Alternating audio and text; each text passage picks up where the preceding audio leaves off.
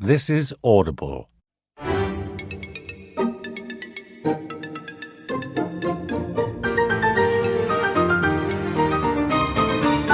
The Second Form at St Clare's by Enid Blyton. Read by Nikki Diss.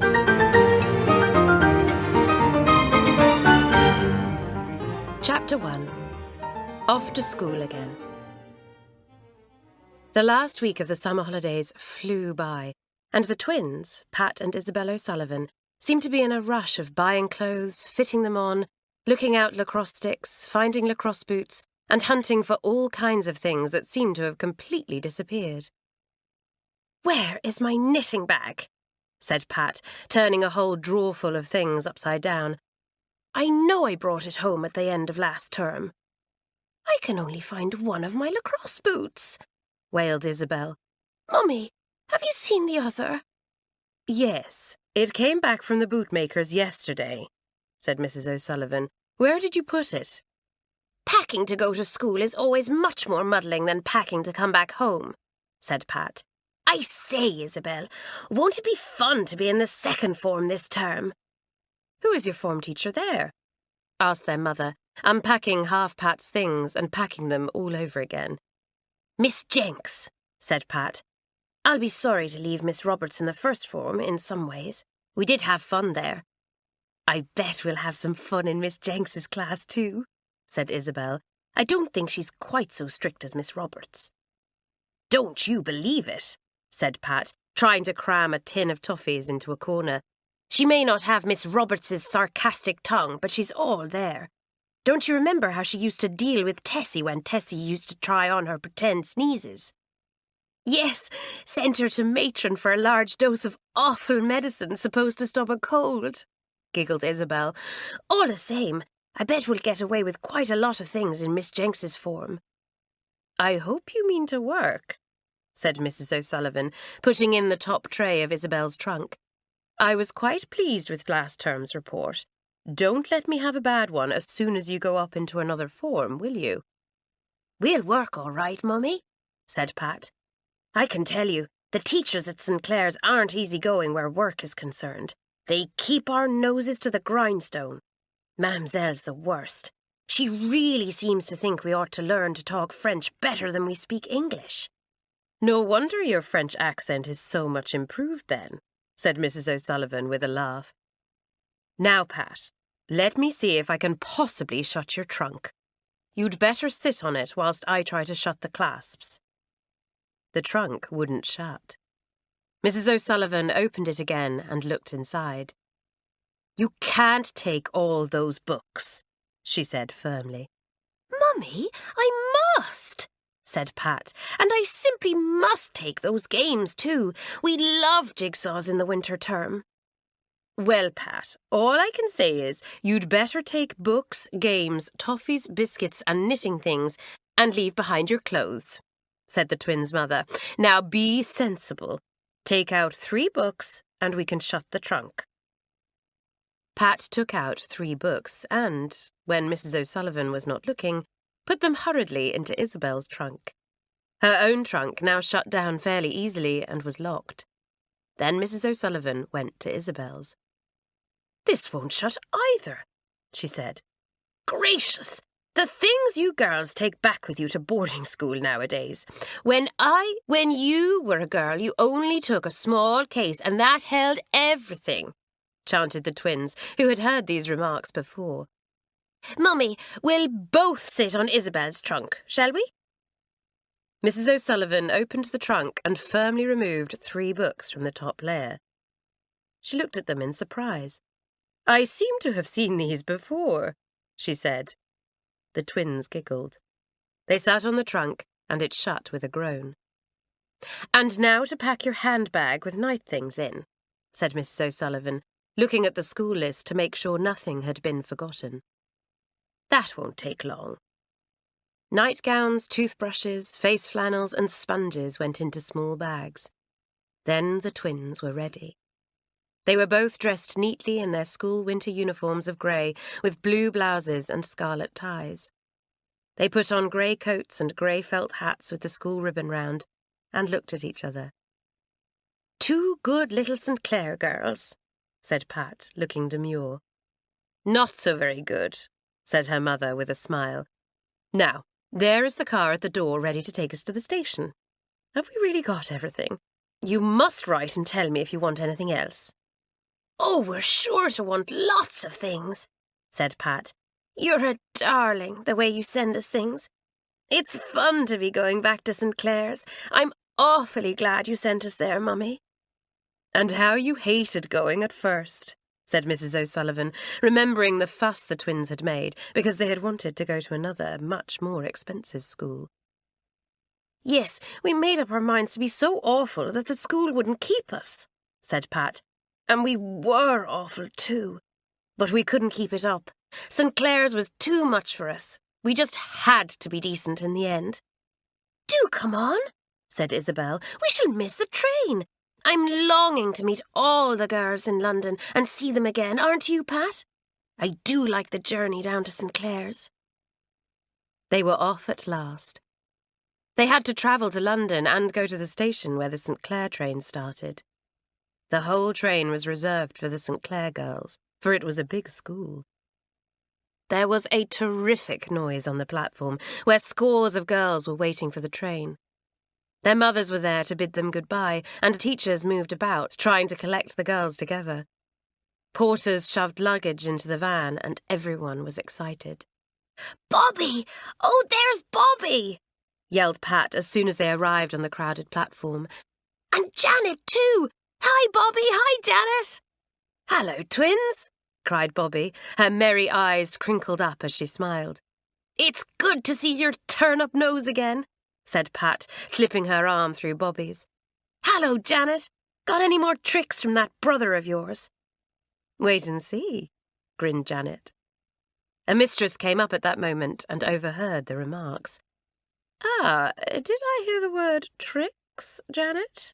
she said. "Well, just remember you're in my form this term, and there are really terrible punishments for tricks like yours." "Yes, Miss Jenks," grinned Janet. "I'll remember." "Are all the others here yet?" "All but Doris," said Miss Jenks. "Ah, there she is. Now, we must get into the train. The guard is looking rather worried, I see." "Carlotta, get into our carriage!" yelled Bobby, seeing the dark-eyed, dark-haired girl running down the platform. "What sort of holes did you have? Did you go back to the circus?" Carlotta was a source of great attraction and admiration to the girls, for she had once been a circus girl, and her understanding and handling of horses was marvellous. Now she had to settle down at St Clare's and learn many things she had never heard of.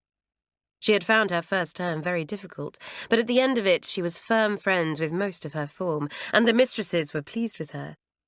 She ran up to the twins and Bobby, her vivid little face glowing with pleasure. "Hello," she said. "I'll get into your carriage. Oh, look, there's your cousin Alison. Oh, she looks rather miserable." "I feel miserable," said Alison O'Sullivan, coming up, looking very woebegone. "I shall miss my friend Sadie dreadfully this term." Sadie had been an American girl with no ideas in her head at all beyond clothes and the cinema. She had had a very bad influence on Alison, but, as she was not coming back that term, it was to be hoped that the feather-headed Alison would pull herself together a little and try to do better. She was a pretty little thing who easily burst into tears. Her cousins welcomed her warmly. "Hello, Alison. Don't fret about Sadie. You'll soon find other friends." They all got into the carriage. Doris arrived, panting. Hilary Wentworth, who had been head of the first form, flung herself down in a corner seat. She was very much wondering if she would be head of the second form. She was a trustworthy and responsible girl who liked being head. "Hello, everybody," she said. "Nice to see you all again. Well, Carlotta, been riding in the ring, I suppose. Lucky kid." "You know I don't belong to a circus anymore," said Carlotta. "I went to spend my holidays with my father and my grandmother. My father seems to like me quite a lot, but my grandmother found a lot of fault with my manners. She says I must pay more attention to them this term, even than to my lessons. You must all help me." "Oh, no," said Pat with a laugh. We don't want you any different from what you are, my dear.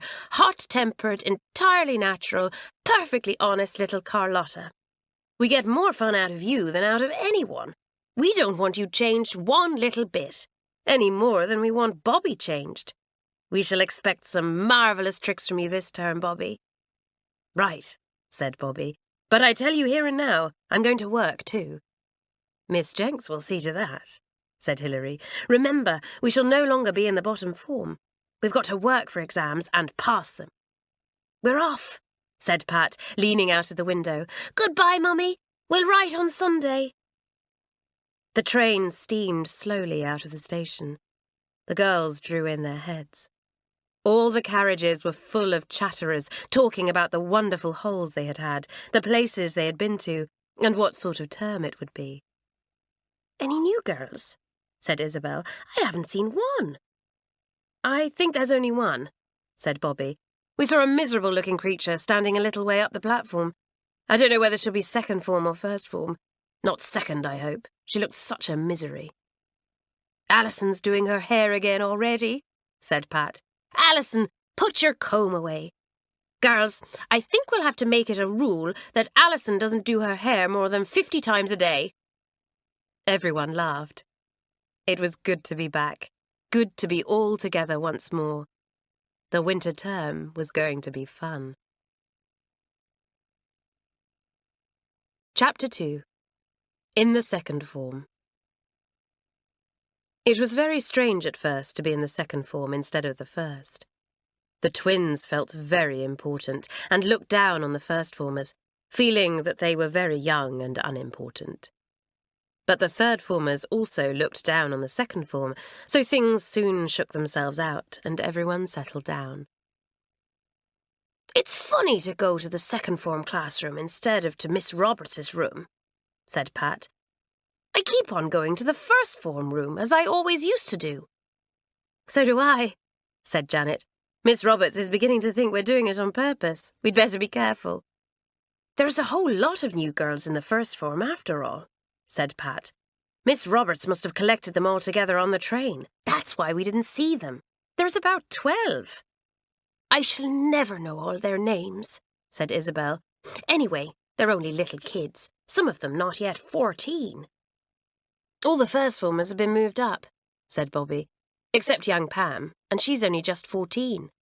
I bet she'll be head of the first form." Pam Boardman had been new the term before, and was a very hard-working child. As Bobby said, she was made head of the first form, and was extremely proud of the honour. She had many new girls under her, and was eager to help them all. Only 2 girls had been left down in the second form, Elsie Fanshawe and Anna Johnson. The girls who had just come up were sorry to see them there, for they were not much liked. Elsie Fanshawe was spiteful, and Anna Johnson was lazy. "I suppose one of them will be head girl," said Hilary with a grimace. "Well, I don't fancy either of them. Do you, Bobby?" "They both think themselves very superior to us," said Bobby, "just because they've been second formers for a year."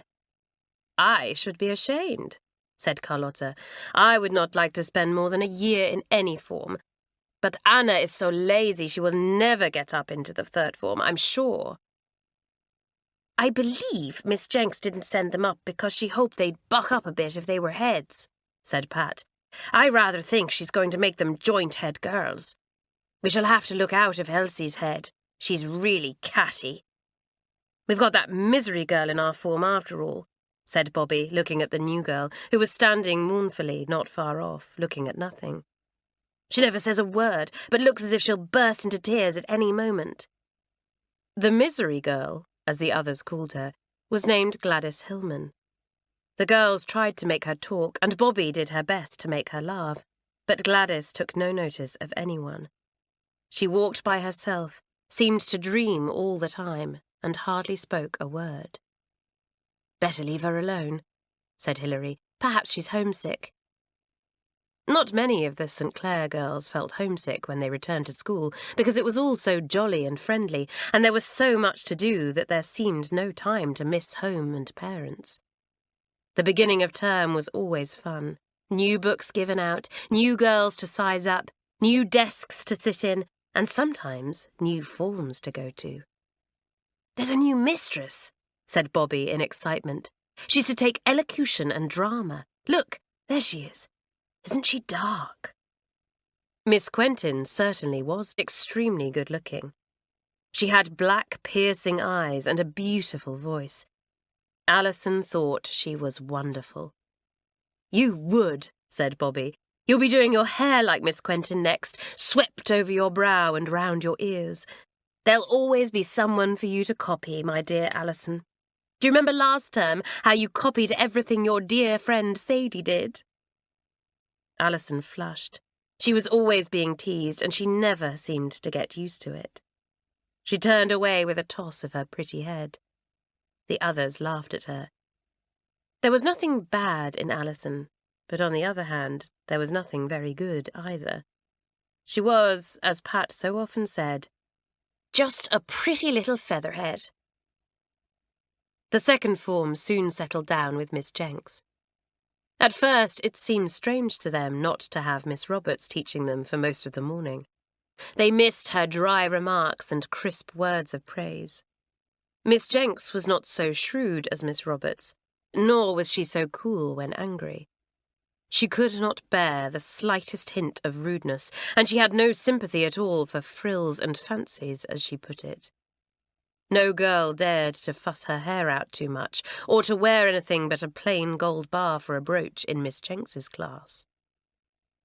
"Alison is in for a bad time," grinned Bobby one morning, when Alison had been sent to remove a bow from her hair and a brooch from her collar. "So is Carlotta," said Pat. "Miss Jenks doesn't like frills and fancies, but she doesn't like untidiness either. Just look at your hair, Carlotta. It's wild enough in the ordinary way, but it looks like a bird's nest at the moment." "Does it really?" said Carlotta, who never cared in the least what she looked like. "Well, those sums we had to do were so hard I just had to clutch my hair all the time." "Old Mamselle's still the same?" said Isabel. "Funny, old, hot-tempered, flat-footed thing. But I like her all the same. She always gives us some excitement. And I bet she will this term, too. Do you remember how she and Carlotta nearly came to blows last term?" Yes, the summer term had been a very exciting one. The girls looked at Mamselle and remembered all the jokes they had played on her. Dear old Mamselle, she always fell for everything. She was very terrifying when she lost her temper, but she had a great sense of humour, and when her short-sighted eyes twinkled behind their glasses, the girls felt a real fondness for her. "Ah," said Mamselle, looking round the second form. "Ah, you are now the second form. Very important, very responsible, and very hard-working, n'est-ce pas? The first formers, they are babies. They know nothing. But as soon as you arrive in the second form, you are big girls. You know a great deal. Your French will be quite perfect. And Doris, even Doris will be able to roll her R's in the proper French way." Everyone laughed. Poor Doris, always bottom at oral French, could never roll her R's. Doris grinned. She was a dunce, but nobody minded. She was a wonderful mimic, and could keep the whole form in roars of laughter when she liked. Said Carlotta unexpectedly. She sounded like an aeroplane taking off, and Mamselle frowned. "You are now in the second form, Carlotta," she said coldly. "We do not do those things here." "No, Mamselle," said Carlotta meekly. "Of course not." "Tricks and jokes are not performed in any form higher than the first," warned Mamselle. "Whilst you are first-form babies, one does not expect much from you. But as soon as you leave the bottom form behind, it is different. We expect you to behave with dignity. One day the head girl may be one of you here, and it is not too soon to prepare for such an honour." Winifred James, the much-admired head girl, had left, and Belinda Towers, the sports captain, had taken her place. This was a very popular choice, for Belinda was well known by the whole school and very much liked. As sports captain, She knew practically all the girls, and this would be a great help to her as head girl. She was not so gentle and quiet as Winifred, and many girls were afraid of her outspokenness, but there was no doubt she would make an excellent head girl. Belinda visited every common room in turn and made the same short speech to the girls there. You all know I'm head girl now, and I'm still sports captain too. You can come to me if you're in a spot of trouble at any time, and I'll help if I can. You'll all have to toe the mark where games are concerned, because I want to put St Clare's right on the map this winter with lacrosse. We must win every match we play. We've got some fine players for a school team, but I want every form to supply players for the second and third match teams too. So buck up, all of you, and practice hard. Alison groaned as Belinda went out of the second form common room. Why do we have to play games? She said. They just make us hot and untidy and tired. You forget they do other things as well, said Janet. We have to learn to work together as a team, each one for his side, helping the others, not each one for himself. That sort of thing is especially good for you, my dear Alison. You'd sit in a corner and look at yourself in the mirror all day long if you could, and a fat lot of good that would do you or anybody else. Oh, be quiet, said Alison. You're always getting at me. It was fun to be back again, and to hear all the familiar school chatter, to groan over prep, to eat enormous teas, to talk about lacrosse, to laugh at somebody's joke, and to look forward to the class you liked the best. Painting, maybe, or music, or elocution, or even maths. There was a surprise for the second form at the end of the first week. Another new girl appeared. She arrived at tea time with red eyes and a sulky mouth.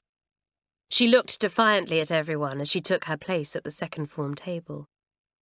This is Mirabelle Unwin, said Miss Jenks. She has arrived rather late for beginning of term, but still, better late than never, Mirabelle. I didn't want to come at all, said Mirabelle in a loud voice. They tried to make me come on the right day, but I wouldn't. I only came now because my father promised I could leave at half-term if I'd come now. I suppose he thought once he got me here I'd stay, but I shan't. That will do, Mirabelle, said Miss Jenks soothingly. You are tired and overwrought. Don't say any more. You will soon settle down and be happy. No, I shan't, said the surprising Mirabelle. I shan't settle down and I shan't be happy. I shan't try at anything, because what's the use if I'm leaving at half-term? Well, we'll see, said Miss Jenks. Be sensible now and eat some tea. You must be hungry. The girls stared at Mirabelle. They were not used to people who shouted their private affairs out in public. They thought Mirabelle was rather shocking, but rather exciting too. I thought she was another misery girl at first, but I believe she's just spoilt and peevish, said Pat. I say, the second form is going to be quite an exciting place this term. Chapter 3. 2 head girls and 2 new girls. Miss Jenks made both the old second formers into joint head girls of the form. She and Miss Theobald, the head mistress, had had a talk about them, and had decided that perhaps it would be the making of them. Elsie is a spiteful type, said Miss Jenks. She has never been popular, though she would have liked to be, so she gets back at the others by being spiteful and saying nasty things. And Anna is bone lazy, won't do a thing if she can help it. Well, a little responsibility may be good for them, said Miss Theobald thoughtfully. It will give Elsie a sense of importance and bring out any good in her, and Anna will have to bestir herself if she wants to keep her position. Let them both try. I don't know how they will work together, said Miss Jenks doubtfully. They don't like each other very much. Let them try, said Miss Theobald. Elsie is quick, and she may stir Anna up a bit. And Anna is too lazy to be spiteful, so perhaps she will be good for Elsie in that way. But I, too, have my doubts. Elsie Fanshawe was delighted to be a joint head girl, though of course she would very much rather have been the only one. Still, After being thoroughly disliked and kept down by the whole of the second form, it was quite a change to be top dog. "Now I can jolly well keep the others down and make them look up to me," thought Elsie, pleased. "I can get some of my own back. These silly little first-formers who have just come up have got to learn to knuckle under a bit. I can make Anna agree with all I do, lazy thing. I'll have every single one of the rules kept, and I'll make a few of my own if I want to, and I'll report anyone who gets out of hand. It's worthwhile not going up into the third form to be top of the second." The others guessed a little what Elsie was thinking. Although they had not known the girl very well when they were first-formers, they had heard the others talking about her. They knew Elsie would try to get her own back.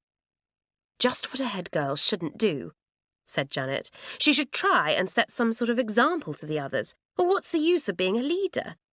Look at old Hilary when she was head of the first form. She was a good sport and joined in everything, but she always knew where to draw the line without getting our backs up." "I can't bear Elsie," said Carlotta. "I would like to slap her hard."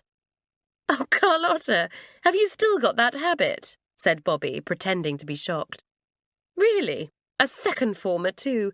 What would Elsie say?" Elsie overheard the last remark. "What would I say to what?" she asked, coming up. "Oh, nothing. Carlotta was simply saying she'd like to slap someone," said Bobby with a grin. "Please understand, Carlotta, that you are in the second form now," said Elsie in a cold voice. "We don't even talk of slapping people." "Yes, we do," said Carlotta. "Wouldn't you like to know whom I want to slap, dear Elsie?" Elsie heard the danger note in Carlotta's high voice and put her nose in the air. "I'm not interested in your slapping habits," she said, and walked off. "Shut up now, Carlotta," said Bobby. "Don't go and get all wild again. You were bad enough with Prudence last term." "Well, thank goodness old sour-milk Prudence was expelled," said Carlotta. "I wouldn't have stayed if she had come back." It was the hour when all the second form were in their common room, playing, working, or chattering. They loved being together like that. The radio blared at one end of the room, and Doris and Bobby danced a ridiculous dance to the music. Gladys Hillman sat in a corner, looking as miserable as usual. Nobody could make anything of her. Isabel looked at her and felt sorry. She went over to her. "Come and dance," she said. Gladys shook her head. "What's the matter?" asked Isabel. "Are you homesick? You'll soon get over it." "Don't bother me," said Gladys. "I don't bother you." "Yes, you do," said Isabel. "You bother me a lot. I can't bear to see you sitting here all alone looking so miserable. Haven't you been to boarding school before?" "No," said Gladys. Her eyes filled with tears. Isabel felt a little impatient with her. Hadn't she any courage at all? "You don't seem to enjoy a single thing," said Isabel. "Don't you like any lessons specially, or games or something?" "I like acting," said Gladys unexpectedly. "And I like lacrosse. That's all. But I don't like them here. I don't like anything here." She wouldn't say any more, and Isabel gave her up. She went across to Pat. "Hopeless," she said. "Just a mass of self-pity and tears. She'll fade away and we'll never notice she's gone if she doesn't buck up. I'd almost rather have that rude Mirabelle than Gladys." Mirabelle had been the source of much annoyance and amusement to the second form. She was rude to the point of being unbearable, and reminded everyone every day that she wasn't going to stay a day beyond half-term. "Don't tell me that any more," begged Bobby. "You can't imagine how glad I am you're going at half-term. It's the only bright spot I can see. But I warn you, don't be too rude to Mamselle or sparks will fly, and don't get on the high horse too much with our dear head girl Elsie Fanshawe, or you'll get the worst of it. Elsie is pretty clever, you know, and you're rather stupid." "No, I'm not," flashed Mirabelle angrily. "I only seem stupid because I don't want to try. But you should hear me play the piano and the violin. Then you'd see." "Why, You don't even learn music, said Bobby. And I've never seen you open your mouth in the singing class. We all came to the conclusion that you couldn't sing a note. That's all you know, said Mirabel rudely. Golly, what a school this is. I always knew boarding school would be awful, but it's worse than I expected. I hate living with a lot of rude girls who think they're the cat's whiskers just because they've been here a year or two. Oh, you make me tired, said Bobby and walked off. Really, what with you and the misery girl and spiteful old Elsie, we're badly off this term. Miss Jenks kept a very firm hand on Mirabel. You may not intend to work, she said, but you are not going to stop the others from working. You will do one of three things, my dear Mirabel. You will stay in the classroom and work, or you will stay in the classroom and do nothing at all, not even say a word, or you will go and stand outside the classroom till the lesson is finished. At first, Mirabel thought it was marvellous to defy Miss Jenks and be sent outside, but she soon found it wearisome to stand there so long, waiting for the others to come out. Also, she was always a little afraid that the headmistress, Miss Theobald, would come along. Loudly as Mirabel declared that she cared for nobody at all at silly St Clare's, she was in awe of the quiet headmistress. "Did you tell Miss Theobald that you didn't mean to stay here longer than half-term?" asked Pat. Every girl had to go to see the headmistress when she arrived on the first day. "Of course I did," said Mirabel, tossing her head. "I told her I didn't care for anyone, not even the head." This was untrue. Mirabel had meant to say quite a lot, but Miss Theobald had somehow said it first. She had looked gravely at the red-eyed girl when she had come in, and had told her to sit down. Mirabel opened her mouth to speak, but Miss Theobald silenced her. "I must finish this letter," she said. "Then we will talk." She kept Mirabel waiting for 10 minutes. The girl studied the head's calm face and felt a little awed. It would be difficult to be rude to someone like this. The longer she waited, the more difficult it would be to say what she had meant to say. Miss Theobald raised her head at last. "Well, Mirabel," she said, "I know you feel upset, angry, and defiant. Your father insisted you should come away to school because you are spoilt and make his home unbearable. You also domineer over your smaller brother and sister. He chose St Clare's because he thought we might be able to do something for you. No, don't interrupt me. Believe me, I know all you want to say. But you don't know what I have to say." There was a pause. Even defiant Mirabel did not dare to say a word.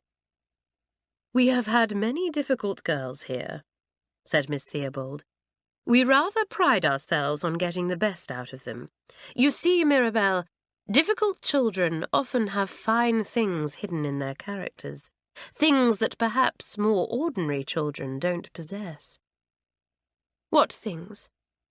asked Mirabel, interested in spite of herself.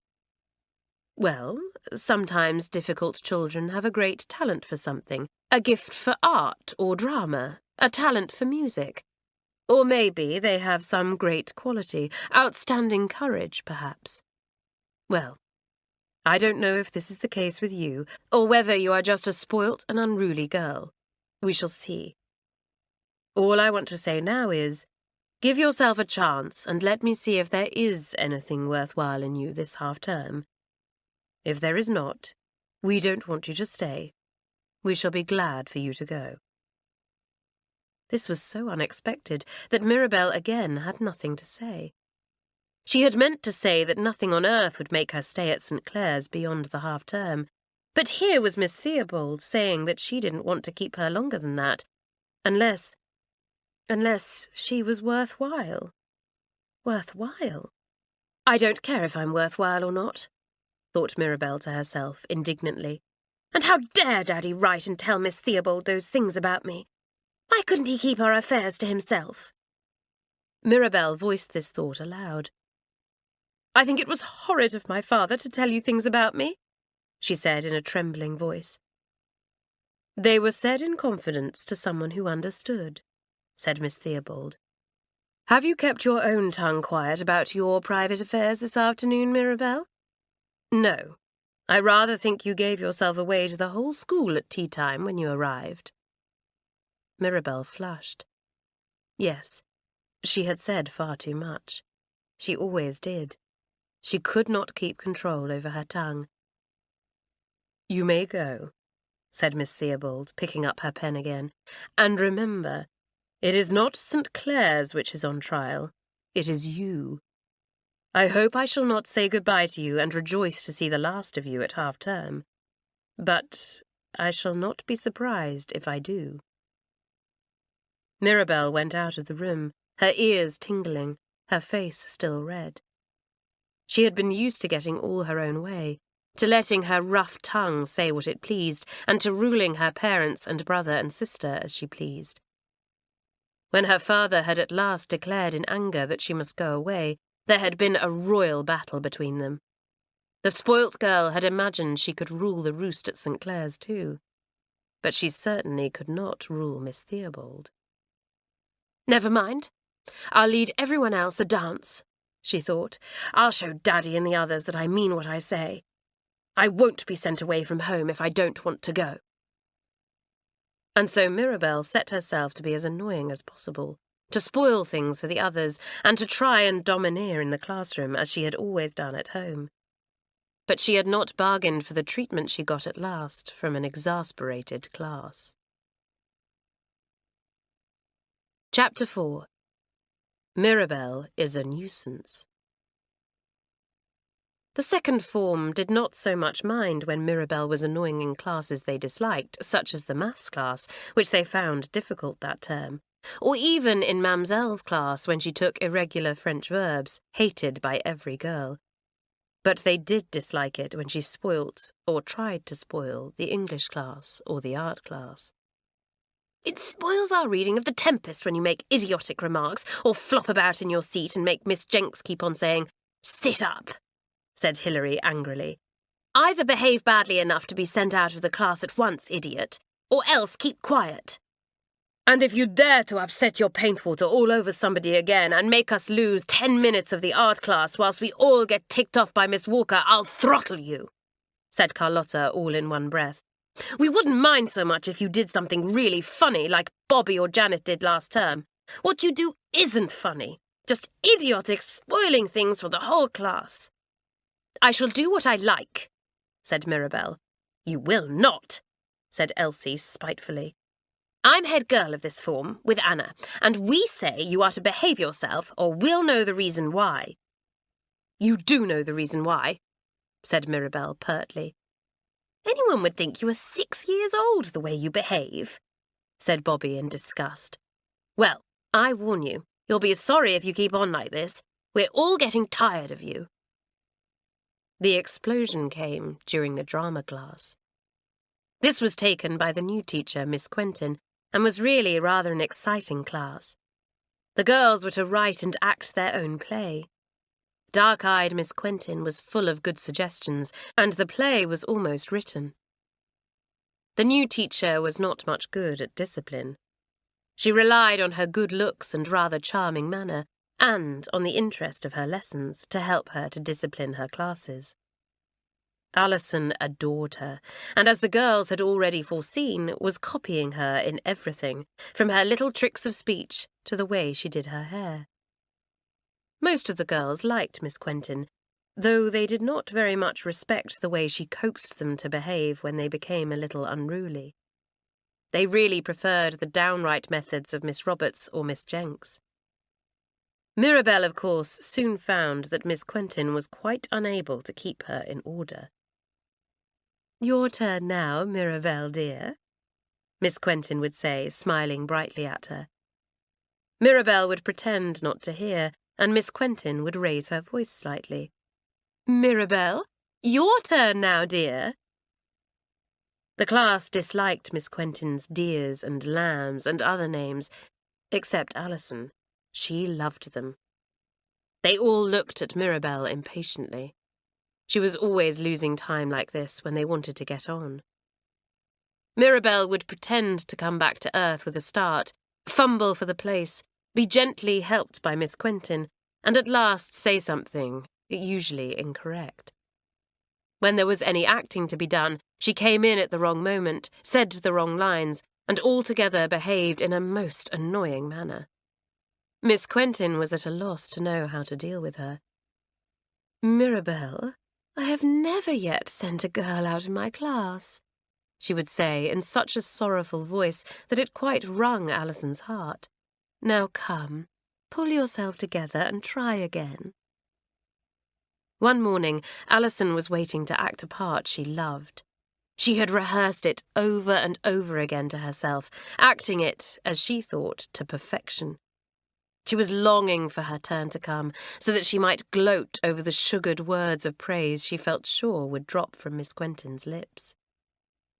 There were 10 more minutes to go, just about time for Alison's turn to come. And then Mirabel chose to be stupid again, saying her lines incorrectly, doing the wrong things, so that Miss Quentin had to make her speak and act 2 or 3 times. The teacher, following her usual rule of being patient and encouraging, wasted nearly all the precious 10 minutes on Mirabel. Alison cast her eye on the clock and bit her lip. All her rehearsing would be wasted now. How she hated that stupid Mirabel, holding up every class in order to be annoying. "Now, Mirabel, dear," said Miss Quentin in her charming, patient voice, "say it like this." It was too much for Alison. She stamped her foot. "Mirabel, stop fooling! It's hateful the way you take Miss Quentin in, and she's so patient too. You've wasted half the time, and now I shan't have my turn." "Poor little Alison," said Mirabel mockingly. "She so badly wanted to show off to her precious Miss Quentin, and hear her say, 'Well done, darling.'" There was a dead silence. Then Alison burst into a flood of tears, and Carlotta trod on Mirabel's toe very neatly and smartly. Miss Quentin stared in horror. Girls, what are you thinking of? Carlotta, you amaze me. I cannot have this behaviour, I really cannot. Carlotta, apologise at once to Mirabel." "Certainly not," said Carlotta. "I don't mean to be rude to you, Miss Quentin, but you must see for yourself that Mirabel deserved it.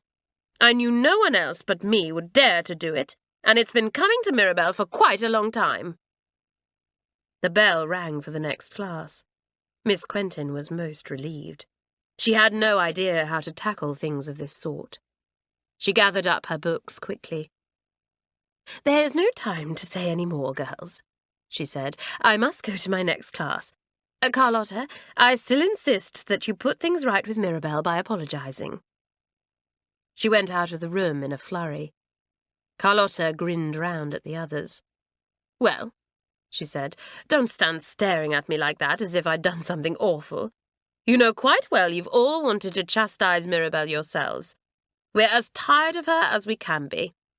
It's a pity half-term isn't here and we can see the back of her." "Carlotta, you shouldn't do things like that," said Janet. "Alison, for pity's sake, stop howling. Mirabel, you deserved it, and now perhaps you'll shut up and behave properly." Mirabel had gone rather white. She had not attempted to hit back at Carlotta.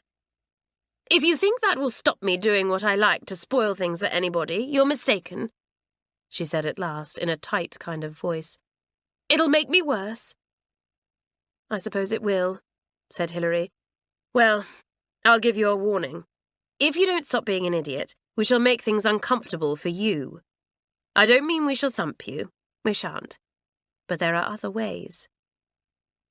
Mirabel said no more, but as she made no attempt that day or the following to behave sensibly, the girls made up their minds that they must carry out their threat. They met in one of the music rooms. Elsie Fanshawe was pleased. This excited her. It gladdened her spiteful nature and added to her sense of importance, for, as she was one of the head girls, she could direct everyone in what they had to do. "We've met together to decide how to get back at Mirabel," she began. Hilary interrupted her. "Well, not exactly get back, Elsie," she said. "It's more to prevent her from going on disgracing herself and our class." "Call it what you like," said Elsie impatiently. "Now, what I propose is this. We'll take her books from her desk and hide them. We'll make her an apple pie bed each night. We'll stitch up the pockets and sleeves of her outdoor coat. We'll put stones into her Wellingtons. We'll—" "It all sounds rather spiteful," said Hilary doubtfully. "Need we do quite so many things? I know Mirabelle is perfectly sickening and needs a good lesson, but don't let's make ourselves as bad as she is." "Well, do as you like," said Elsie rather sneeringly. "If you're too goody-goody to follow the lead of your head girls, well, there will be plenty of us who'll do what I say." "I bet Anna didn't think of any of those things," said Bobby, looking at the placid Anna sitting beside Elsie. The meeting discussed the matter a little more, and then, at the sound of a school bell, broke up. Only Gladys had said nothing. She had sat, as usual, in a kind of dream, paying hardly any attention to what was said. The girls were becoming so used to the misery girl, as they called her, that they really hardly noticed whether she was there or not. "Well," said Hilary, as the girls ran off to change for games, "I suppose we must do something to teach Mirabelle that two can play at being annoying, but somehow a lot of spitefulness seems to have got mixed up in it." "It's bound to, with Elsie Fanshawe to lead us," said Bobby. "I wish she wasn't our head girl. She's not the right sort. As for Anna, she's no use at all, just a lazy lump." "Mirabelle's going to have a few shocks from now on," said Alison, who was more pleased than anyone to think of the tricks that were to be played on Mirabelle. "I, for one, will do everything with the greatest pleasure." "I hope your darling Miss Quentin will be pleased with you," said Bobby with a grin, and scampered off to the field before Alison could think of any reply. Chapter 5. Mirabelle and the Misery Girl. It was not pleasant to be thought a tiresome nuisance by girls and teachers alike. Mirabelle was getting tired of her defiant pose. Nobody had ever thought it was funny, as she had hoped. Nobody had ever laughed. They had just got impatient. The girl began to feel sorry she had ever started her irritating behaviour. A great feeling of misery overtook her the evening of the day Carlotta had turned against her.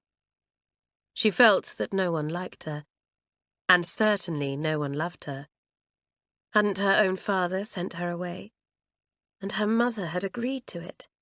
How could she put up with that? There was no way to answer things like that except by being defiant. Mirabelle felt that she did not want to be with the others that evening in the noisy common room. She stole away by herself to one of the music rooms. She had spoken truly when she had told Bobby that she could play the piano and the violin. She loved music and was a really good performer on the piano and a beautiful player of the violin. But because of her defiant obstinacy, she had refused to learn either of the instruments at St Clare's when her father had spoken to her about them.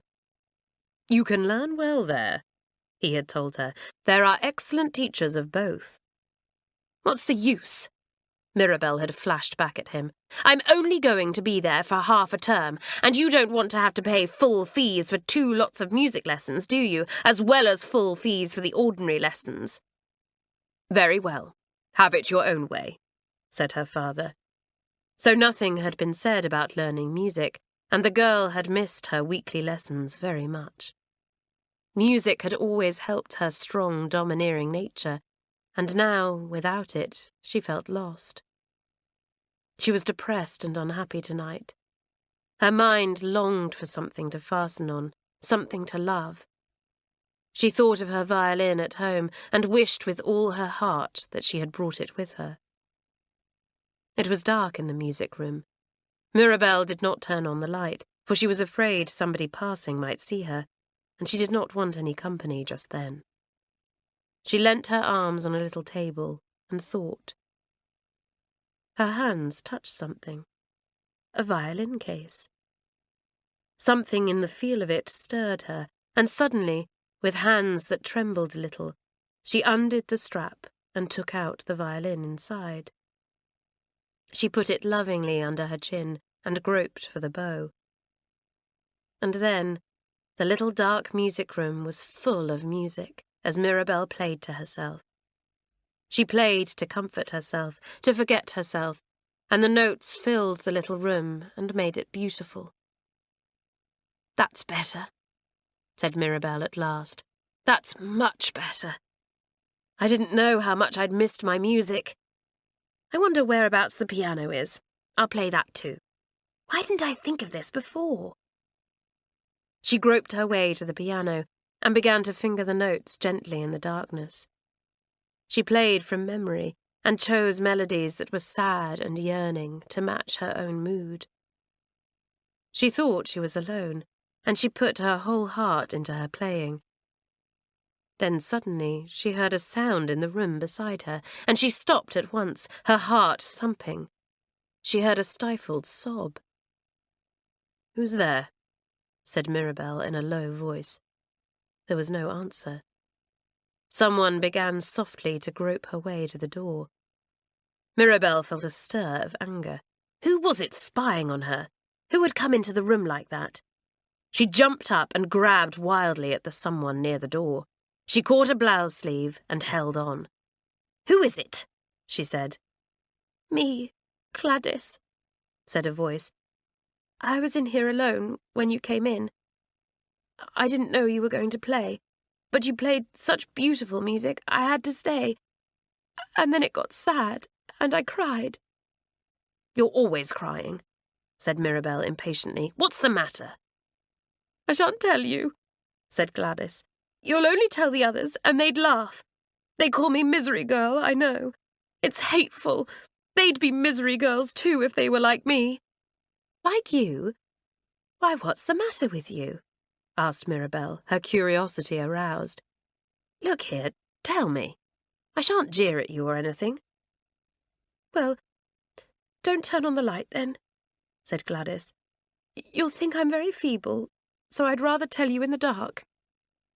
"You are an odd fish," said Mirabelle. "Come on, what's the matter?" "It's my mother," said Gladys. "She's awfully ill, in hospital, and I don't know if she'll get better. I simply can't tell you how much I love her and how much I miss her. I haven't a father or brothers or sisters, only my mother. I've never been away from her, even for a night till now. I know it sounds silly to you. You'll call me babyish and mother's girl, and so I am, I suppose. But you see, Mother and I haven't had anyone but each other, and I'm so terribly, terribly homesick, and want to be with Mother so much." Gladys burst into sobs again, and cried so miserably that Mirabelle forgot her own troubles for the moment, and put her arm awkwardly round the girl. She saw how little courage Gladys had got. She saw how little she tried to face what had come to her, and she felt a little scornful. But no one could help feeling sorry for the miserable girl. Mirabelle had no idea what to do for the best. "Well," she said, saying the first thing that came into her head. "Well, how would you like to be me? Sent away from home by your mother and father because they didn't want you, and said you upset your brother and sister and made everyone unhappy. That's what I've got to put up with. I'm not so lucky as you, I think." Gladys raised her head, and for the first time forgot her unhappiness in her scorn of Mirabelle. "You unlucky? Don't be silly. You don't know how lucky you are, to have a father and a mother, a brother and a sister, all to love and to love you. And I only have my mother, and even she is taken away from me. Mirabelle, you deserve to be sent away from home if you can't understand that families should love one another. I can tell you if I had all those people to love, I wouldn't behave so badly to them that they'd send me away. You ought to be ashamed of yourself." Coming from the silent Gladys, this was most astonishing. Mirabelle stared into the darkness, not knowing what to say. Gladys got up and went to the door. "I'm sorry," she said in a muffled voice. "You're unhappy, and I'm unhappy. And I should be sorry for you and comfort you. But you made your own unhappiness, and I didn't make mine. That's the difference between us." The door banged, and Mirabel was alone. She sat still in surprise. Who would have thought that Gladys could say all that?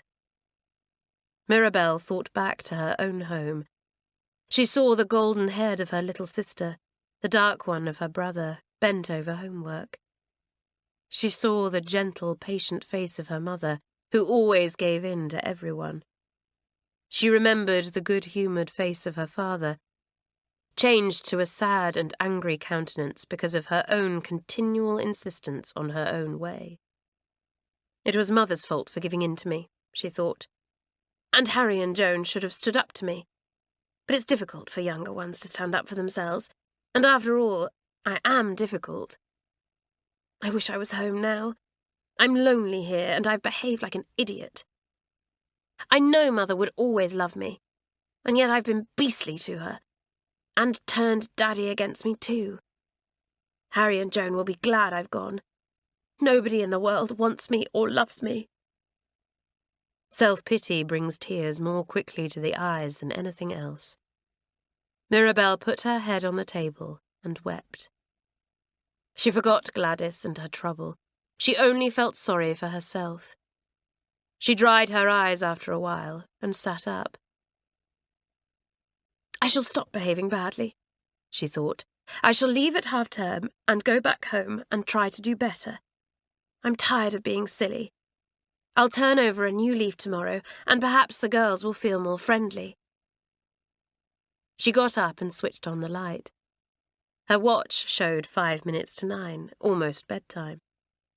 She sat down at the piano and played to herself for a while, and then, when the 9 o'clock bell sounded, made her way upstairs to bed, full of good resolutions.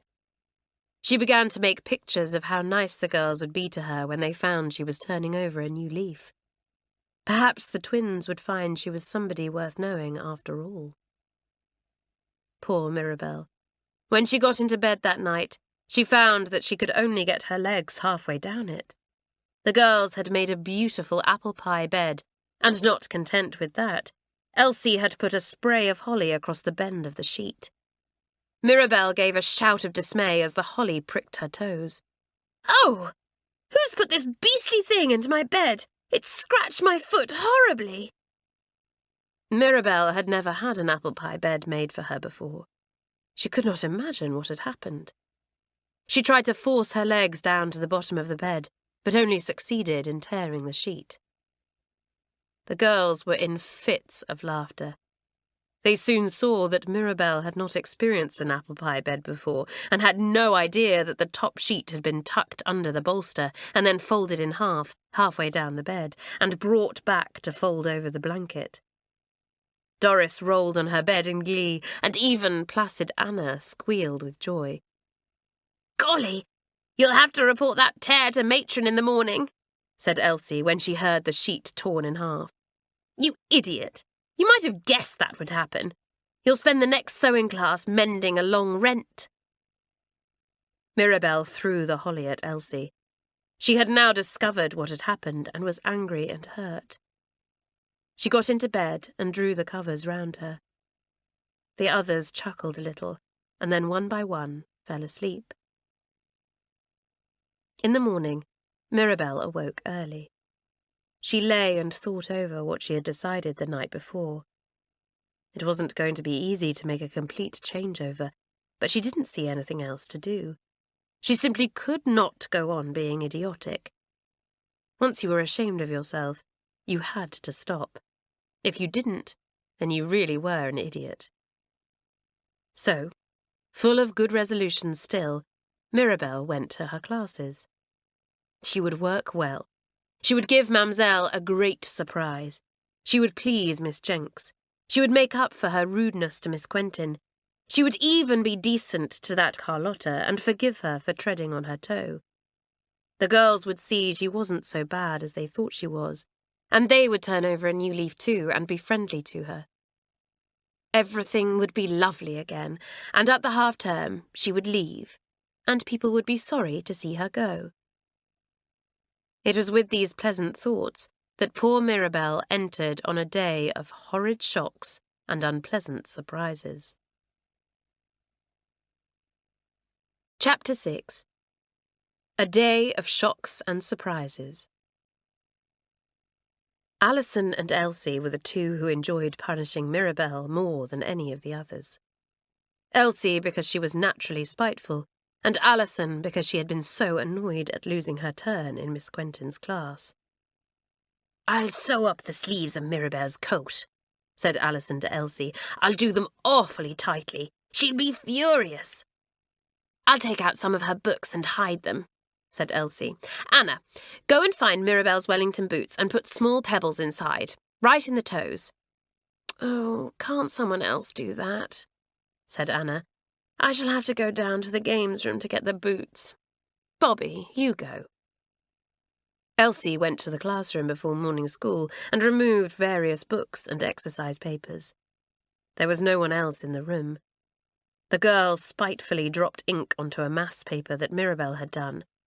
"This will teach her to behave better," said Elsie to herself. "Now, where shall I put the books?" She decided to put them at the back of the handwork cupboard and cover them with the loose raffia there. So into the cupboard went the books, and then Elsie, having a few minutes to spare, looked around for something else to do. She saw the list of classroom duties hung up on the wall and went to read them. It was Mirabell's turn that week to keep the vases well filled with water. Elsie pursed up her lips spitefully. "I'll empty out the water, and then, when the flowers begin to droop, Miss Jenks will notice and Mirabell will get ticked off for forgetting the water," thought Elsie. So out of the window went the water from the 4 big vases. The flowers were hurriedly replaced just as the first bell went for lessons. The second form trooped in to take their places. Alison went to hold the door for Miss Jenks. Mirabell took a look round at the girls, hoping to get a smile from someone. She was longing to say that she meant to turn over a new leaf. But nobody looked at her except Elsie, who nudged Anna and then turned away. "She's coming," hissed Alison. The class stopped lounging over their desks and talking. They stood up and waited in silence. Miss Jenks was very strict about politeness and good manners in her class. "Good morning, girls," said the mistress, putting her books on the desk. "Sit, please. We will— Good gracious, Alison, what is that you are wearing on your left wrist?" "A bracelet," said Alison sulkily. The girls looked at it and giggled. It was very like one that Miss Quentin wore.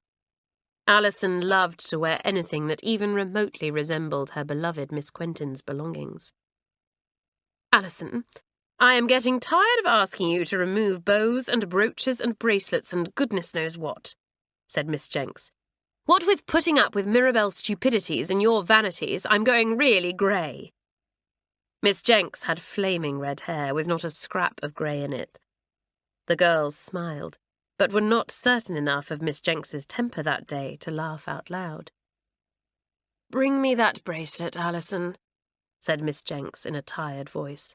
"You can have it back in a week's time, providing that during that time I haven't had to remove any other frills and fancies from you." Alison sulkily gave up the bracelet. She knew it was the rule that no jewellery should be worn with school uniform, but the little featherhead was always trimming herself up with something or other. "And now, please get out your maths books and the exercise you did for prep, and we will go on to the next page of sums," said Miss Jenks. "It's much the same as the one we did yesterday. Work them out, please, and if there is any difficulty, let me know. Come up one by one, as I call you, with your maths exercise paper, and I will correct it at my desk with you." The class got busy. Desks were opened and books got out. Pencils were taken from boxes. Exercise books were opened, and there was a general air of getting down to hard work. Mirabell hunted all through her desk for her maths book. How curious. It didn't seem to be there. "Have you borrowed my maths book?" she asked Janet in a whisper. "No whispering," said Miss Jenks, who had ears like a lynx. "What is it, Mirabell? One of your usual interruptions, I suppose." "No, Miss Jenks," said Mirabel meekly. "I can't find my maths book, that's all." "Mirabel, you're always pretending you can't find this and that," said Miss Jenks. "Get your book at once and begin." "But, Miss Jenks, it really isn't here," said Mirabel, hunting frantically through her desk again. The girls nudged one another and grinned. They all knew where it was, at the back of the handwork cupboard. Mirabel might look through her desk all day, but she wouldn't find her book. "Share Janet's book, then," said Miss Jenks shortly, only half believing Mirabel. Mirabel heaved a sigh of relief and opened her arithmetic book to copy down the sums from Janet's textbook. She put ready her maths paper, which she had done in prep the night before, to show Miss Jenks. But as she turned it over the right way, she stared at it in horror. It was covered with ink spots. "Just as I've made up my mind to turn over a new leaf, all these things happen," thought Mirabel in dismay. "I can't imagine how I got that ink on my paper. Miss Jenks will never believe I didn't know it was there." Mirabel was right. Miss Jenks didn't believe it. She looked in disgust at the untidy paper. She would not even correct it. "Another of your nice little ways, I suppose," she said. "Do it again, please." "Miss Jenks, I really didn't make all those ink spots," said Mirabel. But she had given in too many badly done papers before, on purpose, for Miss Jenks suddenly to believe her now. "I don't want to discuss the matter," said Miss Jenks. "Do it all again, and let me have it this evening without any mess on it at all." Mirabel went back to her desk. She caught Elsie's spiteful smile, but she did not guess yet that there was a campaign against her. She sat down, angry and puzzled. The French class came next, and Mirabel discovered, to her dismay, that not only her French books, but also the French paper she had written out the day before as homework, had disappeared. She hunted through her desk again and again, and Mademoiselle grew sarcastic. "Mirabel, is it possible for you to come out of your desk before the lesson is ended? Soon I shall forget what your face is like." "Mademoiselle, I'm sorry, but I can't seem to find the French paper I did yesterday," said Mirabel, emerging from her desk, flushed and worried. If there was one thing that Mademoiselle could not stand, it was the non-appearance of any work she had set the class to do. She frowned, and her glasses slid down her big nose. The girls watched gleefully. They knew the signs of gathering wrath. Mademoiselle replaced her glasses on the bridge of her nose. "Ah, Mirabel, you cannot seem to find the work you did, you say? How many times have I heard that excuse since I have been here at St Clare's? 1,000 times, 10,000 times. You have not done the work. Do not deny it, I know. You are a tiresome girl. You have been tiresome ever since the first day you came. You will always be tiresome. You will give me that work before the end of the morning, or you will not play lacrosse this afternoon." "But, Mademoiselle, I really did do it," protested Mirabel, almost in tears. "I can't find my ordinary French books either. They're gone." "Always this Mirabel holds up my class," cried Mademoiselle, raising her hands to the ceiling and wagging them in a way that made Doris long to imitate her at once. "She loses things, she looks for them, she makes excuses. I cannot bear this girl." "Nor can anybody," said Alison, delighted at the success of the trick. Mirabel flashed an angry glance at her. She was beginning to wonder if the girls had had anything to do with the mysterious disappearance of her things. "It's too bad, all this happening now," she thought. "Mademoiselle might believe me. I really am speaking the truth." But Mirabel had so often been silly and untruthful that she had only herself to blame now if no one believed her when she did actually tell the truth. She tried once more with Mademoiselle. "Please do believe me, Mademoiselle," she begged. "Elsie saw me doing the paper last night, didn't you, Elsie?" "Indeed I didn't," said Elsie maliciously. "Ah, this untruthful Mirabel!" cried Mademoiselle. "You will do me the paper once because you have not done it, and again you will do it for me because you have told an untruth. Mirabel saw her time at break going. She would have to do the 2 papers then. She looked round the class for sympathy. Usually comforting glances were sent from one girl to another when somebody got into trouble. But there were no comforting glances for Mirabel. Everyone was glad that the nuisance was in trouble. Poor Mirabel. Her troubles were never ending that morning. Miss Jenks noticed all the drooping flowers in the waterless vases during the next lesson and spoke sharply about it. "Who is room monitor this week?" "I am," said Mirabel. "Well, look at the flowers," said Miss Jenks. "It doesn't seem as if they can have a drop of water in the vases by the look of them." "Why, I filled them all up yesterday," said Mirabel indignantly. "I did, really." Miss Jenks went to the nearest vase and tipped it up. "Not a drop of water," she said. "I suppose you will suggest next that somebody has emptied all the vases, Mirabel." It flashed across the girl's mind that someone might actually have done that, to pay her back for all the annoying things she had done.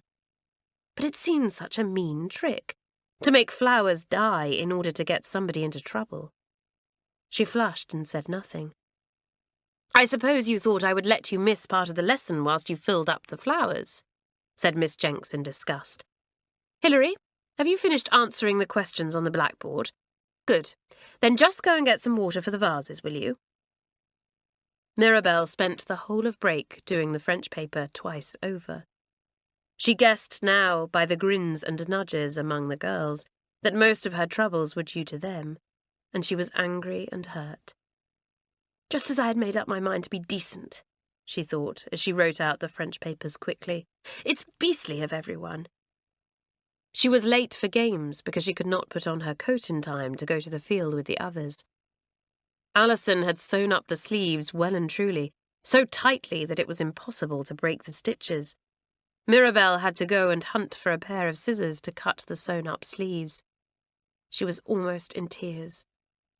And then, when she put on her Wellingtons to go across the muddy field path, she squealed in pain. Nasty little pebbles made her hobble along, and at last she had to stop, take off the boots, and empty the pebbles into the hedge. Miss Wilton, the sports mistress, had already started the lacrosse game going. "You're late, Mirabel," she called. "Stand aside until half-time. If you can't bother to be in time, you can miss part of the game." It was cold standing and watching. Mirabel felt miserable. Everybody and everything was against her. What was the use of trying to be different? Miss Wilton took her to task at half-time. "Why were you so late? You know the time perfectly well. You were almost 15 minutes after the others." She waited to hear Mirabel's excuse. The other girls listened. They had not bargained for Miss Wilton inquiring into the matter. Alison felt uncomfortable. She didn't want to get into trouble for sewing up Mirabel's coat sleeves. She did not want another bad report. Last terms had been very poor, and her father had had a good many things to say that were not pleasant to hear. Mirabel opened her mouth to pour out her woes. How her coat sleeves had been sewn up, stones put into her Wellingtons, and goodness knows what else done to her. Then she shut her mouth again. How often had she scolded her young brother and sister for telling tales of her when she had made things unpleasant for them. She had always said that a tale-bearer was something quite impossible. "The girls deserve to have tales told about them," thought Mirabel, "but I shan't make myself into something I hate just to get back at them." So she said nothing at all. "Well," said Miss Wilton impatiently, "as you have no excuse, it seems, take off your coat and join in the second half of the game. But next time, if you are late, you will not play in the game at all. You can just go back to school and ask Miss Jenks to give you something to do." The game went on. One or two of the girls began to feel uncomfortable. It was decent of Mirabel not to give them away. You couldn't attack people if they behaved well. "It's time we stopped going for Mirabel," thought Hilary. "I'll tell Elsie so tonight." Chapter 7. A meeting in the common room. Another meeting, this time called by Hilary, was held that night. It was held in the common room. Everyone was there but Mirabel, who was doing her maths paper all over again in the classroom. "What's the meeting for?" asked Elsie, half indignant that anyone but herself should call a meeting. "It's about Mirabel," said Hilary. "You know, she didn't split on us when she had the chance to, so I vote we stop playing tricks on her now. Anyway, we pretty well put her through it today." "We're certainly not going to stop," said Elsie at once. "What, stop, when she's only just begun to learn her lesson? She'll be as bad as ever if we don't go on showing her we can make things just as tiresome for her as she has made them for us." "No, we've done enough," said Hilary. "It makes me feel rather mean. I rather wish we hadn't done quite so many things. And anyway, I don't know who spilt ink over her maths paper and took the water out of the flowers. We didn't arrange that. Who did it?" There was a silence. Elsie went red. She did not dare to say she had done anything more than had already been arranged. The others might think her spiteful or mean. "I believe it was Elsie," said Carlotta suddenly. "Look how red she's gone." Everyone looked. Elsie scowled. "Of course I didn't do anything," she said. "I don't think we did nearly enough. I think a girl who openly says she's jolly well going to make herself too beastly to stay more than half a term ought to be well shown up." "Well, she has been shown up, by her own self," said Janet. "No one would have known anything about her or her private affairs if she hadn't gone round yelling them out. I think Hilary is right. We won't do anything more." "You talk as if Hilary is head girl," said Elsie spitefully. "Well, so she was in the first form," said Bobby, losing her temper. "And let me tell you she was a much better one than you, Elsie." "Don't forget that Anna is head girl too," said Pat. Anna smiled sleepily. Bobby turned on her at once. "As if anyone can remember that Anna is head girl or anything. What's the good of a head girl who is always too lazy to do a single thing? We've got 2 head girls in this form, and one is spiteful and catty and overbearing, and the other is lazy." "Shut up, Bobby," said Hilary uncomfortably. "It's no good losing your temper like that. Let's get back to the point, and that is, we're not going to persecute Mirabel any more. Let's give her a chance and see if today's lessons have taught her anything.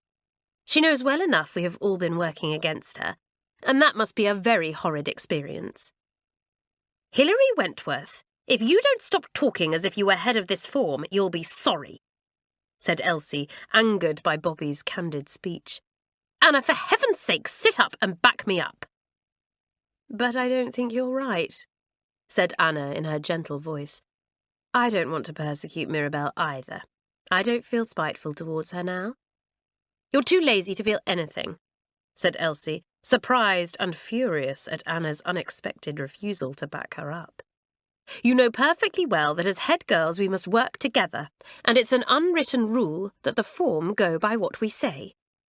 "Well, I can't work with you in this," said Anna. "I may be lazy and all the other things you probably think about me and don't say, but I am not catty. So I say, as head girl of the form, we will not continue with our tricks against Mirabel." "Well," said Pat, "this is going to be difficult. 2 head girls, each saying different. I suppose we'd better put it to the vote which girl we follow. Now hands up for Anna and doing what she says." Every single hand went up at once. Anna grinned and for once sat up really straight. Elsie went white. "Now, hands up those who wish to follow Elsie," said Pat. Not a single hand went up, of course. Elsie stood up angrily. "This is what comes of having to stay down with a lot of half-baked first-formers," she said, her voice trembling. "Well, I'll tell you who emptied the water out of the vases and dropped ink on Mirabel's maths paper. It was your precious Anna. If you want to follow a girl who does things like that and then is ashamed to own up to them, well, you can." She flung herself out of the room and slammed the door loudly. Anna raised her well-marked eyebrows. "Well, girls," she said, in her rather drawling voice. "I assure you I am not guilty." Everyone believed her. Anna might be lazy and not bother herself or undertake any kind of responsibility, but at least she was truthful and honest. "I'm not going to count Elsie as head girl any more," said Isabel. "We'll have only Anna. Come on, Anna, stir yourself and settle things one way or another." "Poor Anna. She will have to open her eyes and wake up at last," said Carlotta's high voice rather maliciously. Anna stood up suddenly. "Well, I'm just as tired of Elsie's spiting cattiness as you are," she said. "So if you'll do with just me as head girl, I'll wake up a bit. It's not been easy trying to work with Elsie. I'm not going to give her away, but I just can't bear some of the things she says and does. Now, it's not enough just to stop persecuting Mirabelle. Can't we do something positive? I mean, something to put her right, instead of just stopping her being wrong?" Everyone gaped at Anna. This was the first time the big, sleepy-eyed girl had ever made such a long speech, or suggested anything of her own accord. Hilary thought her suggestion was excellent. "Yes, that's the way to do things, really," she agreed. "It's not enough to stop things going wrong. You've got to set them going the other way, on the right road. But I don't for the life of me see how. Mirabelle is terribly difficult. I can't see anything that she's good at, anything at all. There isn't anything to work on. She's bad at lessons, no good at games, hopeless at art, poor at gym," said Isabel. "If there was something she was good at, we could make it our starting point. You know, praise her up a bit and give her some self-respect. That's what people need when things have gone wrong." Then the second form had a great surprise. The misery girl spoke in her rather timid little voice. "Mirabelle is good at something. Awfully good." Everyone stared at Gladys in double amazement, astonished that she should have spoken at all, and amazed to hear what she said. Gladys seemed to shrink under the gaze of so many pairs of eyes. She wished she had not spoken, but she had been interested, in spite of herself, in the scene that had been going on, and she had suddenly felt that she would like to help Mirabelle. After all, she had put her arm round her the night before, and had been kind in her own awkward way. "What do you mean?" said Anna. "Well, she's frightfully good at music," stammered Gladys, horrified now to think she had to speak to so many girls at once. "How do you know?" asked Janet. "She's never played any instrument here, and she doesn't even open her mouth in the singing class." "I know because I've heard her," said Gladys. "She was in the music room last night, you know, the one next to the boot cupboard. And first she played a violin, oh, most beautifully. And then she played the piano. And it was all in the dark, too." "In the dark?" said Carlotta in surprise. "Whatever were you two doing there in the dark? How odd! Do you usually go and sit in the music rooms in the dark?" Gladys didn't know what to say. She couldn't confess that she often went to the lonely little music rooms by herself when she felt extra homesick. The girls would laugh at her, and she couldn't bear that. She stared at Carlotta and said nothing. "Well, can't you answer?" said Carlotta impatiently. "Do you often go and listen to Mirabelle playing in the dark?" "No, of course not," said Gladys. I just happened to be there when Mirabelle came in, and she didn't see me. So I heard her playing, you see." The girls looked at one another. So Gladys disappeared into the dark little music rooms at night, all alone. What a strange girl she was. They looked at her thin little face, and 2 or 3 of them felt a pang of sympathy for the misery girl and her lonely thoughts, whatever they might be. Nobody laughed or teased her about being in the dark in the music room. Even Carlotta made no remark about it.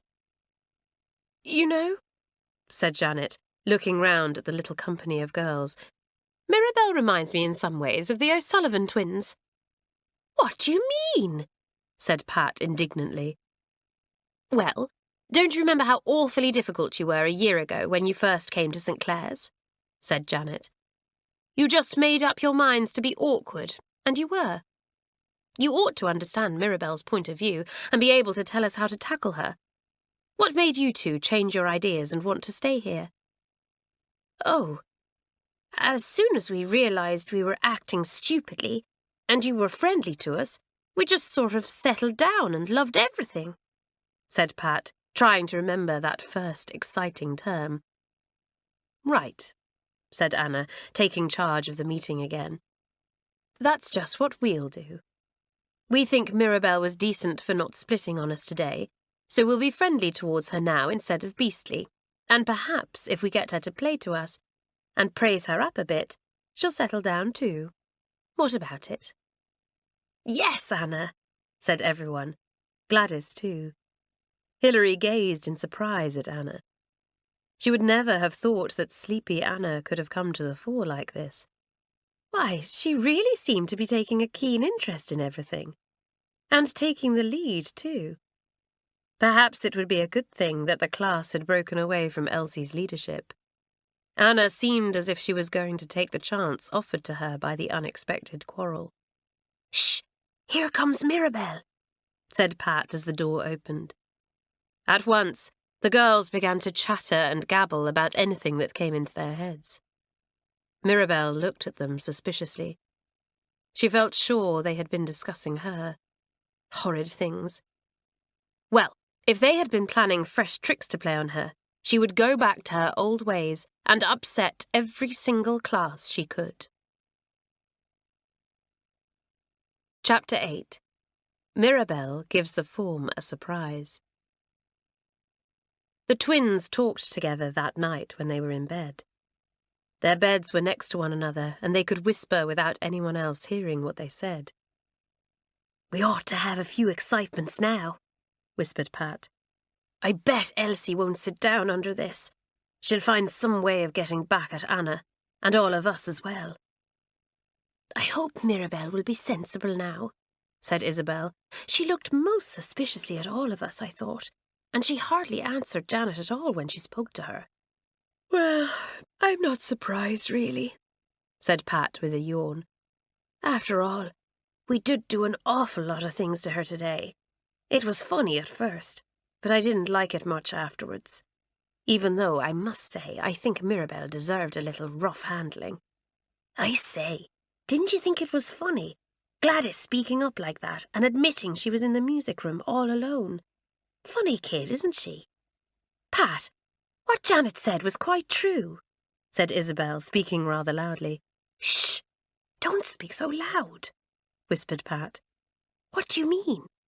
"Well, you know, we did behave a little bit like Mirabel, and we did hate it when everyone disliked us.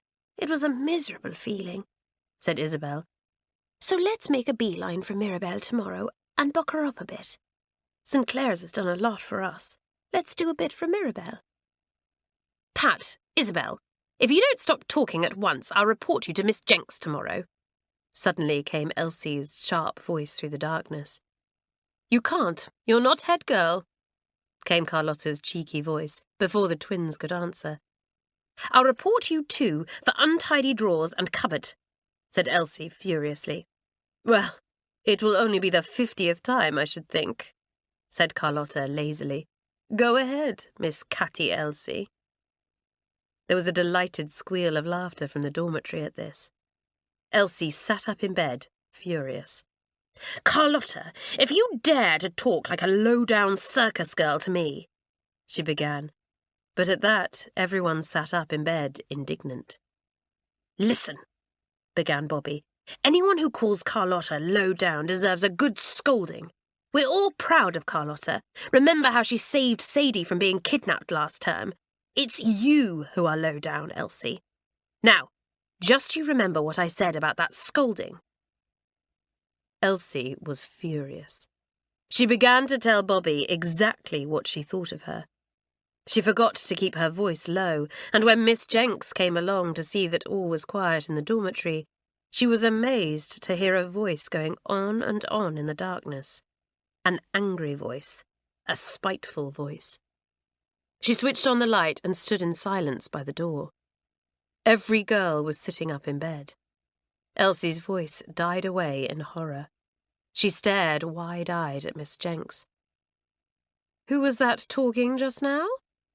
inquired Miss Jenks in her cool voice. Nobody answered. Elsie simply could not bear to own up. She swallowed hard, hoping that Miss Jenks would deliver a general lecture and go. Miss Jenks didn't. She just stood and waited. "Who is in charge of this dormitory?" she asked. "Oh, you, I suppose, Elsie, as you are one of the head girls for this form. Well, as the culprit does not seem to have enough courage to own up, perhaps you, as head girl, will see to it that the girl is punished by going to bed 1 hour earlier tomorrow. Will you?" "Yes, Miss Jenks," answered Elsie in a very subdued tone. There was a smothered giggle from Carlotta's bed, hurriedly turned into a loud cough. "You seem to have a cold, Carlotta," said Miss Jenks, pretending to be quite concerned. "Perhaps you had better go to matron tomorrow morning and get a dose of medicine for it." "Oh, I shall be quite all right tomorrow morning, Miss Jenks, thank you," Carlotta hurriedly assured her. "Good night, girls," said Miss Jenks, and switched off the light. As soon as her footsteps had died away, the girls began to giggle and whisper. "Elsie, see you put yourself to bed an hour earlier tomorrow," whispered Carlotta. Elsie lay in bed, her cheeks burning. Why hadn't she owned up? Then she wouldn't have been so humiliated. She jolly well wouldn't go to bed early the next night anyway. She shut her ears with her fingers so as not to hear what the girls were whispering. She did not dare to tell them to stop. And as for threatening to report them, well, that would make them laugh all the more. Everyone felt scornful of Elsie, but they also thought the whole thing was funny. The girls were quite determined that Elsie should go to bed early the next night. They were not going to let her off the punishment she had meekly promised to wreak on the culprit. The next day, the twins gave Mirabelle a cheerful grin at the breakfast table. She smiled back, surprised and warmed. She had been expecting a few more tricks, and the unexpected smile surprised her very much. After breakfast, Pat and Isabel spoke to Mirabelle. "Did you hear about the row in our dormitory last night?" asked Pat. "I knew there was something up," said Mirabelle. "I heard the others talking about it. What was it?"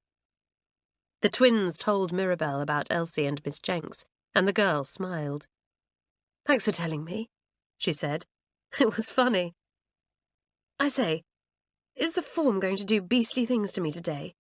You know, I just decided to turn over a new leaf when you did all those things." "Had you really decided to change?" said Pat in surprise. "Well, don't worry. We're not going to get back at you anymore. But for goodness sake, do your bit too. It's pretty sickening having class after class upset, you know. You may feel in a temper about your home affairs, but that really isn't any reason for venting your temper on the class." "No, I see that now," said Mirabelle. "I'm an idiot, always have been. Well, I bet you'll be glad to see the back of me at half-term." "Wait and see," said Isabel. "I say, our form is giving a concert next week in aid of the Red Cross. Everyone is to do something. Could you play the violin for us, do you think? And perhaps the piano, too?" "How do you know I play?" asked Mirabelle in surprise. But at that moment, Miss Jenks bustled the whole class off for a nature walk, and Mirabelle found herself walking with the timid Gladys, who, remembering the night in the dark music room, felt afraid to say a word. Mirabelle felt awkward too, so the two hardly exchanged a single word. The twins, when the chance came, hurriedly told the rest of the form that they had asked Mirabelle to play at the concert planned for the following week. Every form had been asked to get up something in aid of the Red Cross, and this was to be the second form's contribution. Did she say she would? Asked Bobby.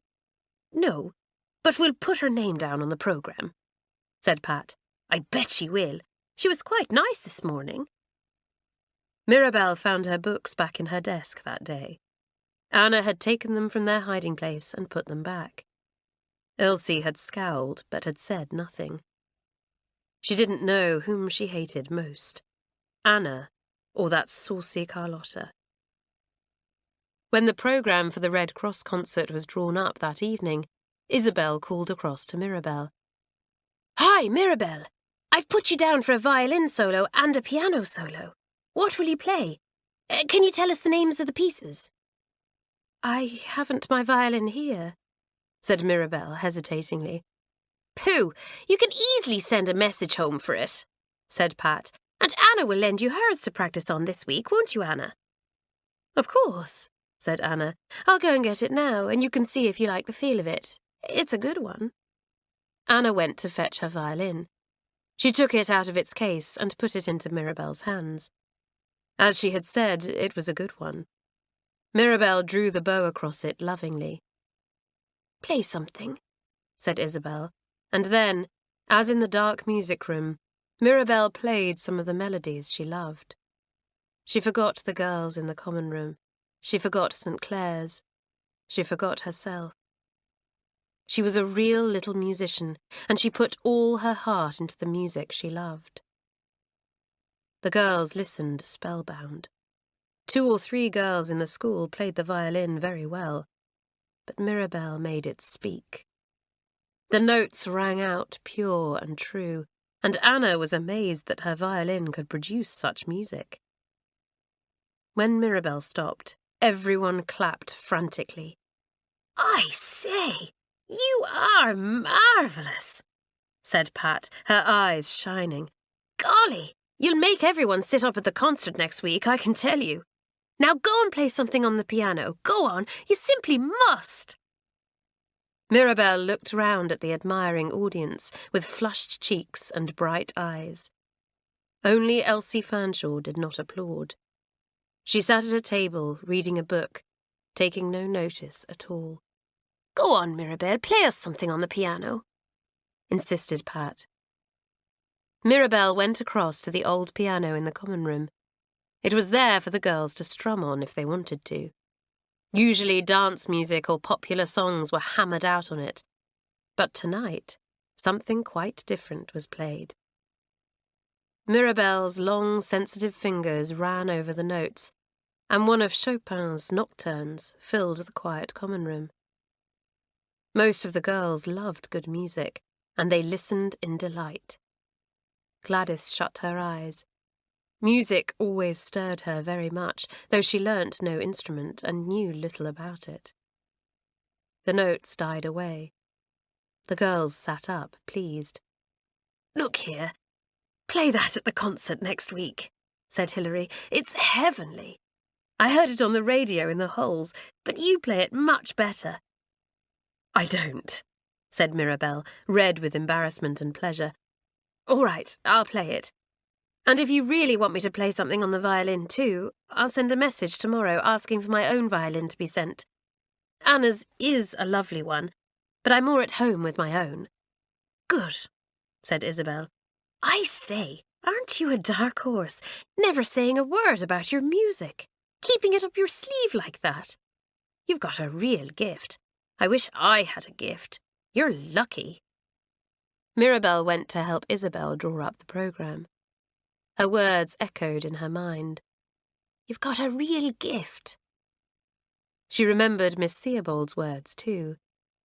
Difficult children often have some hidden quality, some gift, something to make them worthwhile. Nobody at home thought her worthwhile, or surely they wouldn't have sent her away. But she was worthwhile. See how the girls loved hearing her play. It was a pity she hadn't accepted her father's offer to learn music at St Clare's. She had no other gift but music, and she had refused to develop that out of obstinacy. I bet you could pass any music exam you went in for, said Isabel, handing Mirabelle a few programmes to print. Nobody in our form is specially good at music. It's a pity you don't learn. You would be a credit to us. You'd make some of the top formers sit up, I bet. And I guess you'd win the music prize. Well, I'll certainly send that message tomorrow, said Mirabelle, printing the programmes neatly. She felt happy for the first time that term. It was nice to be working in friendliness with someone like Isabel. It was lovely to be praised for something. Nobody thought a great deal of her music at home, because none of them were musical, except her brother. And dear me, how she snubbed him. Mirabelle felt annoyed with herself when she remembered that. She ought to have encouraged him. I really must have been tiresome, she thought. Well, going away from home does make you see things clearly. When I go back at half-term, I'll show them I'm not as bad as they think. That night, at 8 o'clock, all the second form winked at one another. If Elsie was going to bed an hour earlier, it was time she went. But she showed no sign. She had come back from supper and had settled down to read again, saying nothing to anybody. "Bedtime for little girls," said Carlotta. Elsie took no notice. "Naughty girls must go to bed early," said Bobby loudly. Elsie did not move. The girls looked at one another. It was quite clear that Elsie was not going to get up and go. She had not only been afraid to own up to Miss Jenks the night before, but she was now going to evade the punishment. To everyone's surprise, Anna spoke. "Elsie," she said, "you know perfectly well what you have to do. Don't make us all ashamed of you." "You can't talk to me like that," said Elsie, turning over a page. "I can," said Anna calmly. "I am head girl of the form. I have the right to tell you what to do." "You haven't," said Elsie furiously. "I'm head girl too." You're not, cried a dozen voices. "We only recognise Anna as head girl now. We don't want you. Only Miss Jenks can decide a thing like that," said Elsie, looking round at the girls. "Perhaps you're right," said Anna in her slow voice. "Come with me, and we will let Miss Jenks decide." Hilary looked at Anna in admiration. She knew that this was the one thing that would defeat Elsie. On no account would Elsie go to Miss Jenks at the moment. It would be far too humiliating. Elsie hesitated. The girls waited. They knew Elsie would not consent to go with Anna. Anna stood up as if she was going. "I'm not going to Miss Jenks," said Elsie in a low voice. "I thought not," said Anna, and sat down again. "Well, either Miss Jenks decides this matter, or the girls do. I don't mind." "We'll decide. We've already decided," said Janet. "Anna is our head girl, and we don't want Elsie. And that being so, Elsie, you'll just do as Anna says, and go off to bed. It's your own silly fault." That was too much for Elsie. Her obstinacy rose up, and she pursed her thin lips. "I'm not going," she said. "I'm not obeying Anna. She may be your head girl, but I won't admit she's mine."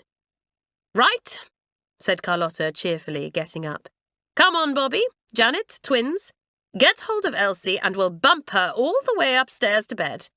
We can't have her disobeying Miss Jenks's orders like this. My word, won't the third form stare when we go by with poor Elsie?" "No, don't!" cried Elsie in dismay, jumping to her feet. She knew Carlotta would stop at nothing. I'll go. But I hate you all." She burst into tears, and with loud sobs went to the door. Carlotta sat down. When Elsie had gone, she looked round. "I didn't really mean us to bump her up the stairs to bed," she said, "but I guessed she'd go of her own accord if I suggested it." "She'll be awful tomorrow," said Bobby. Anna shook her big head. "No," she said. "I know Elsie. She will begin to feel a martyr and terribly sorry for herself. She will try to get our sympathy by being subdued and meek." "Yes, I think you're right," said Janet. "Well, The best thing is not to take any notice of her at all. We don't want to get spiteful. Just let's leave her alone and take no notice at all." "That's the best thing," said Anna. She took up her knitting again. "Oh dear, being the only head girl is very wearing. There seem so many things to decide." Chapter 9. Anna sees the headmistress. The next morning, Mirabelle wanted to send for her violin. Anna told her what to do. "You'll have to go and get permission from Miss Theobald." Mirabelle went to ask permission. She knocked at Miss Theobald's door and was told to come in. The headmistress looked up. She did not smile. "What is it, Mirabelle?" she asked. "Please, Miss Theobald, may I send a message home?" asked Mirabelle. Still Miss Theobald did not smile or unbend in any way. She looked really stern. Mirabelle began to feel very uncomfortable. "What is the message about?" she asked. "You know that you cannot leave before half-term." "It's nothing to do with my leaving," said Mirabelle. Well, Miss Theobald, I just want to ask my mother if she'll send my violin, that's all." The head looked surprised. "Your violin?" she said. "Why? You don't learn music, do you?" "No," said Mirabelle. "I wish I did now, but I wouldn't when Daddy gave me the chance. You see, the second form are giving a concert for the Red Cross next week, and I said I would play for them. I'd like my own violin to play on. It's a beauty." Miss Theobald looked at Mirabelle. "So you have a gift, Mirabelle," she said. "You remember what I said to you. I wonder if there is anything worthwhile in you after all." Mirabelle went red. She stood on first one foot and then on the other. She felt certain that Miss Theobald had had bad reports of her from every mistress. "I'm not sure that I shall let you ask for your violin," said Miss Theobald at last. "I hear that you misbehave at practically every class. You try to spoil everything, it seems. How do I know that you will behave at the concert?" "I will," said Mirabelle earnestly. "You won't believe me, perhaps, but I've turned over a new leaf now. I've got tired of being silly." "I see," said Miss Theobald. "You've stopped misbehaving just because you're tired of it, not because you're ashamed of it or want to do better or want us to think well of you. Only just because you're tired of it. You disgust me, Mirabelle. Go, please. I'm disappointed in you. I had hoped that possibly you might turn over a new leaf for some better motive. I thought I saw some courage in you, some real intelligence that might help you to realize your foolishness and selfishness in behaving as you did. Now I see that you have none. You only stop because you yourself are tired of misbehavior and possibly are tired also of having the others unfriendly towards you. Please go." Mirabelle was struck with horror at the cold, stern words. She had felt so pleased with herself to think she was turning over a new leaf. She had been ashamed of herself. She hadn't only got tired of being silly. She opened her mouth to defend herself, but the sight of Miss Theobald's stern face frightened her. She went out of the room without a word. Miss Theobald sat and thought for a few minutes. Then she sent a message to ask Miss Jenks to come to her for a few minutes. Miss Jenks soon appeared. "Sit down for a moment," said Miss Theobald. "I want to talk to you about Mirabelle Unwin. I have had continual bad reports from you about her. Is there any improvement at all?" "Yes," said Miss Jenks at once. "She seems suddenly to be settling down. I don't quite know why. Has anything happened? I saw her just now, and she looked as if she had been crying." "Probably she had," said Miss Theobald, and told Miss Jenks what had just passed between her and Mirabelle. "I should like to know if the girl has suddenly changed for the right reasons or the wrong ones," she said. "Perhaps the head girls could tell me. Send them, will you?" "There seems to be some sort of upset between the two head girls of my form," said Miss Jenks. "I don't think Elsie Fanshawe has gone down very well with the first formers who came up into my form. But Anna seems unexpectedly to be showing some signs of responsibility and leadership. I'll go and send the two girls to you. Perhaps they can tell you more about Mirabelle. Personally, I think we might give her a chance now and let her have her violin." She left the room and went to find Anna and Elsie. They were in the common room with the others. As the door opened and Miss Jenks appeared, all the girls rose to their feet and stopped chattering. Janet turned off the radio. "Miss Theobald wants the two head girls to go to her for a few minutes," said Miss Jenks in her cool voice. "Will you go at once, please?" She left the room. There was a silence. Anna stood up to go. So did Elsie. But quick as thought, Carlotta pulled her down again to her chair. "You're not head girl, Elsie. You know you're not. We won't have you. And if we won't have you, then Anna is the only head girl. You are not going to Miss Theobald." "Don't be an idiot," snapped Elsie, scrambling up again. "You know I've got to go. I can't tell Miss Theobald I'm no longer head girl." "Well, Anna can," said Hilary. "It's unfortunate, Elsie, but we all happen to think the same about this. You were a bad head girl, and we won't accept you. You wouldn't let Miss Jenks decide it. You accepted our decision, and you've got to abide by it. Anna must go alone." "She's not to! She's not to!" said Elsie, half crying. "It's shameful! What will Miss Theobald think?" "You should have thought of these things before," said Hilary. "Anna, go. Say as little as you can about Elsie, of course, but please let it be understood that you are the only head girl of the second form now." Anna went. Elsie saw that the whole of the second form would stop her by force if she tried to follow. So she lay back in her chair, looking as forlorn and miserable as she could, letting the tears trickle down her cheeks. She hoped that the girls would feel uncomfortable and very sorry. But nobody did. In fact, they took no notice of her at all, and went on cheerfully chattering among themselves. It was Saturday morning, and except for an hour's lessons, they were free to do as they chose. Mirabelle was not there. She had had a shock, and it had upset her very much. She did not want anyone to see that she had been crying, so she had gone to the cloakroom to bathe her eyes. She came out of the room just as Anna passed it on her way to the head. Anna spoke to her. "Hello. Did you get permission from the head to send for your violin?" "I didn't get permission," said Mirabelle miserably. "Anna, Miss Theobald was awful to me. She thinks I've only turned over a new leaf because I was tired of being an idiot. But I haven't. I'm awfully ashamed of myself now. It was dreadful having you all doing beastly things to me the very day I'd made up my mind to do better. And now even Miss Theobald is against me. What's the use of trying? It's just no good at all. I shan't play at the concert. I shan't do anything." Anna stared at Mirabelle, surprised. "Look here, I can't wait now," she said. "I've been sent for by the head. But I'll have a talk with you afterwards, see? I'm awfully sorry, Mirabelle. Really I am. Cheer up." She ran down the passage to Miss Theobald's sitting room and knocked. "Come in," said the head's pleasant voice.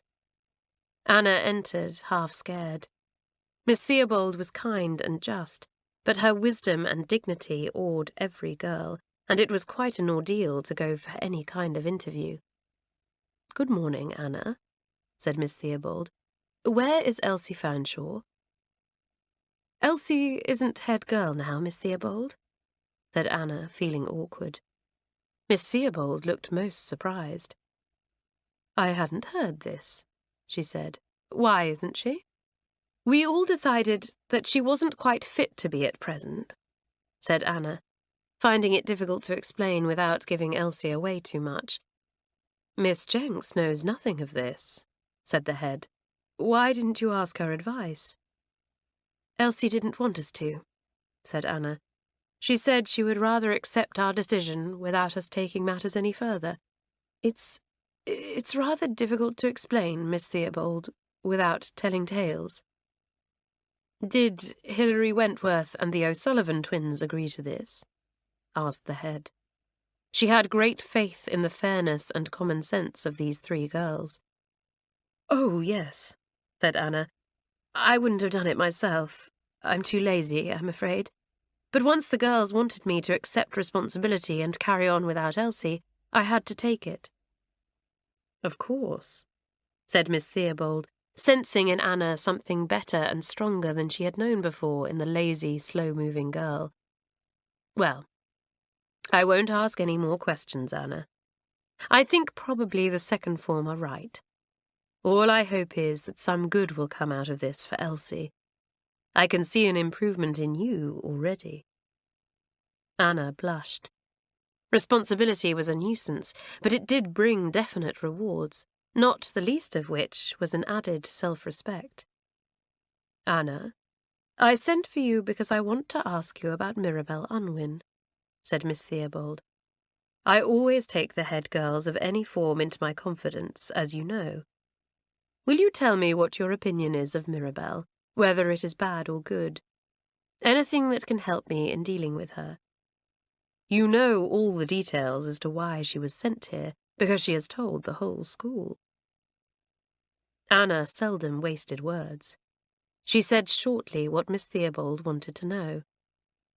Mirabell has been awfully tiresome, and the second form punished her for it. She's ashamed of herself now, and she wants to show us she's some good. Could you let her send for her violin? Very well, said Miss Theobald, smiling at Anna's directness. I refused her permission a little while ago. Will you, as head girl, tell her I have changed my mind, and she can send for her violin? Tell her, too, that I shall like to hear her play at the second form concert. Yes, Miss Theobald, said Anna. Thank you. The girl left the room, pleased. For the first time in her lazy life, she felt that she had some importance. The head had sent for her and actually listened to her. It was worth making an effort if people like Miss Theobald appreciated it. She went to look for Mirabell. She found her in the common room, reading rather soberly, her eyes still red. Mirabell, Miss Theobald says you may send for your violin, and she says she looks forward to hearing you play at the concert next week. Mirabell looked up, astonished and delighted. This was a lovely surprise after having her hopes dashed and her good resolutions misunderstood. She stood up, glowing. Anna, it's because of you Miss Theobald said I could send for it. Thanks awfully. You're a brick. It wasn't altogether me, said Anna. Hurry up and get that message sent off. The message caused much surprise in Mirabell's home. She wants her violin, said her mother in astonishment. Why, she must be settling down a bit. I am glad. So the violin was packed up, registered, and sent off at once. It arrived on the Monday of the week following, and Mirabell unpacked it joyfully. Her own violin. Now she would be able to play beautifully. She would show the second form what real music was. And I'll astonish Miss Theobald a bit too, thought Mirabell. She'll see I have a real gift, even if I haven't anything else. I'd like her to think I was worthwhile. I really would. Chapter 10. Gladys is surprising. The second form were very busy preparing for their concert. They were going to charge 50 pence for the tickets, and all the first form, most of the third form, and even a few of the higher form girls had promised to come. All the mistresses had promised too. It was to be quite a big affair. The girls were to manage everything themselves. They prepared the programmes and the tickets. Isabel drew a fine big poster and coloured it. She put it up in the big assembly room where everyone could see it. The concert was to be held in the gym, where there was a fine platform. The second form grew quite excited about it. Too excited for Mamselle's liking. She could not bear to feel that the class were thinking about something else in her lessons. Isabel! Pat! Did you not sleep last night that you dream so this morning? What was the question I have just asked the class?" The twins stared at Mamselle in alarm. Neither of them had heard the question. Carlotta whispered softly. "She said, 'Has anyone here seen my glasses?'" whispered Carlotta, grinning. This was quite untrue, as everyone knew, but the twins fell into the trap at once. They stared innocently at Mamselle, seeing her glasses perched, as usual, on her big nose. "Well?" said Mamselle sharply. "What did I ask the class?" "You asked if we had seen your glasses anywhere," said Pat, "but they are on your nose, Mamselle." There was a squeal of laughter from the class. Mamselle banged on her desk angrily. "Ah, que vous êtes abominable!" she cried. "Insupportable!" The twins glared at Carlotta, who was holding her sides. She shook her head at them, tears of laughter in her eyes. "Wait till break, you wretch," said Pat. "Taisez-vous," said Mamselle. "Pat, Isabelle, of what were you thinking just now when I addressed the class? Be truthful." "Well, Mamselle, I was thinking of the concert our form is holding on Saturday," said Pat. "I'm sorry. My thoughts just wandered away." "So did mine," said Isabel. "If they wander away again, I shall not come to the concert," threatened Mamselle. There was a loud and universal groan. "We shan't hold the concert unless you come. You must come, Mamselle. You laugh louder than anyone." "I will come if you write me a nice composition," said Mamselle, suddenly beaming again. "You shall write me a beautiful essay and tell me all that is to happen at this wonderful concert, with no mistakes at all. That will please me greatly. That shall be your prep for tomorrow." The girls groaned again. French essays were awful to do, and this one would be difficult.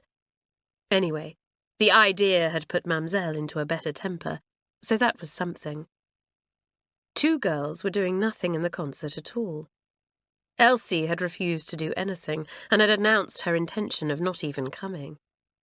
And nobody had asked the little misery girl to do anything. Everyone felt certain that Gladys would not and could not do a thing. They thought it would be kinder to leave her out altogether. Gladys was hurt because she was not asked, yet glad that she was not pressed to do anything. She shut more and more up into herself, only spoke when she was spoken to, and was so quiet in every lesson that the teachers hardly knew she was there. Only in Miss Quentin's class did she show any real animation. Not that Miss Quentin ever asked her to act a part because, like everyone else, Miss Quentin always passed over Gladys, thinking that such a little mouse could never do anything.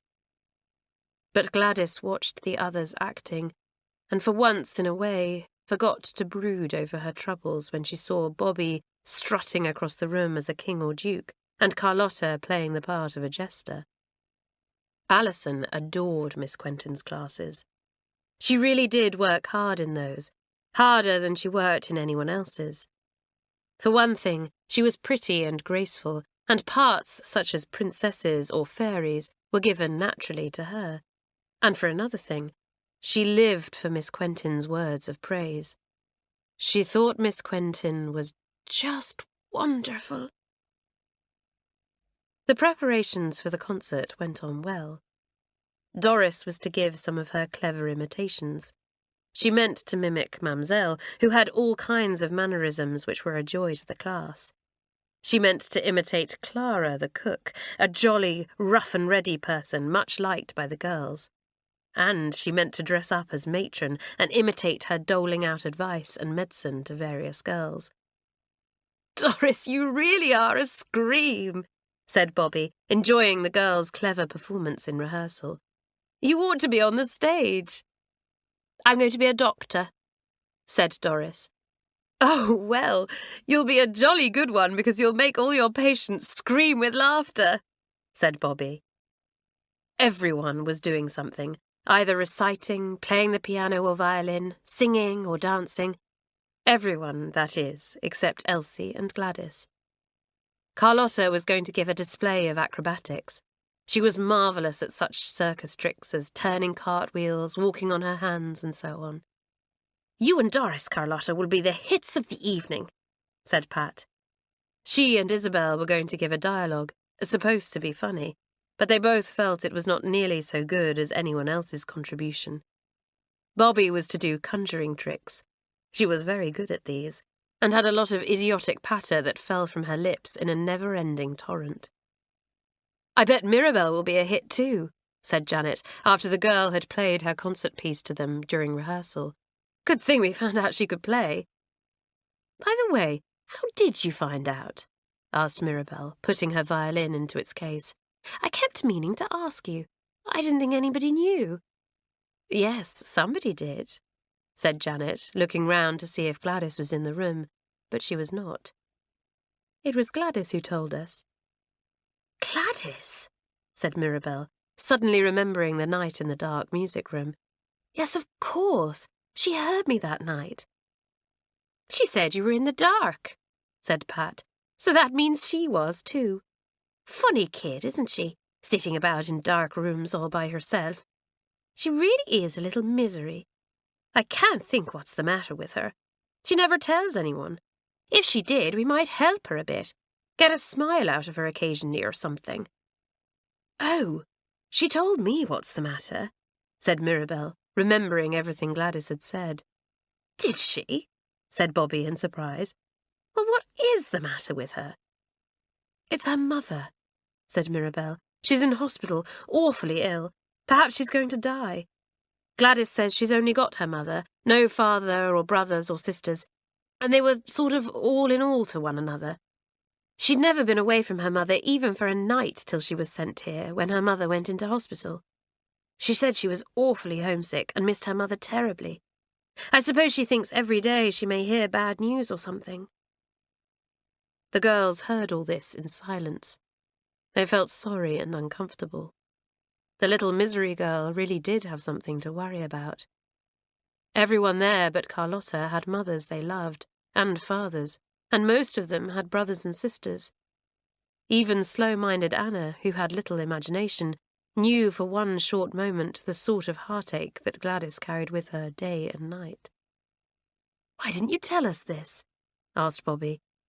"I didn't remember it till now," said Mirabelle. "Well, I think you should have told us at once," said Hilary. "We might have been decenter to Gladys. She's a poor little thing without any courage or spunk, but we haven't exactly made things easier for her. You really are to blame for not having told us, Mirabelle." Mirabelle was really conscience-stricken. She couldn't think how she could have forgotten Gladys's troubles. She had been so wrapped up in her own, and then, when the girls had become friendly and helped her, she had been so happy that she had not given a thought to the little misery girl. She stared unhappily at Hilary. "I'm sorry," she said. "I should have told you. All the same, I don't think Gladys would like it if she knew that everyone knew about her troubles, so don't tell her you know. Just be nice to her and notice her a bit." The second form received this advice in silence. Mirabelle sensed that they did not think very much of her for forgetting another person's troubles. She said no more, but went off to put her violin away. "I wonder where Gladys is," she thought. "I've a good mind to hunt for her and ask her if she's heard any news of her mother lately. After all, it might help a bit if someone shares the news with her." Mirabelle went to look for Gladys. She could not seem to find the girl anywhere.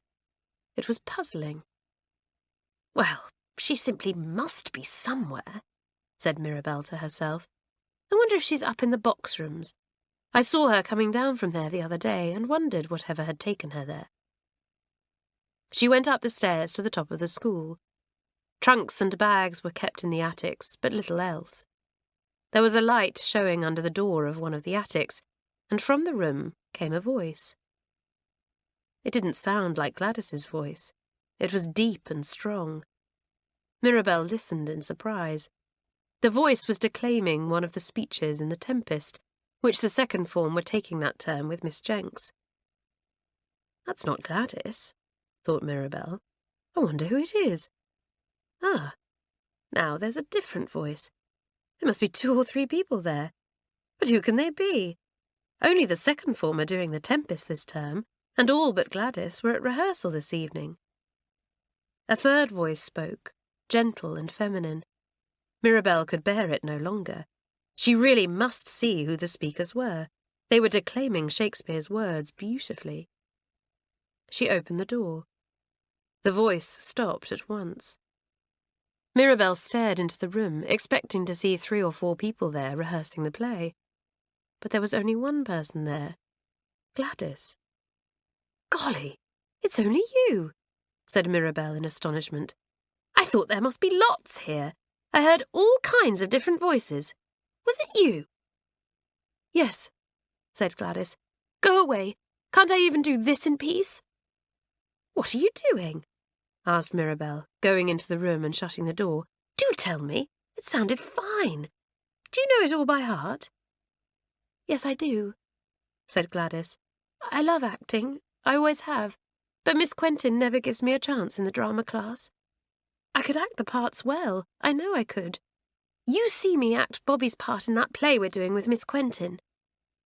And before Mirabelle's astonished eyes, the girl began to act the part that had been given to Bobby. But she acted it superbly. She was the part. The little misery girl faded, and another character came into the attic, someone with a resonant voice, a strong character, and a fierce face. It was extraordinary. Mirabelle stood and gaped. Her astonishment and admiration were so plain that Gladys was impelled to show her another part in the play, Carlotta's part. Here, again, she was twice as good as Carlotta, and her voice, wild and strong, quite different from Gladys's usual meek, milk-and-water voice, rang through the attic. "Gladys, you're simply marvellous," said Mirabelle. "You're to come and show the girls. Come on. Come on downstairs at once. I never saw anything like it in my life. You to act like that. Who would have thought it? You're such a mouse, and your voice is so quiet, and yet, when you act, you're somebody, and you quite frighten me. You simply must come down and show the girls what you can do." "No," said Gladys, becoming herself again, and looking half the size she had seemed 2 minutes before.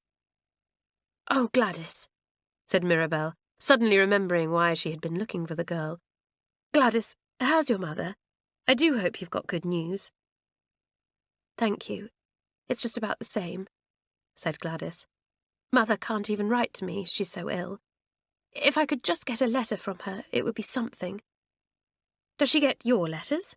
asked Mirabelle. "Of course," said Gladys. "I keep telling her how much I miss her and how lonely and unhappy I am without her." "But Gladys, how silly," said Mirabelle. "What do you mean?" asked Gladys, half indignantly. "Mother wants to know that." "I should have thought she would have been much gladder to think you were trying to settle down and be happy," said Mirabelle. "It must make her very miserable indeed to feel you are so lonely and sad. I should think it would make her worse." "It won't," said Gladys, her eyes filling with tears. "If she thought I was happy here and getting other interests, she would think I was forgetting her." "I do think you're silly, Gladys," said Mirabelle, wishing she was Hilary or Anna so that she might know the best way of tackling someone like Gladys. "Don't you want your mother to be proud of you? She'll think you're an awful coward, no spunk at all, just giving in like this and weeping and wailing." "Oh, you are hateful," cried Gladys, "as if my mother would ever think things like that of me, ever. Go away. I won't come down with you. And don't you dare to tell anyone what you saw me doing. It's my secret. You'd no right to come spying like that. Go away." Mirabelle looked at Gladys's angry little face and wondered what to do or say. She hadn't done any good, that was certain. "I suppose I haven't got the character to help people properly, like Hilary or Anna," thought Mirabelle, going soberly downstairs. "I've got a lot to learn. When I go home at half-term next week, I'll really try and do better." She went down to the library to get a book. But as she hunted through the shelves, she kept thinking of Gladys. She couldn't just do nothing. If she, Mirabelle, couldn't help Gladys, maybe somebody else could. Hilary could. She was always so sensible. So was Bobby, and the twins too. She would go and tell them what had happened, and leave it to them to do what they could. Mirabelle was beginning to have a very low opinion of herself and her powers. She left the library and went to find Hilary. She was lucky enough to see her in a music room with Bobby, Janet and the twins, practicing something for the concert. Good. This was just the chance to tell them what had happened. Chapter 11. A disappointment for the second form. "I say," said Mirabelle, opening the door. "Can I interrupt for a moment?" "I suppose so," said Bobby. "What's up?" "It's about Gladys," said Mirabelle, and she told them how she had found the girl acting all by herself in the box room. Then she went on to tell them what she had said to Gladys, and how she had failed to help her, only made her angry. "Well," said Hilary, listening intently, "I think, Mirabelle, you gave Gladys some very sound advice. Really, I do. Of course Gladys ought to stop moaning to her mother. She must find a little pluck somewhere, or she'll go to pieces. You did right to say that it would help her mother if she knew Gladys was settling down and trying to do well." "Oh, I'm glad you think that," said Mirabelle. "I'm not so good as you are at knowing what to do for the best for people. By the way, Gladys said she didn't want me to tell everybody." "Well, you haven't," said Hilary. "You've only told us 5, and we understand perfectly. But, Mirabelle, as it seems that Gladys has taken you into her confidence and nobody else, I think you'd better go on tackling the matter." "Yes," said all the others. "Oh, no," said Mirabelle, horrified. "I came to ask you to help. I'm no good at this sort of thing." "Well, it's time you were," said Hilary firmly. "Now come on, Mirabelle. We all tried to help you when you needed it. You've got to do the same to Gladys. Be friends with her and buck her up. And if you can persuade her to show us how she can act, we'll all listen and applaud. And she must be in the concert." "She can't be. It's the day after tomorrow and all the programmes are written out," objected Isabel. "We really can't write them all out again." "She wouldn't want to be in the concert anyhow," said Mirabelle. "All right, Hilary. I'll do what I can. But I really am very bad at this sort of thing." It was distasteful to Mirabelle to mention the matter to Gladys again. She always felt awkward at anything involving tact or understanding another's troubles. She would very much rather have left it to the others. Still, once she said she would do a thing, she did it. Gladys was surprised and not too pleased to find Mirabelle always at her elbow the next day. "Gladys, I didn't mean to make you angry," Mirabelle said when they were alone for a few minutes. "I'm clumsy in what I say. I know I am. But I really and truly am sympathetic. I don't expect I can help at all, but I'd like to." "Well," said Gladys, looking at Mirabelle's earnest face, "I was angry yesterday. Nobody likes being told they're cowardly. But I thought it all over, and in some ways I think you're right. I shouldn't keep writing to my mother and telling her how miserable and lonely I am. I know it would worry her, and that might keep her from getting well." "Yes, it might," said Mirabelle, pleased that what she had said had, after all, had some effect on Gladys. "I say, look here, wouldn't she be thrilled if she knew you were in the concert, acting like that, being clapped by everybody? I do wish you'd let the girls see you act." Gladys hesitated. She did know, quite certainly, that her mother would be pleased to hear of any success she made. But she was such a mouse, so afraid of everything. It would be a real ordeal to show off in front of the girls. And of course she couldn't possibly be in the concert. She would be scared out of her life. Mirabelle saw her hesitate, and she went on pressing her. "Gladys, come on, be a sport. Look, if you'll show what you can do and get the girls to put you into the concert, I'll write to your mother myself and tell her how well you did. See? Because I know you'll do well, and then think how pleased she'll be." The thought of Mirabelle actually writing to her mother for her touched Gladys more than anything else could have done. She stared at Mirabelle's earnest face and tried to blink back the tears that came far too easily. You are a good sort, she said, rather chokily. You really are. I thought at first you were such a selfish, cold-hearted sort of girl, but you're not. Be friends with me, Mirabelle. You haven't any friend here, and neither have I.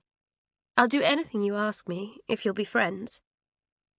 Well, said Mirabelle, remembering that it was the half-term the following week. I'm leaving soon, you know, at half-term. I never meant to stay longer than that. So it's not much use your being friends with me, really, because I'll soon be gone. Oh, said Gladys, turning away. That's just my luck. People I like always go away. Now don't start that sort of thing again, said Mirabelle, half impatiently. All right, I'll be your friend till I go. But mind, you've got to be sensible and do what I say. And the first thing I say is, you've got to show the girls how you can act. It was quite pleasant to have someone taking such an interest in her. Gladys felt warmed and looked gratefully at Mirabelle. She was a weak, timid character. Mirabelle was strong and decided, even though she was often wrong. Yes, I will show the girls if you want me to, Gladys said. Well, after tea in the common room this evening, you show them, said Mirabelle. I'll clap like anything at the end, so you needn't be afraid. Perhaps the girls will put you in the concert after all, when they see how good you are. Isabel said something about not being able to alter the programmes, but I'm sure it could be done. I could help. Mirabelle felt rather proud of having got her own way with Gladys. She told Hilary and the others, and they looked forward with interest to seeing what Gladys could do that evening. It certainly was a surprise to everyone. Gladys looked terribly nervous at first, and her voice shook. But in a minute or two, as she forgot herself and threw herself heart and soul into the part she was acting, it seemed as if the little misery girl was no longer there, but someone quite different that nobody had seen before. Gladys acted many parts from different Shakespeare plays: Lady Macbeth, Miranda, Malvolio, Hamlet. She knew them all by heart. Her mother had been very fond of Shakespeare's works, and the two of them had studied them together evening after evening. Gladys's dead father had been a fine actor, and Gladys had inherited the gift. Gladys stopped at last, changing from Bottom the Weaver to her own timid self. The girls roared with delight at her and clapped loudly. You monkey! Fancy not telling us you could do all that, said Pat. You'll bring the house down at the concert. I say, we simply must put her in. Can't we possibly? Please, please don't, begged Gladys in alarm. I couldn't possibly do it in front of most of the school. Well, I might, if I'd more time to rehearse with you. But the concert's tomorrow. I should die if you made me be in it. Please don't. Well, if you feel so strongly about it, I suppose we'll have to leave you out, said Janet. Is there, by any chance, anything else you've kept us in the dark about? Can you paint marvellous pictures or work wonderful sums in your head? Gladys laughed, the first laugh since she had been at St Clare's. There's only one other thing I'm good at, she said. That's lacrosse. Well, you don't seem to have shone there to any great extent, said Bobby in surprise. I know, I didn't bother, said Gladys. I just didn't care whether I ran fast or not, or scored a goal or anything. That's why Miss Wilton kept making me goalkeeper, I expect. She thought I was only good for stopping goals, not for anything else. But I can play well, if I try. I was in the top team at my day school. Good, said Mirabelle. We'll make you shoot dozens of goals, and then you can write that to your mother too. Sorry about your mother, Gladys, said Hilary. Tell us any news you get. We're all interested.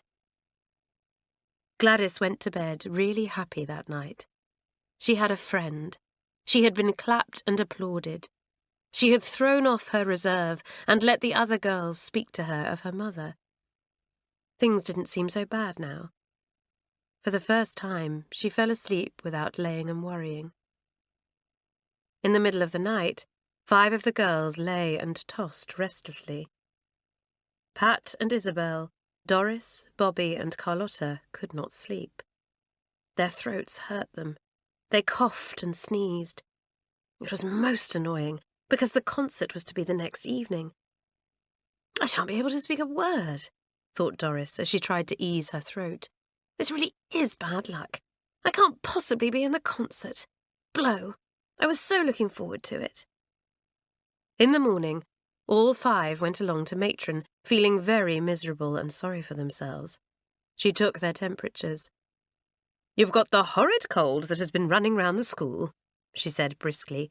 "You've all got temperatures, except Carlotta. But she can go to bed just the same. To the sick bay, all of you." "But, Matron, it's the concert tonight," said Bobby hoarsely. "We can't possibly go to bed." "Put your coats on and your hats and scarves," said Matron, taking no notice of Bobby at all, "and go across to the sick bay immediately. You've all got the same feverish cold, that's plain. Caught the chill watching lacrosse in that cold wind the other day, I suppose, so the germ found you easy prey. Bobby, are you deaf? Go and get your coat and hat at once, and don't stand arguing." It never was any good trying to argue with Matron. She had dealt with girls for many, many years, and bed and warmth and the right medicine, in her opinion, cured most things very quickly. So, concert or no concert, the 5 girls were bundled into bed in the sick bay, and there they lay, moaning about the concert and wondering what was going to happen. It didn't take the rest of the form long to decide what was to happen. "We can't possibly hold the concert without those 5, said Hilary. "Doris was one of the stars," said Janet. "And Bobby," said Hilary, "and Carlotta too. It would be a very weak affair without those 3. We'll have to postpone it. We'll have it just before half-term." "We can't," said Anna. "The 3rd form are having theirs." "Well, the week after then," said Hilary. "That will give the invalids time to get over their colds. I hope nobody else feels like sneezing or coughing.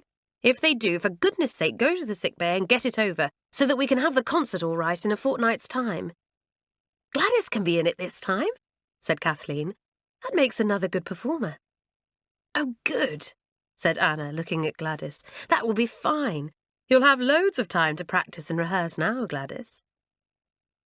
Gladys couldn't help feeling thrilled. She did love acting, and it would be fun to rehearse with the others. It hadn't been nice to be left out. Now she would be able to join in and would be clapped just as the others were. There would be a lot to tell her mother when she wrote. She felt a wave of gratitude welling up for Mirabelle. It was Mirabelle who had made all this possible for her. She went up to Mirabelle and slipped her arm through hers. "It's a pity about the others, isn't it?" she said. "But they'll be better in a fortnight. And I shall like being in the concert now. I shall clap like anything when your turn comes, Mirabelle. I think you'll be the best of us all." Mirabelle did not smile. She looked rather cold and blank. Gladys wondered what the matter was. "How many pieces are you going to play?" she asked. "Do you want me to turn over the pages for you at the piano?" "I shan't be in the concert," said Mirabelle in a funny, even voice. "You know I'm going home at half-term, and by the time the concert comes, I'll be gone. I feel disappointed, of course, so don't keep on rubbing it in." She took her arm from Gladys's and walked off. How sickening everything was.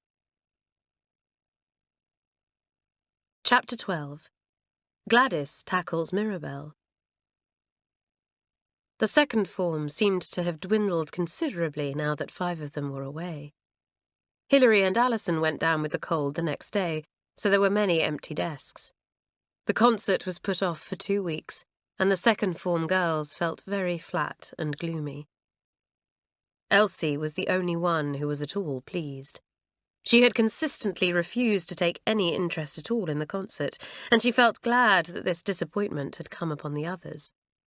As Anna had predicted, Elsie had adopted a martyr-like attitude, looking left out and miserable all day long. But no one took the slightest notice of her. The girl's pride was hurt. She had not liked to ask Anna what she had said to Miss Theobald on the day when both of them had been sent for. But it was clear to her now that not only did the girls no longer regard her as one of their heads, but Miss Jenks also appeared to think that only Anna was head girl. It was most exasperating. Elsie sometimes wished she was like Carlotta and could scold people when she felt like it. She would scold everyone in the form. The 7 girls in the sick bay had a bad time for the first day or two, and then, when their temperatures went down, they sat up and recovered their spirits. It was fun for so many to be together. They could play games and talk. "It's half-term next week," said Isabel. "Our mother's coming over to take us out." "So's mine," said Doris. "Carlotta, is your father coming to take you out?" "Yes, and my grandmother too," said Carlotta gloomily. "I get on with my father all right now, but I just seem to go all bad-mannered with my grandmother. Oh dear. I meant to try and get a terribly good mannered this term, and not scold anyone or lose my temper or anything." "Mirabelle is supposed to be going at half-term, isn't she?" said Bobby suddenly. "She won't be in the concert then. And she won't know if she's been chosen to play in any of the lacrosse matches either. And she'll miss the birthday feast that Carlotta's going to give." "She's an idiot," said Doris. "She can't think straight. That's what's the matter with her."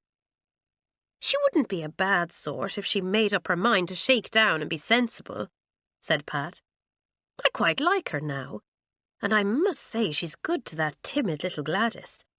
When Kathleen came in to see us yesterday, she said that Mirabelle really does look after her and walk with her, and Gladys is like a little dog with her, trots after her and does everything she's told." "Well, who would have thought that those two would pair up?" said Isabel. "And there's another astonishing thing, too. Who would have thought that lazy old Anna would pull herself together as she has done?" Before long, the 7 invalids were very much better. They could not possibly have attended the concert if theirs had been postponed only a week, so it was just as well that it had been put off for 2 weeks. They would be well enough to go to the 3rd Form's concert, which was on the Thursday before half-term. Mirabelle was looking very glum. Half-term seemed to be coming quickly. The postponing of the concert had been a bitter disappointment. It was dull without half the class at lessons. The only bright spot was her new friendship with Gladys. The girl was showing unsuspected sides of her character to Mirabelle. She could make excellent jokes and had a fine sense of humour. She was fun to walk with because she could keep up a merry chatter. She seemed to have quite thrown off her preoccupation with her own troubles. She really was very fond of Mirabelle, and the girl, although embarrassed by any show of affection in the ordinary way, liked to feel Gladys slipping her arm through hers. "Mirabelle, you won't really go home at half-term, will you?" Gladys said that week. "There are only a few days more.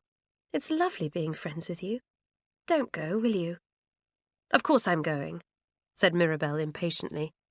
"I told you I'd made up my mind to go at half-term, even before I arrived here, and I'm not going back on that. I never go back on what I've said." "No, I know you don't," said Gladys with a sigh. "It's only people like me who change their minds and alter what they meant to do. But I do wish you weren't going, Mirabelle." Gladys said the same thing to Hilary that day when she went to see her in the sick bay. "I do so wish Mirabelle wasn't going," she said. "I feel a different person since she was nice to me, and all of you clapped me that time I acted for you." "What's she got to go for?" said Hilary. "She has settled down all right. She's happy. She's one of us now, and she enjoys life here. Whatever does she want to go home at half-term for, now she's all right?" "Well, you see," said Gladys earnestly, "she can't go back on what she said. She said she was going home at half-term. She made up her mind about that, so she can't possibly change her mind, can she? She's such a strong character, you see." "Well, it's strong characters who ought to be able to change their minds at times," said Hilary. "I call it weak to stick to something when you know it's silly. And it is silly for Mirabelle to go back home now. We want her for the concert. She knows that. She's just being weak, not strong." Gladys was astonished to hear this. It seemed to make things quite different. Weak little Gladys had thought that strong characters must be able to make right decisions and carry them out. But now she saw that a strong character could do something wrong or stupid because it was too proud to unmake a decision.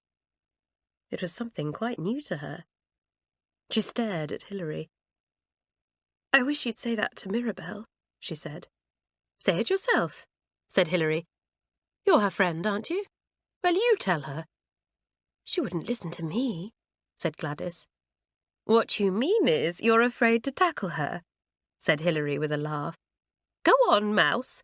Take the bull by the horns, and if you really do care for Mirabel and want her for your friend, don't be afraid of telling her what you think. Get a little spunk." Poor Gladys. Everyone always seemed to be telling her to get a little spunk. It was something she was sure she would never possess. She had been such a mother's girl that now it was difficult for her to stand on her own feet. "All the same, it's no good having a friend unless you'll do something for them," thought Gladys, trying to screw up her courage. "I shall lose Mirabel if I don't tackle her, and if I lose her because she's angry with me for tackling her, well, I shan't be any worse off, so I'll do it." It wasn't easy. It never is easy for a timid person to tackle a strong one, especially if it is to point out that the strong one is wrong. Gladys went to Mirabel and slipped her arm through hers. "Mirabel," she said, "I've been thinking over what you said about going home and not changing your mind and all that, and I really do think you're wrong." "That's my own business," said Mirabel rather roughly. "No, it isn't. It's mine too," said Gladys, hoping her voice would not begin to tremble. "You're my friend, and I don't want you to go." "I've told you. I can't change my mind. I never do," said Mirabel. "Don't bother me." "If you were really as strong a character as you make out, you would change your mind," said Gladys boldly. "You know you could stay here happily now, but you're too proud to own you've been silly, and you call it being strong enough not to change your mind." "Gladys, how dare you talk to me like this?" cried Mirabel, astonished and angry. "Anybody would think you're Miss Theobald, picking me to pieces, telling me I'm no good, not worthwhile." "I'm not telling you that," said Gladys, getting distressed. "I'm only saying, don't let your pride stand in the way of your happiness, that's all." Mirabel wrenched her arm out of Gladys's and walked off, red in the face. How dare Gladys say things like that to her? She put on her hat and coat and went out into the school grounds, fuming. Gladys stared after her, miserable. "I knew it wouldn't be any good," she thought. "Of course Mirabel wouldn't let me say things like that. Now she won't even be friends with me for the last 2 or 3 days before she goes." Mirabel walked round the grounds, hot and angry. But as her anger died, her mind began to work more calmly. There was a great deal in what Gladys had said. "Though how that timid little thing ever thought that all out beats me," said Mirabel to herself. "There must be more in her than I thought. And the way she stood up to me, too. She has come on. She must like me a lot to make up her mind to go for me like that, in order to try and make me change my mind, so that she can still have me for a friend." The wind cooled her hot cheeks. She sat on the wall and looked down over the valley. It was very pleasant there. It would be marvellous in the summer. St Clare's was fun, there was no doubt about that. "Now, let's think things out calmly," said Mirabel to herself. "I was angry because my family sent me away because I didn't fit in at home, and I vowed to get back as soon as I could just to show them they couldn't send me away. Now I like being here, and I see that I am better away from home, and shall go back really thrilled to see everyone. I dare say I'll learn lots of things here I ought to have learnt before, thinking of other people, not always having my own way, and things like that. Well then, what is stopping me from staying here?" She gazed down on the valley, and did not like to think out the answer, but she had to. "All that is stopping me is, as Gladys pointed out, my pride. I'm too proud to tell Daddy that I'll stay. I was so angry at being sent away that I wanted to pay them out by coming back as soon as possible and being beastly. And I think I'm a strong character. Golly, All this makes me sound as hateful as catty Elsie." She stayed for a few minutes longer, and then she sprang down from the wall. She went into the school building and took off her outdoor things. She went straight to Miss Theobald's room and knocked at the door. "Come in," said Miss Theobald. She was talking to Miss Jenks and Mamselle. Mirabelle was a little taken aback when she saw all three teachers there. But what she had come to say had to be said, no matter how many people were in the room. "Miss Theobald," she said rather loudly, "may I stay on, please, and not go home at the half-term? Would you let me? I like being here, and I'm sorry I was so silly at first." Miss Theobald looked at the girl and smiled her nicest smile, warm and friendly. "Yes, we shall be very glad to have you," she said. "Isn't that so, Miss Jenks, Mamselle?" "It is," said Miss Jenks, and nodded kindly at Mirabelle. "Ah," said Mamselle, "c'est bien ça. I too am pleased." "I will telephone your parents," said Miss Theobald. "I am glad, Mirabelle, that you have something worthwhile in you. No, I don't mean your music. Something better than that. Well done." Praise like this was very sweet. Mirabelle walked out of the room warm and happy. She knew she had a great deal to learn. Things would go wrong, and she would make mistakes. But nothing could take that moment from her. She went to find Gladys. She found her curled up in a corner of the common room, looking rather small and woebegone. She went over to her and gave her an unexpected hug. "Well, old thing, I'm staying on. I've just been to tell Miss Theobald, and all because you ticked me off like that and set me thinking." Half in tears, Gladys returned the hug. It was marvellous. She, a weak person, had summoned up enough strength to tackle a strong one, and had actually got what she wanted. It was too good to be true. "You'll be in the concert," she said, "and you'll come to Carlotta's feast. What fun we'll have! Oh, Mirabelle, I'm so proud of you." "I'm rather proud of you too," said Mirabelle awkwardly. "You gave me a surprise, telling me home truths like that. You're a good sort of friend to have." "What a lot I shall have to write and tell my mother," said Gladys. "And I say, won't everyone be pleased you've changed your mind and are staying on?" The girls were pleased. They had begun to like Mirabelle now, and they admired her for being able to alter her mind and own that she had been wrong. Soon they would forget Mirabelle's extraordinary behaviour the first few weeks of the term.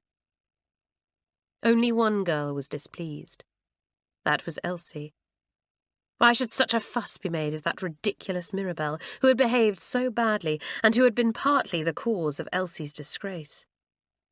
Elsie brooded over this and cast many spiteful glances at Mirabelle, wondering what she could do to pay her out for being popular, when she, Elsie, was never taken any notice of at all. But Mirabelle was thick-skinned. She neither saw nor felt Elsie's hostility, but looked forward happily to the remainder of the term at St Clare's. Chapter 13. Half-Term Holiday. Half-term came and went. It was a pleasant break for everyone. Most parents came to take out the girls for some kind of treat, and those that lived near enough went home for a day or two. Alison's parents were away, so she went out with the twins and their mother. "Well, how are you all getting on this term?" asked Mrs. O'Sullivan. "Working hard, I hope." But nobody said anything about work. The twins poured out their news about the concert and about lacrosse and how Carlotta was going to have a feast on her birthday. Alison talked of nothing but her beloved Miss Quentin.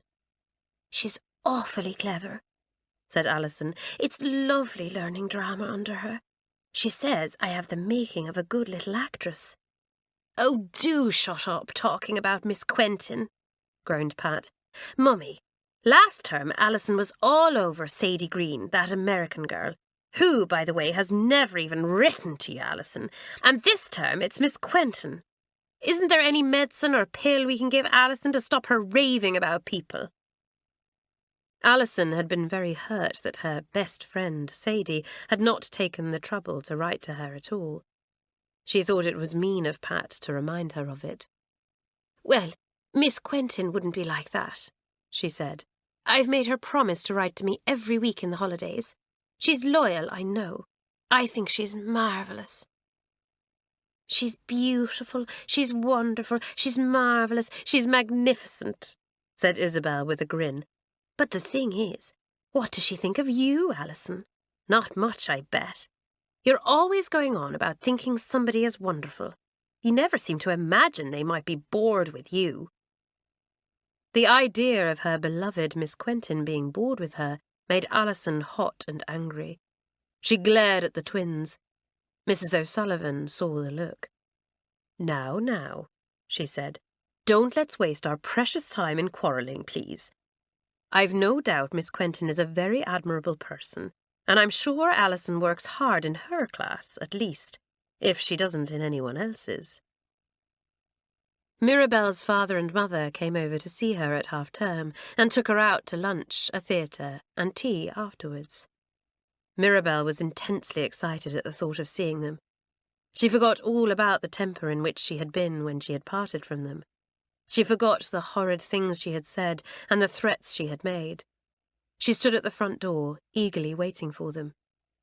When they arrived, they were startled by someone who hurled herself at them, flung her arms round them, and exclaimed in a choky voice, "Mummy, Daddy, it's lovely to see you again." Her mother and father looked at the excited girl, whose eyes shone with welcome. This was a different Mirabelle altogether. They hugged the girl and looked with interest at the school. Neither of them had seen it.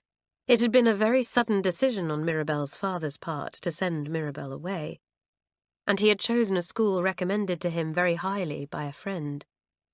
It had all been done in such a hurry that the parents had not had time to see the school itself. "What a lovely place," said Mrs. Unwin. "Is there time to look round?" "Mummy, you simply must see everything," cried Mirabelle, and she dragged her parents all over the school, from top to bottom, even showing them the bathroom where she had her nightly bath. There was great pride in the girl's voice. Her parents exchanged happy glances with each other. It was quite plain to them that Mirabelle was extremely proud of St Clare's already, and felt it to be her own splendid school. "Daddy, I'm so pleased you chose St Clare's," said Mirabelle when they came back to the front door at last. "It's marvellous, it really is." She looked at her parents and hesitated a little. She had something to say that was difficult. Mirabelle hated saying she was sorry about anything. "You know, I really am sorry I was so awful at home," said the girl, rushing her words out. "I can see you all better now, because I'm far away from you, and I think I was awful to everyone." "We've forgotten it all," said her father. "We shall never remember it again. All that matters to us is that you are happy, and will be happy when you come home again. We felt so proud when Miss Theobald let us know that you wanted to stay on. She said one or two nice things about you." "Did she really?" asked Mirabelle, pleased. "I hated her at first. She said some awful things to me. But now I think she's fine. Oh, Mummy, I do wish you'd brought Joan and Harry with you. I did want to see them." "They wanted to see you too," said her mother, "but it was too far to bring them. Now, what about going? We shall never get any lunch if we don't start soon." "Mummy, would you do something for me?" asked Mirabelle suddenly. "I've got a friend here, and her mother's ill in hospital, so there's no one to take her out for a half-term treat. Could she possibly come with us, do you think?" "Of course," said Mrs. Unwin, surprised and pleased to think that her difficult daughter had actually made a friend. She wondered what the friend would be like. She had never liked Mirabelle's chosen friends before. They had always been noisy, impolite, and out of hand, a little like Mirabelle herself. "I'll go and get her," said Mirabelle. She ran off to find Gladys. She was getting ready for the school lunch, feeling a little lonely, for nearly all the other girls had left for the half-term holiday. Mirabelle rushed at her. "Gladys, you're to come with me. Go and ask Miss Jenks if you can come, quickly. Mummy and Daddy say you can come. A shock of joy ran through Gladys. She felt nervous of meeting Mirabelle's parents, but to think that Mirabelle wanted her to come was marvellous. Her depression fell away from her at once, and she stared in joy at her friend. She had had few treats in her life, and it did seem to her that going out to lunch and a theatre was too good to be true. "Gladys, don't stand staring there," cried Mirabelle impatiently. "Hurry up! Go and find Miss Jenks. I'll get your outdoor things." In 3 minutes, Gladys was at the front door with Mirabelle, red with shyness, hardly able to say a word. Mr. and Mrs. Unwin took a look at the nervous girl and were astonished. So this was Mirabelle's friend. Well, what a change from the tiresome girls she had chosen before. They took a liking to Gladys immediately, and Mrs. Unwin smiled a motherly smile at her. In some ways, Mrs. Unwin resembled Gladys's own mother. Both were the gentle, kindly type, and Gladys warmed to Mrs. Unwin at once. In no time at all, she was telling Mrs. Unwin all about her own mother, revelling in the understanding and kindness of Mirabelle's mother. "I say, I do think you've got a nice mother," she whispered to Mirabelle when they went to wash their hands at the hotel before lunch. "Next to mine, she's the nicest I've ever met. And isn't your father jolly? I feel a bit afraid of him, but I do like him. Aren't you lucky?" Mirabelle was pleased. She was seeing her mother and father with different eyes, now that she had been away from them for some weeks. It was pleasant to hear someone liking them so much. She squeezed her friend's arm. "It's fun having you," she said. "I'm glad my people like you." A real surprise was in store for Gladys. When Mrs. Unwin asked her what hospital her mother was in, she heard Gladys's answer with astonishment. "Why, that's quite near where my sister lives. I often go over to see my sister, and perhaps I could go to the hospital and find out how your mother is. I might even see her if she is allowed visitors." Gladys stared at Mrs. Unwin, red with delight. It would bring her mother much closer somehow if she knew someone was going to the very hospital where her mother was. And just suppose she was allowed to see her. Mrs. Unwin could write and tell her about it. "Oh, thank you," said the girl.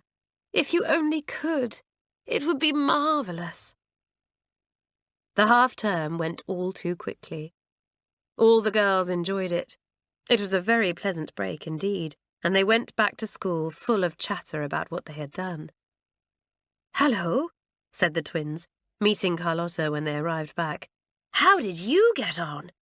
Was your grandmother very standoffish?"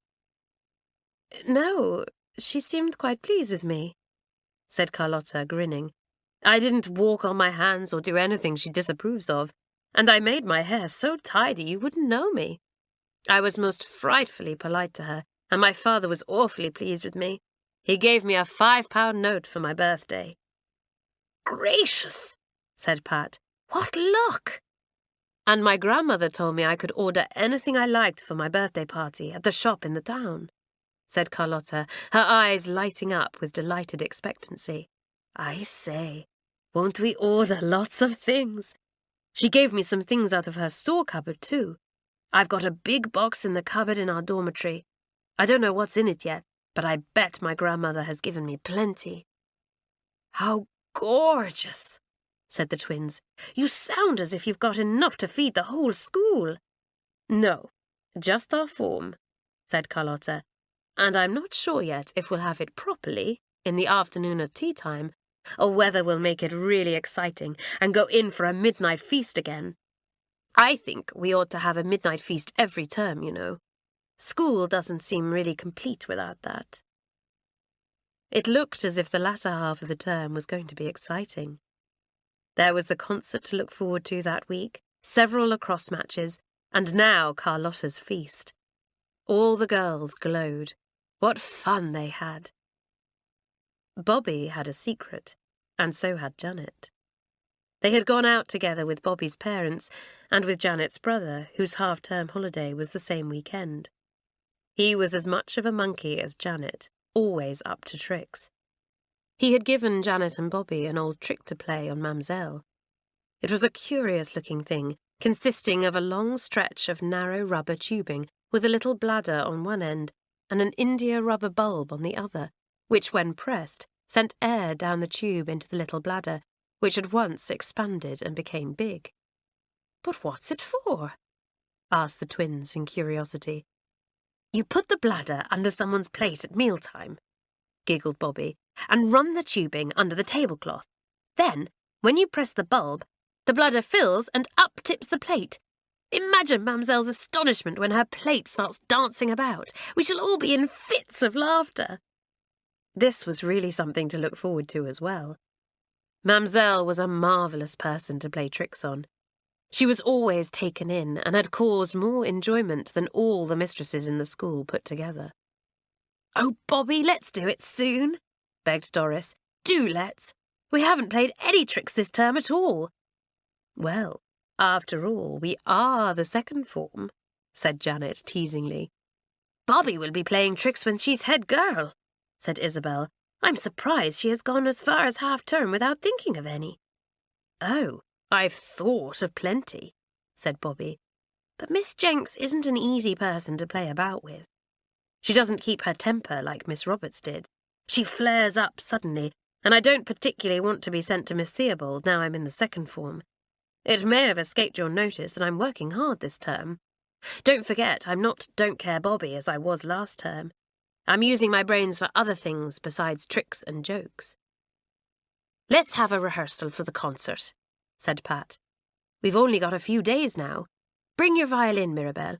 And Gladys, make up your mind what you're going to act out of all the hundreds of parts you seem able to play. Come on, everybody. Let's enjoy ourselves."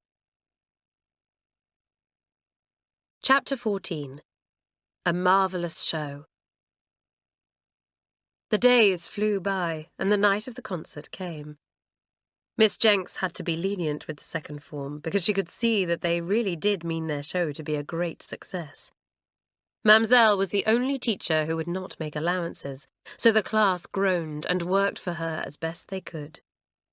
"It is bad to have concerts in the middle of the term," Mamselle grumbled to Miss Jenks. "These girls, they think of anything but their work.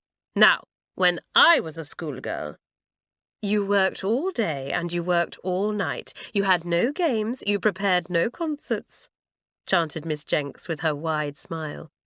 The teachers had heard 1,000 times of Mamselle's hard-worked youth.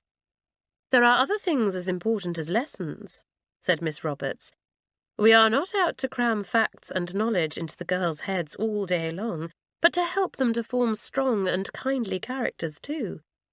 This concert now that you grumble at, it is making the second form work together in a wonderful way. It is bringing out all kinds of unexpected talent. Look at Mirabelle and Gladys, for instance. And it will help a great cause. It makes the girls resourceful and ingenious, too. You should see the costume Doris has made for herself as matron and as cook." Mamselle did not know that Doris was going to imitate her as well. The other mistresses guessed it, and they were looking forward to it. They all liked Mamselle and admired her sense of humour. She could take a joke against herself very well. "The third form concert was quite good," said Miss Lewis, the history teacher. "But I think the second form will be more entertaining. The third form were rather highbrow and didn't provide a single laugh for anyone. I fancy we shall find plenty to laugh at this Saturday." The second form were getting very excited. Only Elsie was apart from all the thrills and enjoyment. The girls still obstinately refused to take part in anything, and would not even be prompter. "But Elsie, everyone will think it very funny that you are the only second former out of things," said Pat impatiently. "We keep on offering you things to do, and you keep turning them down. I think it's very decent of us to be so patient with you." "I'll take part on one condition," said Elsie sullenly. "What?" asked Bobby, coming up. "That you let me be head girl again with Anna," said Elsie. "You've punished me for weeks now by taking away my authority as head girl. Isn't it about time you let me have it back again?" "Well, we'll ask the rest of the form," said Pat. So that night in the common room, before a rehearsal was held, Anna put the question to the meeting. Elsie says she will take part in the concert if we let her be a joint head girl again. What does everyone think about it? Why should she bargain with us? Cried Carlotta.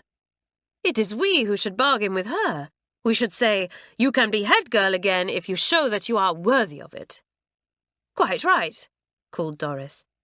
Look how she has behaved all these weeks, said Janet. Has she tried to give us a better opinion of her? Has she shown us she could be trusted to lead us again? No. All she has done is to look spiteful, be catty when she has a chance, pose as a martyr, and hope she'll get our sympathy. Well, she hasn't. We've just taken no notice at all, and she hasn't liked it. I don't see why we should bother with her, said Isabel. I really don't. Will you show in the usual way whether you would like her again or not? Asked Anna. Hands up those who will give Elsie another chance as head girl. Not a single hand went up. Anna grinned. Well, she said, that's that. Elsie will have to put up with it. She hasn't come at all well out of this, I must say. I would have been willing to work with her again if you'd said so, but I'm glad I haven't got to. Elsie was not there, and nobody bothered to fetch her to tell her what had happened. They began their rehearsal, and were soon busy criticising and applauding as one after another performed. Gladys was by now used to an audience, and she acted as naturally as everyone else. She and Doris were both natural actresses, though in a different way. Doris could imitate anyone she had seen, but not act a part. And Gladys, quite unable to imitate anyone around her, was excellent at interpreting any part in a play. The two admired each other, and Gladys was fast making another friend. Well, I really think we've got everything all right now, said Bobby at last. It will be fun. Doris, you'll bring the house down with your imitation of Mamselle. I only hope Mamselle won't mind, but I don't think she will. The door opened, and Elsie came in.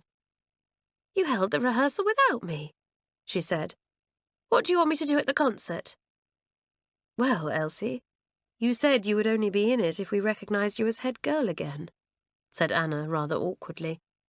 We put the question to the second form, and I'm afraid they decided not to give you the chance. So we didn't think you'd want to help with the concert in that case. Couldn't you have told me you wouldn't have me as head girl and still let me be in the concert? Said Elsie. The others stared at her. Don't be silly, said Bobby at last. That's not the point. The point is you always refused and then wanted to make a bargain with us, and we wouldn't make it. I suppose you're beginning to feel very awkward about being left out of the concert in front of the whole school, so you're climbing down a bit, and want to help even if we won't accept you as head girl again. Well, help if you like, but don't expect us to fall on your neck and give you a warm welcome, because we shan't. This was a long speech, and Elsie listened to it in growing anger. All that Bobby said was true. Elsie was now beginning to feel horrified at being left out. Everyone in the school would notice it. They would whisper about her. They would nudge one another as she passed. Elsie couldn't bear it. But neither had she the strength to overrule her rage and accept Bobby's lukewarm offer to let her help. She made a curious, explosive noise of rage and walked out of the room. Doris immediately imitated the explosive noise, and the whole form burst into laughter. Elsie heard the squeals and stopped. She felt inclined to go back and hit out at everyone.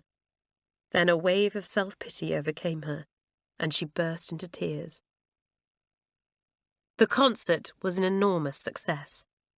Half the school was there, and all the mistresses. The curtain was drawn at exactly 8 o'clock, and everything went like clockwork. The third form had been late in starting, and there had been long intervals between the various turns, which had bored the audience. But the second form were most efficient.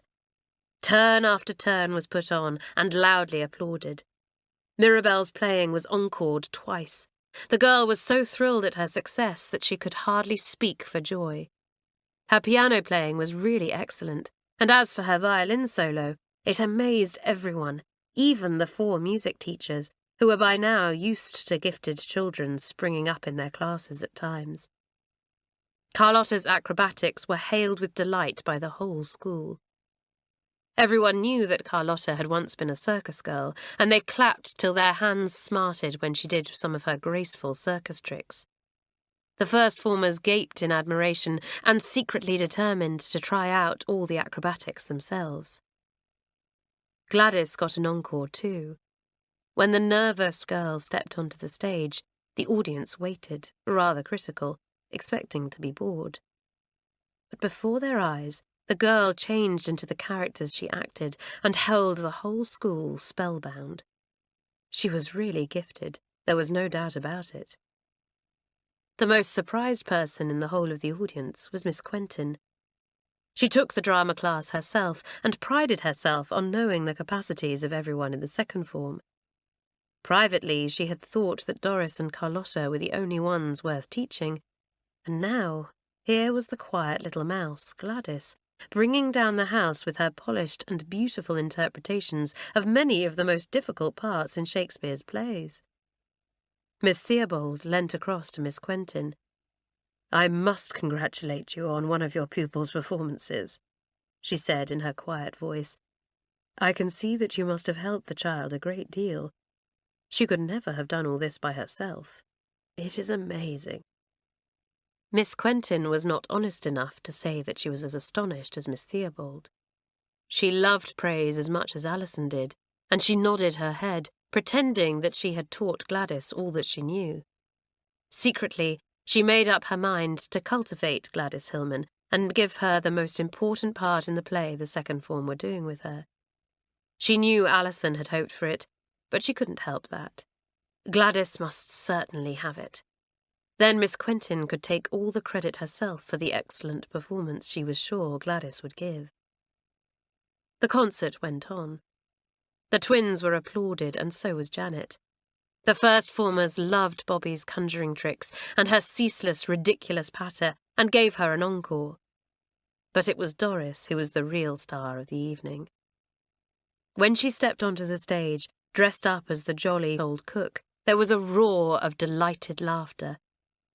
Doris pretended to make a pudding, keeping up a monologue in the cook's Irish accent, bringing in all the phrases that the girls knew so well. They squealed with laughter. Then she altered her cook's uniform deftly, and lo and behold, there was Matron.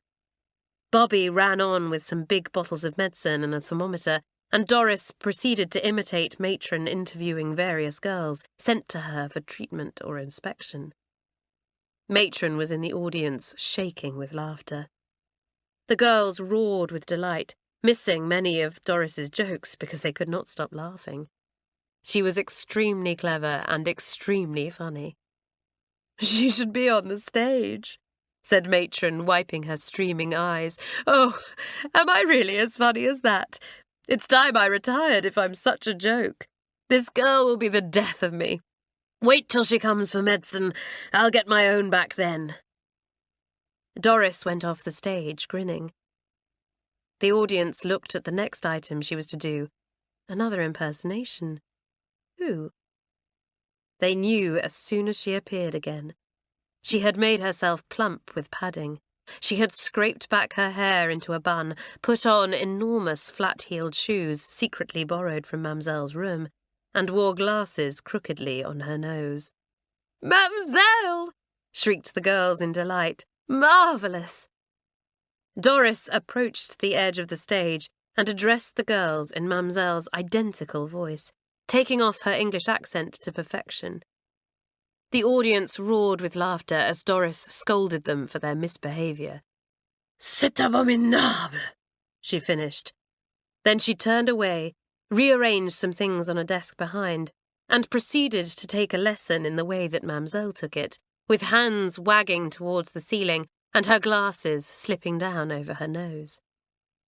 Everyone looked at Mamselle herself to see how she was taking it.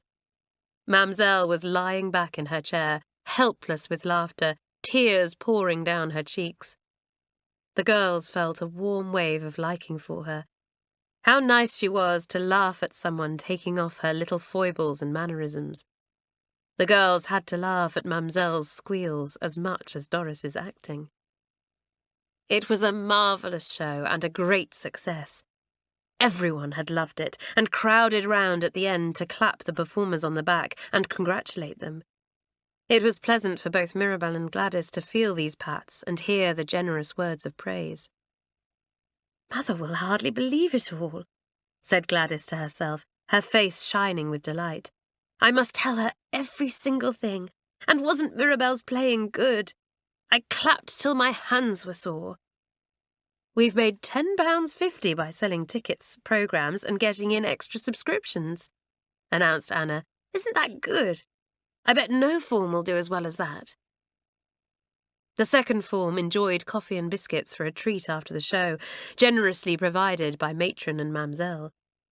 "Though why we should do this for a form whose chief success is putting up Mamselle and myself to be laughed at, I really don't know," said Matron, beaming round. "By the way, where's Elsie? She wasn't in the concert, and I don't see her now." The second form was so elated by their success that they wanted Elsie to join in the coffee and biscuits, but she was nowhere to be found. She was in bed alone, but not asleep.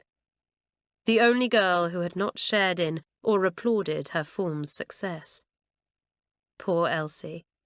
Her thoughts were very bitter that night as she heard the echoes of laughter from the concert room.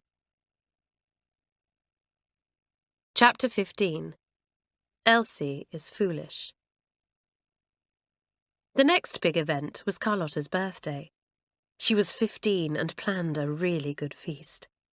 She had opened the box of goodies given to her by her grandmother, and it had proved to be even better than the second form had hoped.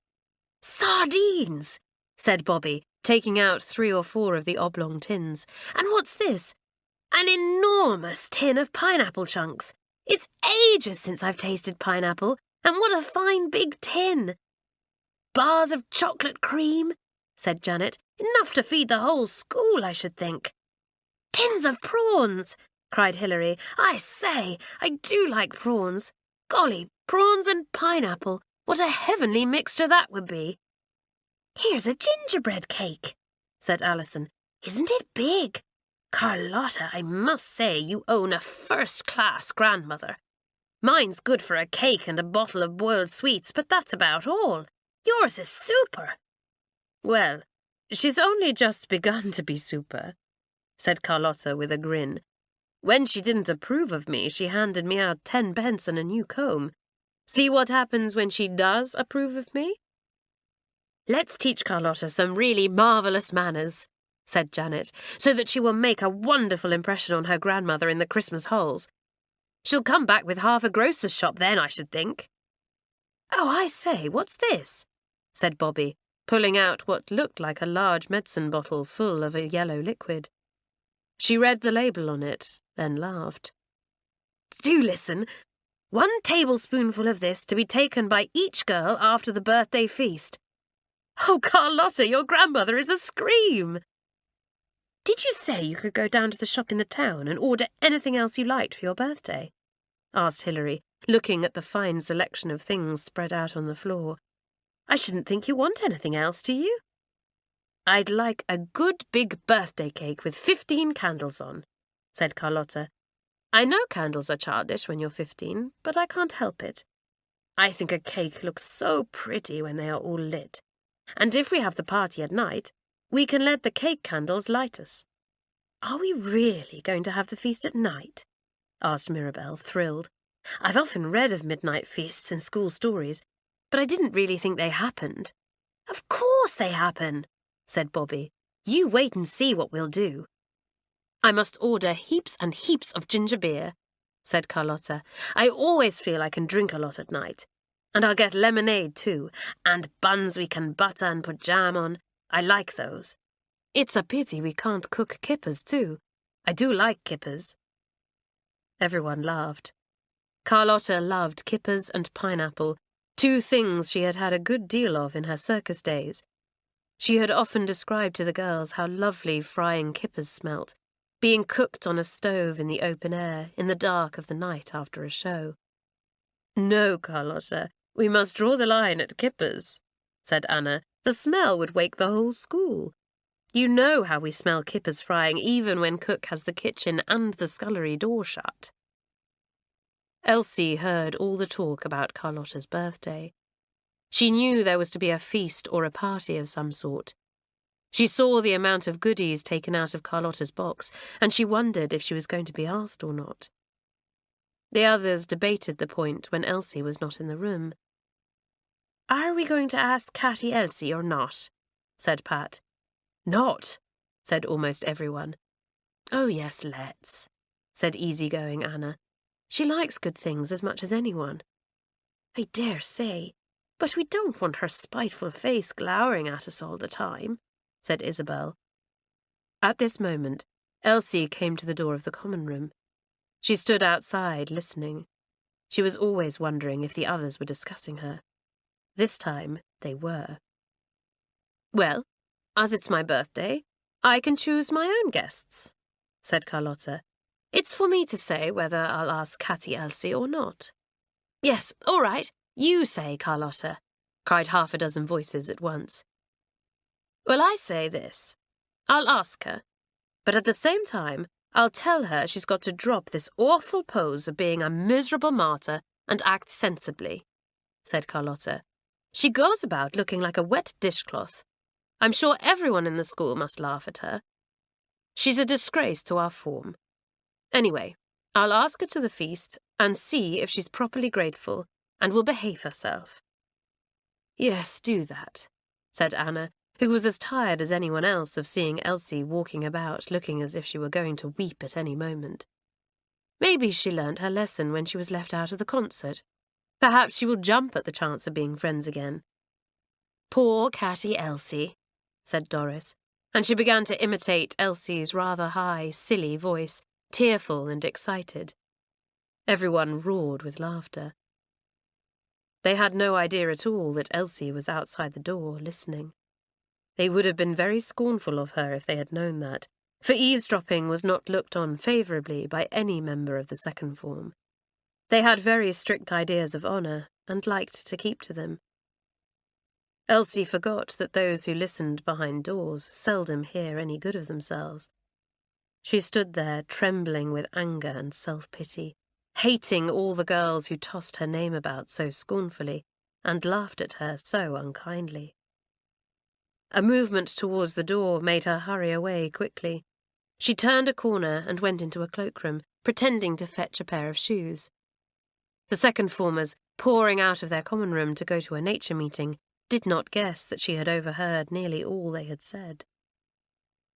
There was no time then to ask Elsie to the party, for the girls were already late for the meeting. Elsie joined them and sat sulkily silent whilst the second and third formers decided various matters concerning the nature club. She didn't hear a word that was said. She remembered instead what she had just overheard, and looked with rage at Carlotta and the others. How she wished she could punish them in some way.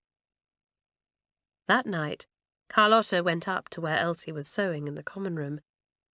"Elsie, I expect you know I'm having a birthday soon, don't you?" "I should think the whole school knows," said Elsie spitefully.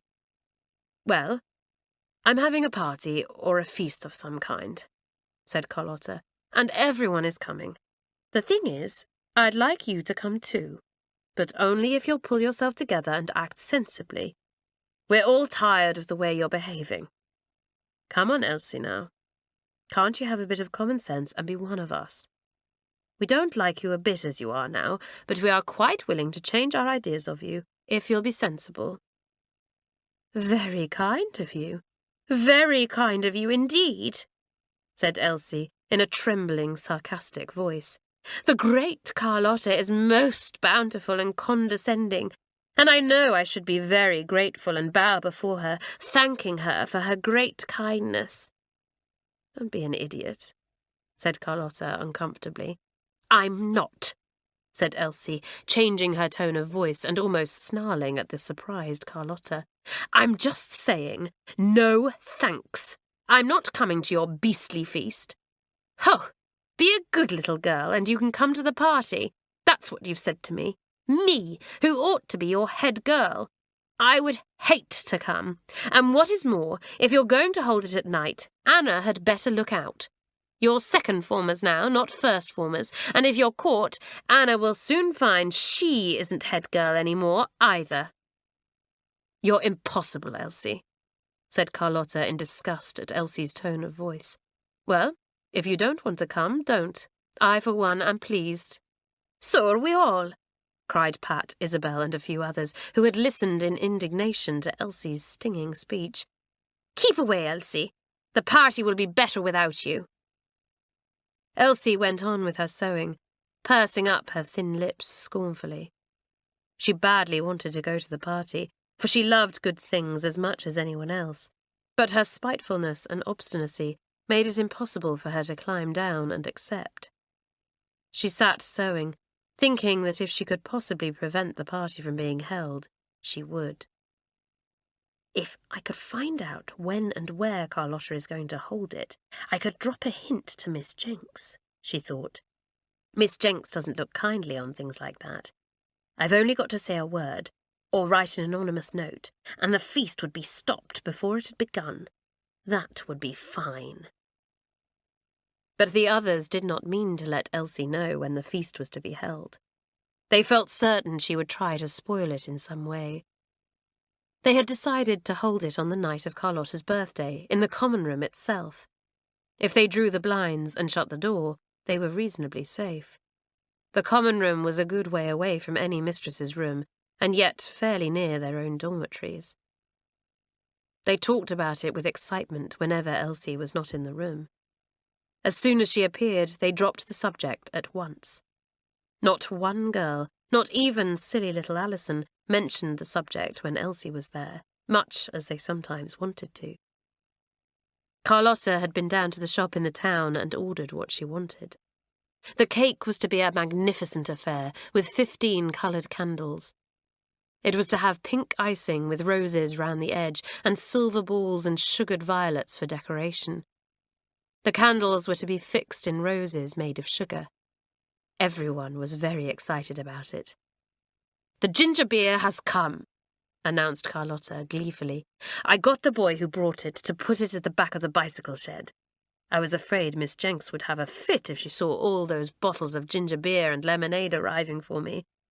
We'll each have to bring in a bottle or two when it's safe. It will be fun, said Mirabelle.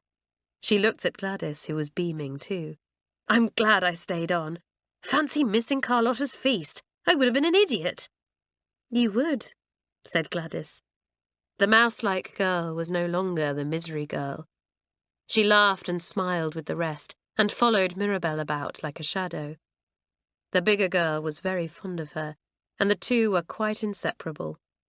St Clare's had already done a good deal for both of them. We'd better not cook anything at all, said Pat. I remember when we fried sausages once in the middle of the night, they made a terrific smell. We'd better just be content with cold things. We'll borrow some plates from the dining-room cupboard. There are heaps of old ones on the top shelves that won't be missed for a day or two. It was fun to plan everything, fun to smuggle glasses and mugs, plates and dishes and spoons and forks into the common room. Carlotta's birthday was coming nearer and nearer. The birthday cake was made, and the girls went down to the shop to inspect it. It was marvellous. I wish your birthday night would come, Carlotta, said Pat. What sport we'll have! And what a feast! Chapter 16. Carlotta's Birthday Party. The girls were gathered in their common room the day before Carlotta's birthday. Alison took a quick look round the room. Elsie was not there. What time's the feast tomorrow night? She asked. Exactly at midnight. Let's make it exactly. It's much more thrilling. Miss Quentin calls it the witching midnight hour, and somehow I suppose you'd like to ask your beloved Miss Quentin, said Isabel, pulling Alison's curly hair. Can you see her sitting here in our common room, her hair done up in curlers, her face shining with grease, eating pineapple chunks and sardines? I can't." "She doesn't do her hair in curlers," said Alison indignantly. "She's got beautiful, naturally wavy hair. Why are you always so unkind about her? I wish she could come to the feast. I'm sure she'd love it." "Well, we shouldn't," said Pat, who had no great liking for the rather affected teacher of drama. "You make me sick the way you go mooning round after Miss Quentin. She's not so marvellous as you think she is. I think it was pretty mean of her to take the credit herself for Gladys's acting at our concert the other night."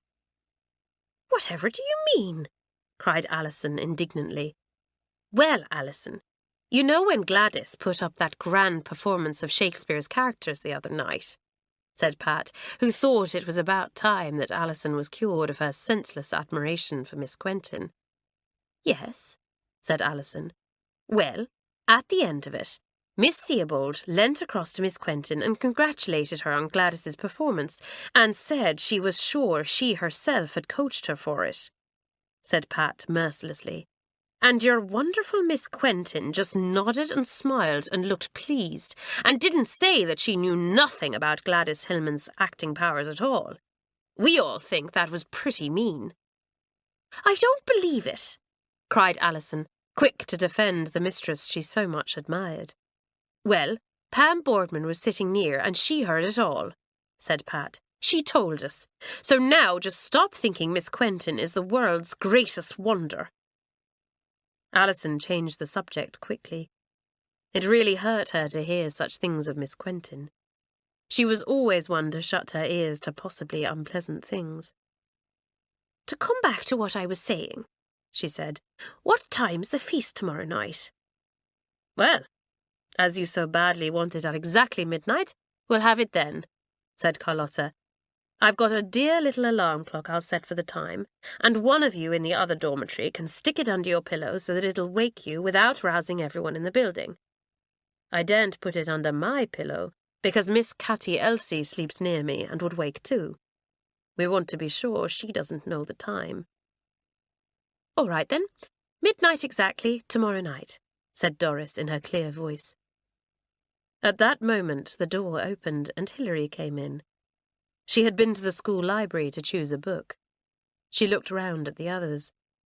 "I hope you haven't been talking about anything that matters," she said, "because dear, sweet-natured, honest-souled Elsie was outside the door, listening for all she was worth."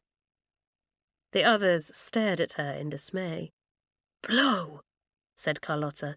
"We have been talking about the feast, and we said a good many times it was to be midnight tomorrow. Blow, blow, blow." "Well, Elsie will certainly do her best to spoil it for us tomorrow night," said Pat. "She's sure to split on us somehow. Absolutely sure to." "I'm not going to have our feast spoilt," said Carlotta in a determined voice. "Pat, go to the door and see if Elsie's anywhere about now. Stay by the door and warn us if she comes." Pat looked outside the door. There was no one there. Elsie had got the information she wanted and was content. "Now listen," said Carlotta. "The feast is off for tomorrow night, but it's on for tonight instead." "Goody, goody," said everyone, pleased. "We must make sure Elsie doesn't hear us creeping out of the room," said Bobby. "She sleeps very soundly," said Carlotta. "I think we can manage it all right. Now, not a word, anyone. We'll hold the feast tonight, and Elsie will get a frightful shock tomorrow when she finds it's all over and she hasn't been able to spoil it." Elsie had no idea that the time of the feast was altered. She hugged her secret all day long, pondering how she could spoil the feast without anyone guessing it was she who had done so. Should she tell Miss Jenks? That would certainly stop the feast, but Miss Jenks did not like talebearers. Should she write a note to Miss Jenks informing her of the feast, but not sign her name? This seemed quite a good idea. But then Miss Jenks might throw the note into the fire and take no notice of it.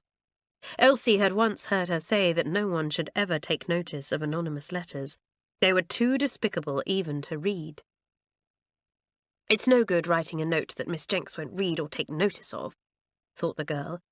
I wish I knew the best way to spoil the feast. She thought about it earnestly, so earnestly that Mamselle nearly went up in smoke, as Bobby put it, because Elsie paid so little attention in the French class. Elsie, this is the 3rd time I've asked you to come out and write on the blackboard, said Mamselle, exasperated. Ah, I have the patience of a donkey, or I would not put up with you. You mean the patience of an ox, Mamselle, chuckled Bobby. A donkey is patient too, said Mamselle. I need the patience of cows, donkeys, sheep, and oxen too when I deal with such a person as this Elsie. You will either depart from this room, Elsie, or pay attention to what I say. I will not have inattention in my class. Elsie had to give her thoughts to the French lesson after that, but during prep time that evening, she suddenly made up her mind what she would do.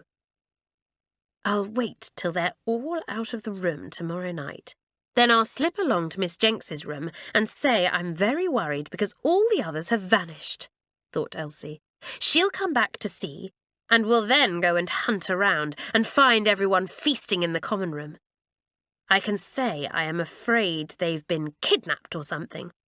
After all, that American girl, Sadie, was nearly kidnapped last term, so I can pretend to be afraid it's happened again. This seemed to Elsie a good idea. If she really pretended to be frightened that the others had been kidnapped, Miss Jenks would not think she was telling tales, and the others would not know she had given them away, because it would be Miss Jenks who suddenly came along and found them. Elsie had no idea that the feast was for that night, not the next. The second formers kept their secret well. In fact, Carlotta and Bobby went a bit further and whispered loudly together in Elsie's hearing about all that was to happen the night following. Elsie took it all in and grinned to herself. Just wait, you second formers, and see what happens to your wonderful feast tomorrow night. That night, Carlotta wound up and set her tiny alarm clock. She gave it to Kathleen, who slept in the next room with the others. Put it under your pillow, she said. When it goes off, wake the others quietly. Then come and wake me in the next dormitory. I'll wake Arlott, and we'll all go to the common room as quiet as mice. Kathleen put the clock under her pillow. She felt sure she would not need it, because she was too excited to sleep. But sleep overtook one tired girl after another, and soon both dormitories were peacefully dreaming. Elsie was fast asleep too. She was a heavy sleeper and sometimes snored. Tonight, she was huddled up beneath her blankets because it was cold. She meant to sleep well that night, so that she would be well rested and able to keep awake the following night. Everyone was asleep at midnight. The alarm clock under Kathleen's pillow suddenly went off with a tiny ringing noise. Kathleen woke with a jump. She put her hand under the pillow and stopped the alarm from ringing. No one else had woken up. Kathleen sat up in bed, hugging herself in joy. The midnight feast was about to begin. She sprang out of bed and put on her slippers and dressing gown. Then she went softly from one bed to another, shaking the sleepers and whispering the magic words into their ears.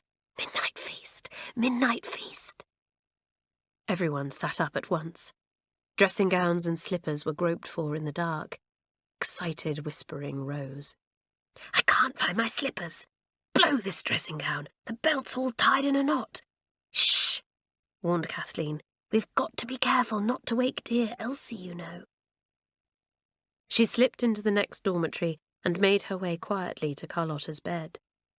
Carlotta was under sheets and blankets, curled up like a little animal. Kathleen shook her gently. Carlotta shot upright in bed, and Kathleen pressed her shoulder warningly. Midnight, she whispered in Carlotta's ear. Carlotta's heart jumped for joy. Her birthday feast, of course.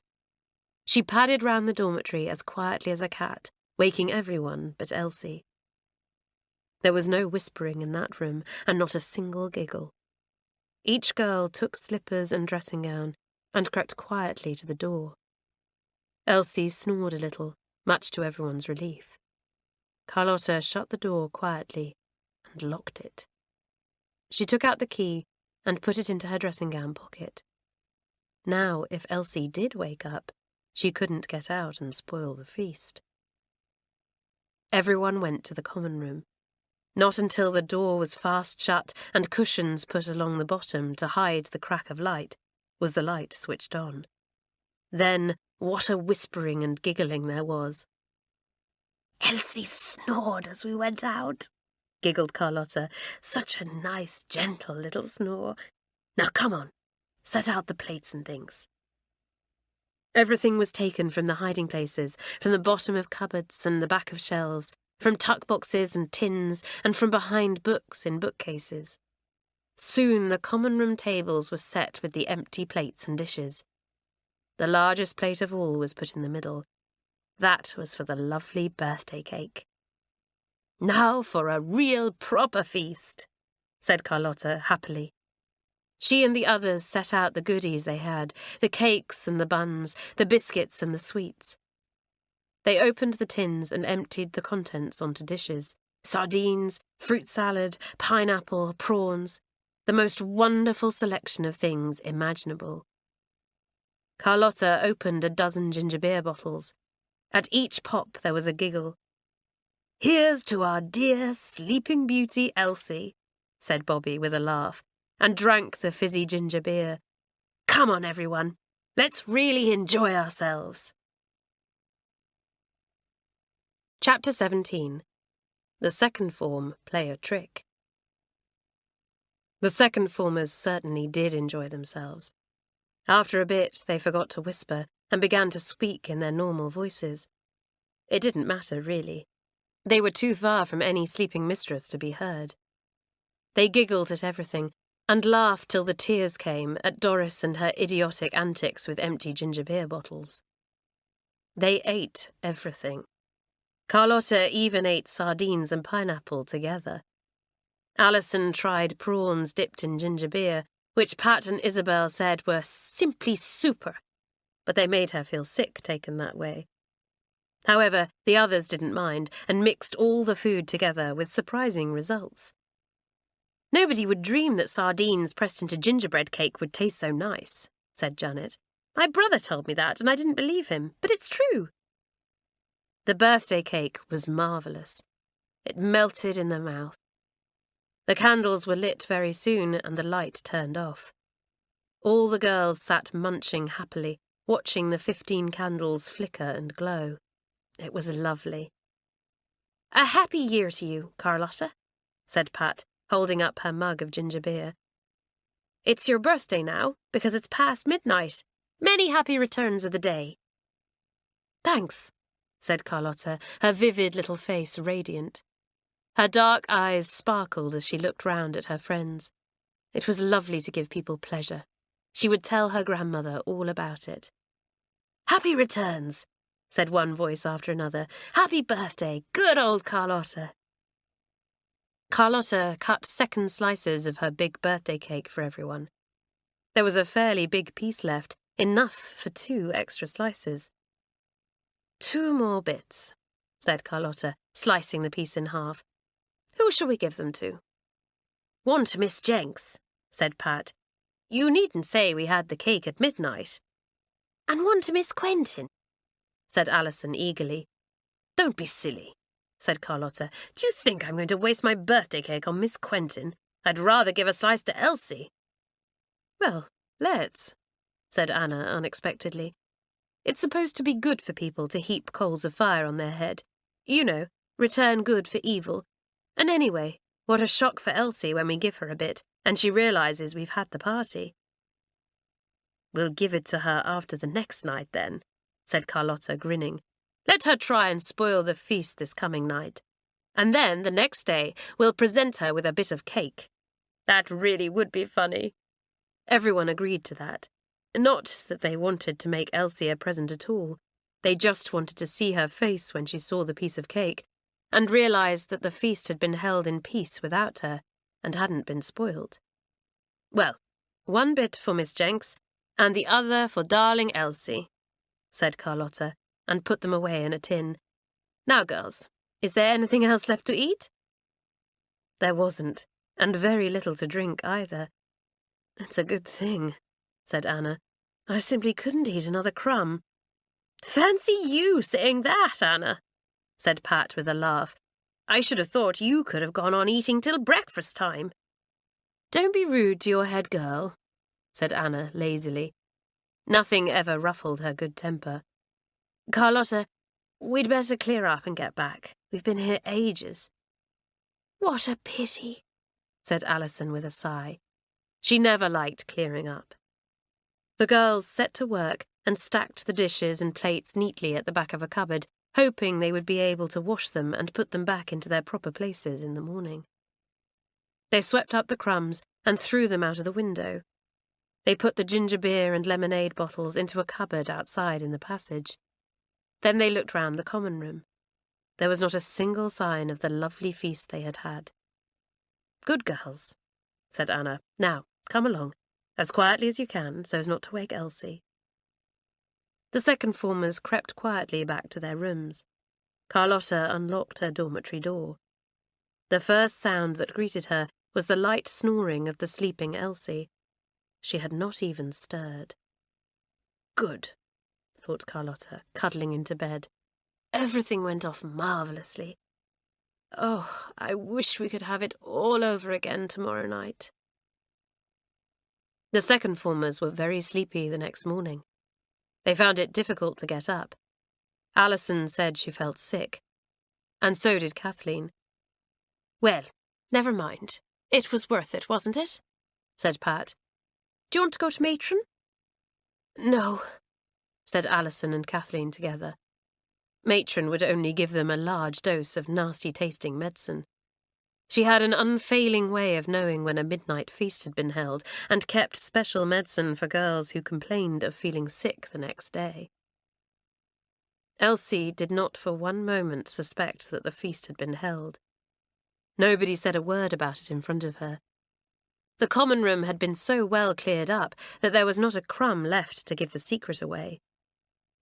Elsie looked at the second formers as they worked in Miss Jenks's geography class. You may think you are going to have a lovely time tonight, she thought, but you won't. Miss Jenks will come and spoil it all, and that will serve you right for being so mean to me. Neither Alison nor Kathleen was sick after all, but because they would eat no breakfast and no dinner, Miss Jenks sent them to Matron. Matron took their temperatures and found they had none. She said thoughtfully. Anyone had a birthday in the second form? It's Carlotta's today, said Kathleen. I thought so, said Matron. You are both suffering from too much to eat. A dose of medicine will soon put you right. That night, the second form went to bed with giggles and nudges. They felt quite certain Elsie was going to give them away, or was hoping to. They had made a lovely plan. We'll all wake up at midnight and creep out of the room, planned Bobby. Then, as soon as we're gone, I bet Elsie will go off to tell Miss Jenks, or even Miss Theobald. You never know. When we see her go, we'll all creep back into bed and be there, pretending to be sound asleep when Miss Jenks comes. What a sell for dear Elsie! Everyone approved of this plan. Elsie saw them whispering and giggling, and felt certain it was about the feast that night. She made up her mind to keep awake, whatever happened. Carlotta set her alarm clock for midnight once more, this time under her own pillow, as she wanted to make sure of waking Elsie up that night. It went off at 12 o'clock, and Carlotta sat up. She grinned to herself in the darkness. She went from bed to bed, waking everyone up, making rather a noise. Elsie woke up too, for she had fallen asleep after all. She pretended to lie fast asleep, and did not stir until all the girls had crept out of the dormitory. Then she sat up and pulled on her own dressing gown. The beasts, enjoying themselves without me, she thought maliciously, forgetting that she could have joined in the party if she had said she would behave sensibly. Well, Now I'll go and wake Miss Jenks and pretend I'm frightened because the others have all disappeared. She slipped out of the dormitory. Carlotta, who was hiding round a corner, saw her going down the passage in the opposite direction, on her way to Miss Jenks's room. "Come along," she whispered to the second formers, who were giggling nearby. "She's gone. I bet Miss Jenks will be along in half a minute. What will she say to Elsie when she sees us all safe and sound in our warm beds?" The girls took off dressing gowns and slippers and hurried back into their beds, which were still nice and warm. They cuddled down and waited, giggling every now and again when someone made a silly remark. Meanwhile, Elsie was knocking on Miss Jenks's door. There was no answer. She knocked more loudly. There was a creak from the bed, and then Miss Jenks's voice. "Who's there? What's the matter?" Elsie opened the door. Miss Jenks switched on the light beside her bed. She saw Elsie, who had put on a very frightened expression indeed. "Is somebody ill?" asked Miss Jenks, springing out of bed and dragging her dressing gown on. "Quick, tell me." "Oh, Miss Jenks, I'm so frightened," stammered Elsie, filling Miss Jenks with foreboding. She looked so scared. "All the girls out of my dormitory have disappeared, every one of them. Oh, Miss Jenks, do you think they can have been kidnapped? I feel so scared." Miss Jenks snorted. She had a wonderful snort which was often faithfully copied by Doris. "My dear Elsie, don't be a ninny. As if 7 or 8 girls could be kidnapped in your room, and you hear nothing. Use your common sense for pity's sake." "Miss Jenks, they really aren't there," said Elsie, looking more wide-eyed than ever. "Not one of them. Where can they be?" "It's Carlotta's birthday, isn't it?" said Miss Jenks crossly. "I suppose it's a feast. Just like you to try and spoil it." "Oh, Miss Jenks, I never thought of that," cried Elsie, pretending to be astonished and hurt. "Oh, so long as they aren't kidnapped." "You really make me cross, Elsie," said Miss Jenks, who, having had Elsie for more than a year in her form, knew her very well indeed. "Well, come along. I suppose I'll have to look into this. But you'll just come along with me too, my girl, and the second form can see who's spoilt things for them." This was not what Elsie had planned at all. But it was no use. She could not draw back now. She had to go with Miss Jenks. They went along to the dormitory where Elsie slept. The girls heard them coming and cuddled closer into bed, shutting their eyes tightly, hoping they would not giggle and give everything away. Doris gave 1 or 2 beautiful little snores, so real that Carlotta wondered if she could possibly have gone to sleep. Miss Jenks heard the snores. She switched on the dormitory light. She stared in silence at the beds, all except Elsie's, occupied by apparently sleeping girls. Doris gave another marvellous little snore and then, with a realistic grunt, turned over in bed and settled down again. Miss Jenks watched her. She felt certain Doris was awake. Elsie stared in the utmost astonishment and horror at the occupied beds. She simply could not understand it. She had not been more than 3 minutes away, surely, and yet here were all the girls asleep in bed. Could she have dreamt it all? Had the girls not stirred from their beds at all? What had happened? "Well, Elsie," said Miss Jenks, not troubling to lower her voice, for she felt certain every girl was awake. "You appear to have brought me out on a wild goose chase. We shall have to have a talk about this tomorrow, I think. I don't feel at all pleased to be woken up with a story of wholesale kidnappings, and then to find that the only girl out of bed is yourself. Not a very creditable performance on your part, I feel." Elsie got into bed without a word. Miss Jenks snapped off the light and went back to bed, shutting her ears to the giggling and whispering that immediately broke out. No one said a word to the cowering Elsie. Let her try to puzzle out what had happened. After 10 minutes giggling, the room went to sleep again. All but Elsie, who lay awake worrying about what was to happen to her the next day. The first thing that happened had its funny side. Carlotta solemnly approached her and offered her a piece of the birthday cake. "You weren't there, so we saved it for you," she said, a very goody-goody expression on her glowing little face. Elsie was startled out of her silence. She stared at the cake and said, "So you did have the feast after all? When did you?" "We had it when we were kidnapped," said Carlotta solemnly. "Oh, Elsie, it was thrilling. Somebody came in the middle of the night and kidnapped us all and took us away. But we offered them a bit of the birthday cake, and they were so pleased with it that they set us free." "Don't tell such untruths," said Elsie angrily. There were squeals of laughter at this. "Untruths? Why, who was it went and told Miss Jenks we had been kidnapped? You can't talk about untruths." Elsie turned away. She would not take the cake. She was sick at heart and longed for a friendly look or a friendly word. Now she had to go and face Miss Jenks. That would be awful too. She had to go just before morning school at 9:10 in the classroom. She went. Miss Jenks was there, busy as usual correcting piles of exercise books. On the desk in front of her was a most surprising sight. A large piece of birthday cake. It had been offered to her by Carlotta with a merry twinkle, and had been accepted with a merry twinkle also. Elsie stared at it and bit her lip. To think that Miss Jenks had accepted the cake! Why, she must have guessed about the feast, and here she was accepting a bit of the cake. It was too bad. "Elsie, there is something seriously wrong with you this term," began Miss Jenks. "You had a great chance as head girl, and both Miss Theobald and I hoped you would take it. Apparently you haven't. None of the girls will accept you. Instead of standing up to things and realizing you had to do better and change your attitude, you chose to do stupid things, like coming to me last night with a cock-and-bull tale in order to spite the others. They were too smart for you, I am pleased to see.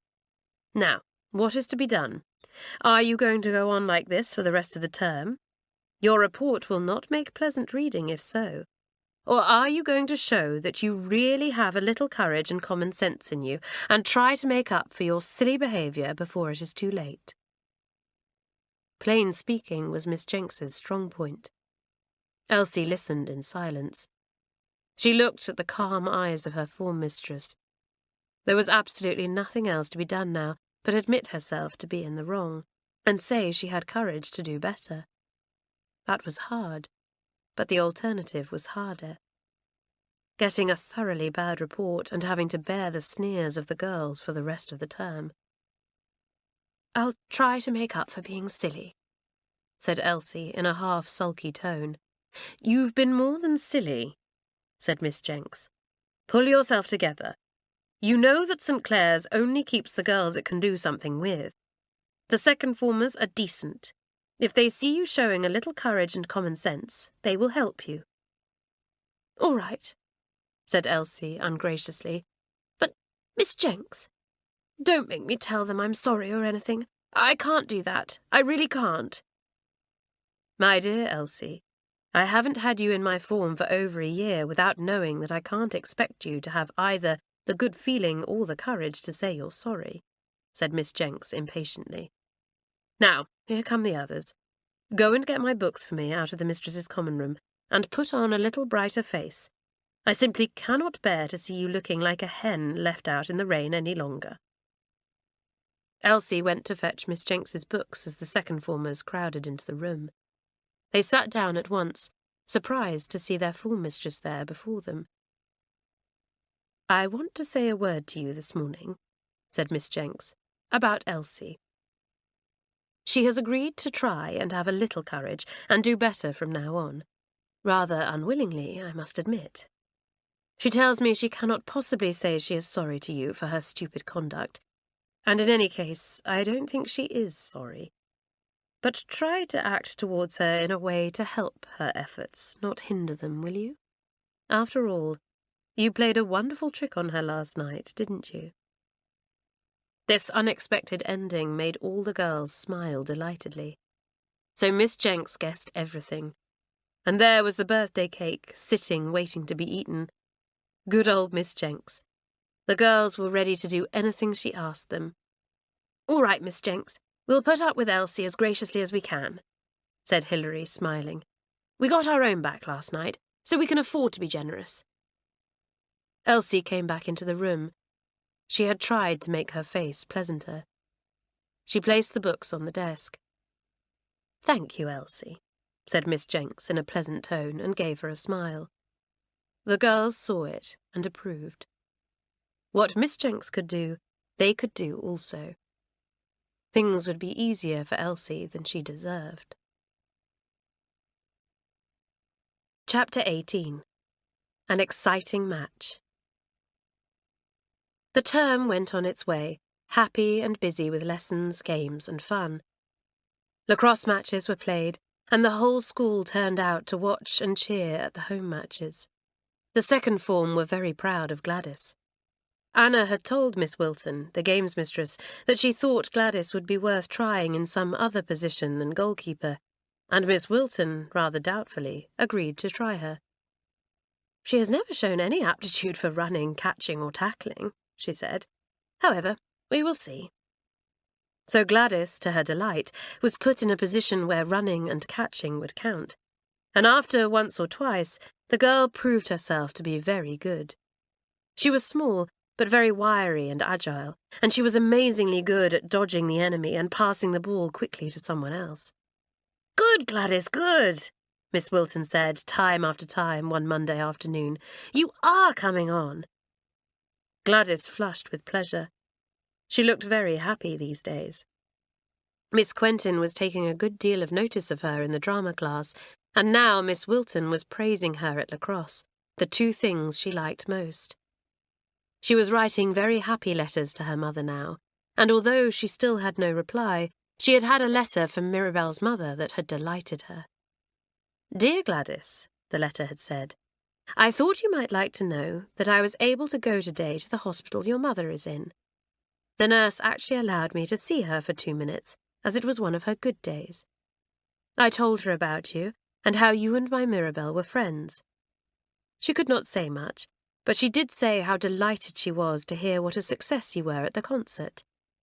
Perhaps you will be able to see her in the holidays. It is early days to say yet whether she is really making progress, but I think you may be hopeful. I will go to see her again if I can. Give my love to Mirabel and say I hope she is treating you properly. You are such a little mouse, and Mirabel is just the opposite. Love from Elise Unwin." This letter Gladys treasured greatly. She thought with intense gratitude of Mrs. Unwin. She began to hope that her mother really might get better. She knew that when she was well enough, she had to have a serious operation, and this thought worried her greatly. But now that she was happier, things did not seem so bad. Meantime, there was lacrosse, and the excitement of the next match, which was to be a home one, against St Christopher's. Belinda Towers had let it be known that she would like to choose one girl from the second form for the team. No one in the first form was good enough as yet, but the second form were, on the whole, not at all bad at the game. "You might be chosen, Gladys," said Mirabel half-teasingly. She did not seriously think that the shy girl would be picked out, for although she certainly was very good at the game now, she was not half the size of some of the other girls in the form. "I wish I could," said Gladys, "but I know who will be. Hilary. She's terribly good, I think." Hilary certainly was very good, very sure and very swift. Her catching was graceful to watch, and it seemed certain she would be chosen for the match. But 2 days before the match, Hilary went down with a cold again.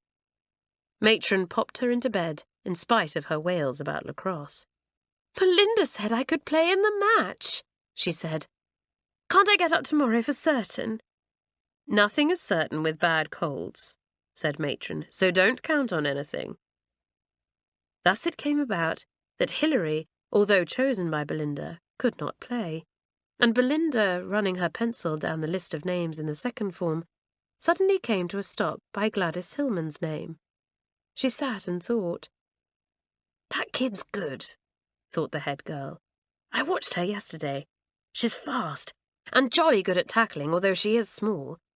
I've a good mind to try her. So, when the list of names was put up on the big notice board showing the girls chosen for the next match, Gladys Hillman's appeared at the bottom, the only one chosen from the second form. Mirabel saw it and went hurriedly in search of Gladys. Gladys, what do you think? You're down for the match. Really? Said Gladys, her face flushing brightly. Oh, how marvellous! Golly, I shall be nervous, though. No, you won't. You'll just remember that your mother is longing to hear that you've shot 12 goals for St Clare's and that you've won the match for the school, said Mirabel, laughing. Oh, I say, I am pleased. Good for you. Gladys was happy to see Mirabel's real pleasure. That was the best of friends. They shared your troubles with you, and they doubled your joys. It was good to have a friend. The school turned out as usual to watch the match. The St Christopher's girls came in a big coach, their lacrosse sticks beside them. The St Clare's girls gave them a cheer. The game began. Belinda was referee and blew her whistle sharply. There was the click of lacrosse sticks as the two girls in the centre of the field began the game. Then the ball was flicked quickly away, and Marjorie Fenworthy, of the third form, picked it up in her lacrosse net and flew down the field with it. She passed to Lucy Oriel, her friend, and then, when Lucy was tackled, cleverly caught the ball once more and passed to Gladys, who was hopping about in excitement, ready for any chance. Click! Gladys caught the ball, dodged a tackling enemy, and threw to Lucy. From one to another went the ball, and Lucy tried to throw a goal, which was deftly stopped by the St Christopher's goalkeeper. The game was very even. The St Clare's girls were better runners and catchers, but the St Christopher's goalkeeper was marvellous. She had a quick eye, a firm wrist, and a real talent for stopping the ball every time the St Clare's girls threw at the goal. St Christopher's threw a goal first, and the St Clare's girls clapped, though their faces were rather anxious. This was going to be a stiffer match than they thought. Thank goodness both Marjorie Fenworthy and Lucy Oriel were playing today. They were always first class. Some of the St Clare's girls looked doubtfully at Gladys Hillman. She seemed very small in comparison with the others. Marjorie Fenworthy, for instance, was a big, strapping girl who overtopped Gladys by a head and a half. "Play up, Gladys!" yelled Mirabel every time her friend came near her. "Go on, play up!" And the whole second form would yell in chorus, "Play up, Gladys! What about a goal from you?" Half-time, and no goals for the St Clare's girls. One love. The St Clare's girls who were watching crowded round their team, trying to buck them up and spur them on. "You are doing well, Marjorie and Lucy," said Belinda Towers approvingly. Her eye caught the flushed face of Gladys Hillman, and she gave her one of her sudden wide smiles. "You're not doing too badly either, kid. But keep a bit closer to Marjorie, will you? You might be able to score a goal off one of her passes to you." "Yes, Belinda," said Gladys happily. "I'll try." She kept her word. She hovered closer to Marjorie and caught the ball slickly each time. Twice she was tackled and had to pass before she could shoot at the goal, but the third time she threw the ball with all her might at the net in the distance. "Goal! Goal!" yelled the St Clare's girls, but no, the St Christopher's goalkeeper deftly flicked the ball away. No goal, but a jolly good try. "Go it, Gladys, go it!" yelled the second form, dancing about in excitement. "Try again!" Gladys did her best. She was everywhere, in and out, running, tackling, passing. Time slipped on, and still no goals were scored by St Clare's. On the other hand, no more were scored by St Christopher's either. It was the closest match the schools had ever played. "Oh, golly, it's almost time," groaned Mirabel, glancing at her watch. "Gladys, play up! There's only 4 minutes more." Gladys heard and ran to tackle an enormous St Christopher's girl. The girl dodged and Gladys tripped. She wrenched her ankle and gave a groan. It was going to be painful to run now. but she couldn't possibly give up. The ball rolled near her. She nipped it up into her lacrosse net and ran limping down the field. She passed to Marjorie, who at once passed back again when she was tackled. Gladys didn't catch the ball. It was neatly caught by a much taller girl who leapt into the air. The ball fell into her net, and she turned to run down the field. But quick as thought, Gladys hit her lacrosse stick upwards, and the ball flew into the air. Gladys caught it and ran again. She shot for the goal. It was not such a good shot as before, but the ball bounced over a tuft as it rolled towards the goal and avoided the waiting lacrosse net of the goalkeeper. In the greatest dismay, she saw it roll into the goal. The St Clare's girls nearly went mad with joy. The second form thumped each other on the back and yelled, "Good old Gladys!" at the tops of their voices. It was all very thrilling. The match was a draw, 1-1. The St Christopher's girls went back to tea with St Clare's and discussed the match at the tops of their voices. The second form treated Gladys to a special cake for making the score even. "Good for you, kid," said Belinda as she passed. That was Gladys's biggest reward. Words of praise from the great head girl were words of praise indeed. Chapter 19. Alison and Miss Quentin. The term hurried on its way. The girls began to talk about Christmas holidays and what they were going to do. Pantomimes, parties, and theatres were discussed. Gladys looked a little bleak when the girls began to talk excitedly about the coming holidays. "Will your mother be well enough to leave the hospital and have you home with her?" asked Mirabel. "No, I'm staying at school for the Holes," said Gladys. "Matron will still be here, you know, and 2 girls from the 3rd and 4th form, whose parents are in India. But I shall be very lonely without you, Mirabel." "Poor Gladys," said Mirabel in dismay. "I should hate to stay at school for the Holes, I must say. After all, most of the fun of being at boarding school is being with crowds of others day and night. It won't be any fun for you being with 1 or 2. Won't your mother really be better?" "She's going to have a serious operation soon," said Gladys, "so I know quite well she won't be able to leave the hospital, Mirabel. But the operation may make her well again, so I'm just hoping for the best. And I'm quite willing to stay on at school for the Holes, if only I hear that Mother is getting better after the operation." Mrs. Unwin had written to Mirabel about Gladys's mother. She had told Mirabel not to show the letter to Gladys. "I feel rather worried about Gladys's mother," she wrote. "She is to have the operation soon, and I can't help wondering if she really will get over it, because she is very weak. If there is bad news, you must comfort Gladys all you can. She will be very glad to have a friend if sadness comes to her. I will let her know at once if the news is good." Mirabel said nothing to her friend about the letter, but she was extra warm and friendly towards Gladys. It was unusual for the rather selfish, thick-skinned Mirabel to think of someone else unselfishly and tenderly. It softened her domineering nature and made her a much nicer girl. Gladys was pleased to be able to tell her mother about the match. She wished she had shot a winning goal, but it was something to shoot the goal that made a draw. "I shall write and tell your mother too," said Mirabel, who could not do enough for her friend just then. "Oh, Mirabel, you are good," said Gladys, delighted. "You wrote to Mother after the concert, and I guess she was pleased to hear all you said. My word, what a silly I was at the beginning of the term, all mopey and miserable, couldn't take an interest in anything. I should think you hated me." "Well, I didn't like you very much," said Mirabel honestly, "but I guess you didn't like me much either." Gladys was shining, not only at lacrosse, but in the drama class as well. Miss Quentin, who had been really amazed at Gladys's performance on the night of the concert, was making a great fuss of her and her talent.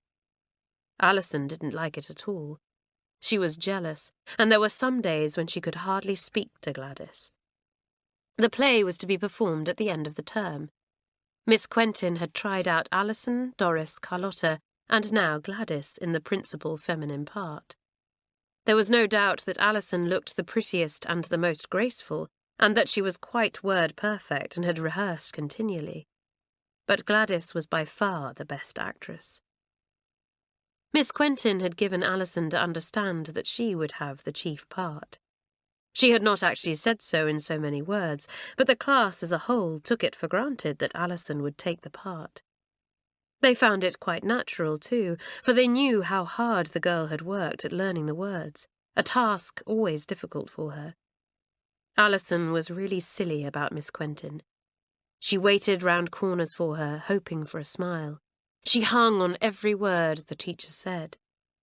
She was worse than she had been with Sadie Green the term before.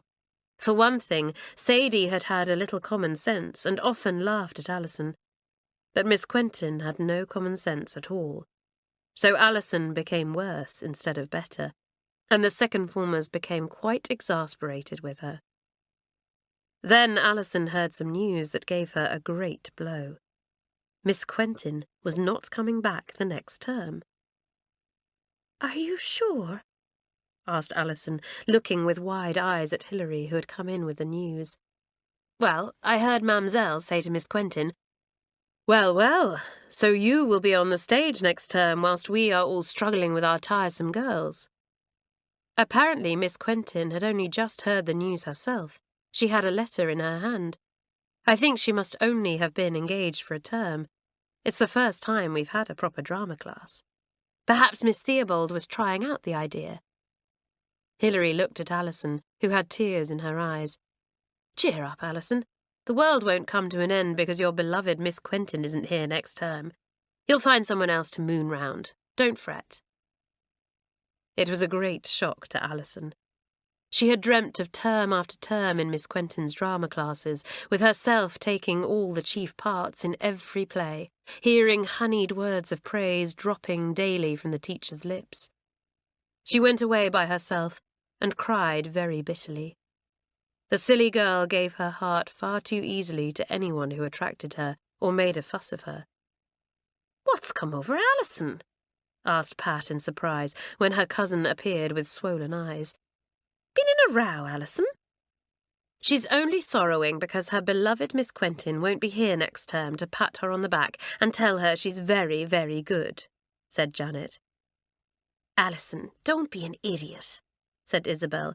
"You know perfectly well Miss Quentin won't be much loss. We all think she's too soft for words. And think how mean she was in taking the credit for Gladys's performance at the concert." "I have never believed that," said Alison, tears coming into her eyes again. "You don't know Miss Quentin as I do. She's the truest, honestest, most loyal person. I've never met anyone like her." "Nor have I," said Pat, "and thank goodness I haven't. Alison, why must you go and choose the wrong people to moon round? Sadie Green was amusing, but she hadn't anything in her at all, and neither has Miss Quentin. Now take Miss Jenks, for instance." "Miss Jenks?" said Alison with an angry sniff. "Who would want to moon round Miss Jenks with her snappy tongue and cold eyes?" "Well, I think she's pretty decent," said Pat. "Not that I would want to moon round her or anyone for that matter. I'm only just saying you will keep on choosing the wrong people to lavish your affections on. Sadie has never even written to you, and I bet Miss Quentin won't either." "She will. She's very fond of me," said Alison. The others gave it up. Alison would never learn sense. "It's a pity she can't find out how silly her Miss Quentin really is, how undependable," said Hilary. "Your feather-headed cousin, Pat, wants to learn common sense. It's a pity she can't find out that all her ideas about Miss Quentin are only dreams. The real Miss Quentin isn't a bit as Alison pictures her." "Well, we can't teach her," said Pat. "She'll make herself miserable for the rest of the term now, and for all the halls too, I expect." Alison was really unhappy to hear that her favourite teacher was leaving. She thought she would hang about near the common room of the junior mistresses and watch for Miss Quentin to come out. Then she would tell her how upset she was. So she went to a little lobby near the common room and pretended to be hunting for something there. She could hear Miss Quentin's voice talking to Mamselle behind the closed door of the common room, but she could not hear anything that was said. Then someone opened the door and came out. It was Miss Lewis, the history teacher. "Leave the door open," cried Mademoiselle. "It is stuffy in here." So Miss Lewis left the door open and went off towards the school library. Alison stood in the little lobby, her heart beating fast, waiting for Miss Quentin to come out. Surely she would come soon. The mistresses went on talking. Some of them had clear, distinct voices, and some spoke too low for Alison to hear anything. She did not mean to listen. She was only waiting for Miss Quentin. But suddenly she heard her own name spoken by Miss Quentin herself. Alison stiffened and her heart thumped. Was Miss Quentin going to praise her to the others? It would be just like her to say something nice. "Alison O'Sullivan is going to get a shock," said Miss Quentin in the low, clear voice that Alison thought so beautiful. "The silly girl thinks she's good enough to play the lead in the second-form play. She's been wearing herself out rehearsing. It will do her good to find she's not going to have the part." "Who's going to have it, then?" asked Miss Jenks. "Gladys Hillman," answered Miss Quentin promptly. "I've had my eye on that child ever since the beginning of the term. She's 3 times as good as anyone else. She will be marvellous as the Countess Jeanette." "I wish Alison worked as hard in my classes as she does in yours," remarked Mademoiselle in her rather harsh, loud voice. "Ah, her French exercises. But I think, Miss Quentin, she really does work at drama." "Oh, well, she simply adores me," said Miss Quentin easily. "I can always make her type work. She'll do anything for a smile or a kind word from me, like a dear little pet dog. But give me somebody like Carlotta, somebody with something in them. Alison bores me to tears with her breathless, 'Yes, Miss Quentin. No, Miss Quentin. Oh, can I, Miss Quentin?' It will be good for her to have a shock and find she has to take back place to Gladys Hillman." "I'm not so sure," said Miss Jenks in her cool voice. "Shocks are not always good for rather weak characters, Miss Quentin. I hope you will break your news kindly to poor Alison, otherwise she will weep all day, and as exams are coming on tomorrow, I don't want bad work from her because of you." "Oh, don't worry. I'll just pat her curly head and say a few kind words," said Miss Quentin. "She'll eat out of my hand. She always does." Miss Lewis came back and shut the door. Not a word more could be heard. Alison sat on a bench in the lobby, sick at heart, shocked and hurt beyond measure. Her mind was in a whirl. She had not been able to help hearing, and once she had grasped that her idol, Miss Quentin, was poking fun at her, she had not even been able to get up and go. She had had to sit there, hearing every cruel word. She was not to have the leading part in the play. Miss Quentin wasn't fond of her, only amused with her, thinking her a little pet dog, someone to pat and laugh at. Miss Quentin had told a lie. She had not noticed Gladys Hillman at all until the night of the concert. Miss Quentin was bored with her. Alison was too shocked even to cry. She sat in the lobby quietly, looking straight in front of her. What was it that Miss Jenks had said? Shocks are not always good for weak characters. Was she, Alison, such a weak character then? The girl rubbed her hand across her forehead, which was wet and clammy. "I have to think all this out," said Alison to herself. "I can't tell anyone. I'm too ashamed. But I must think things out. Oh, Miss Quentin, how could you say all that?" Poor Alison. This was the greatest shock she had ever had in her easy-going life. All her admiration and love for Miss Quentin vanished at once, passed like a dream in the night. There was nothing of it left except an ache. She saw the drama teacher as the others saw her, someone pleasant and amiable, but undependable, disloyal, shallow. Alison was a silly girl, as changeable as a weather vane, swinging now this way and now that, easily upset and easily pleased. As the others often said, she hadn't much in her. But in this hour of horror, for it was horror to her, she found something in herself that she hardly knew she possessed. And that something was a sense of dignity. She wasn't going to go under because of someone like Miss Quentin. She wasn't going to be a pet dog eating out of her hand. She had too much dignity for that. She would show Miss Quentin that she was wrong. Hurt and shocked though she was, Alison had a glimmering of common sense all at once, and she held up her head, blinked away the tears, and made up her mind what she was going to do. So it came about that when Miss Quentin broke the news to the drama class that Gladys was to have the leading part and not Alison, the girl gave no sign at all of being disappointed.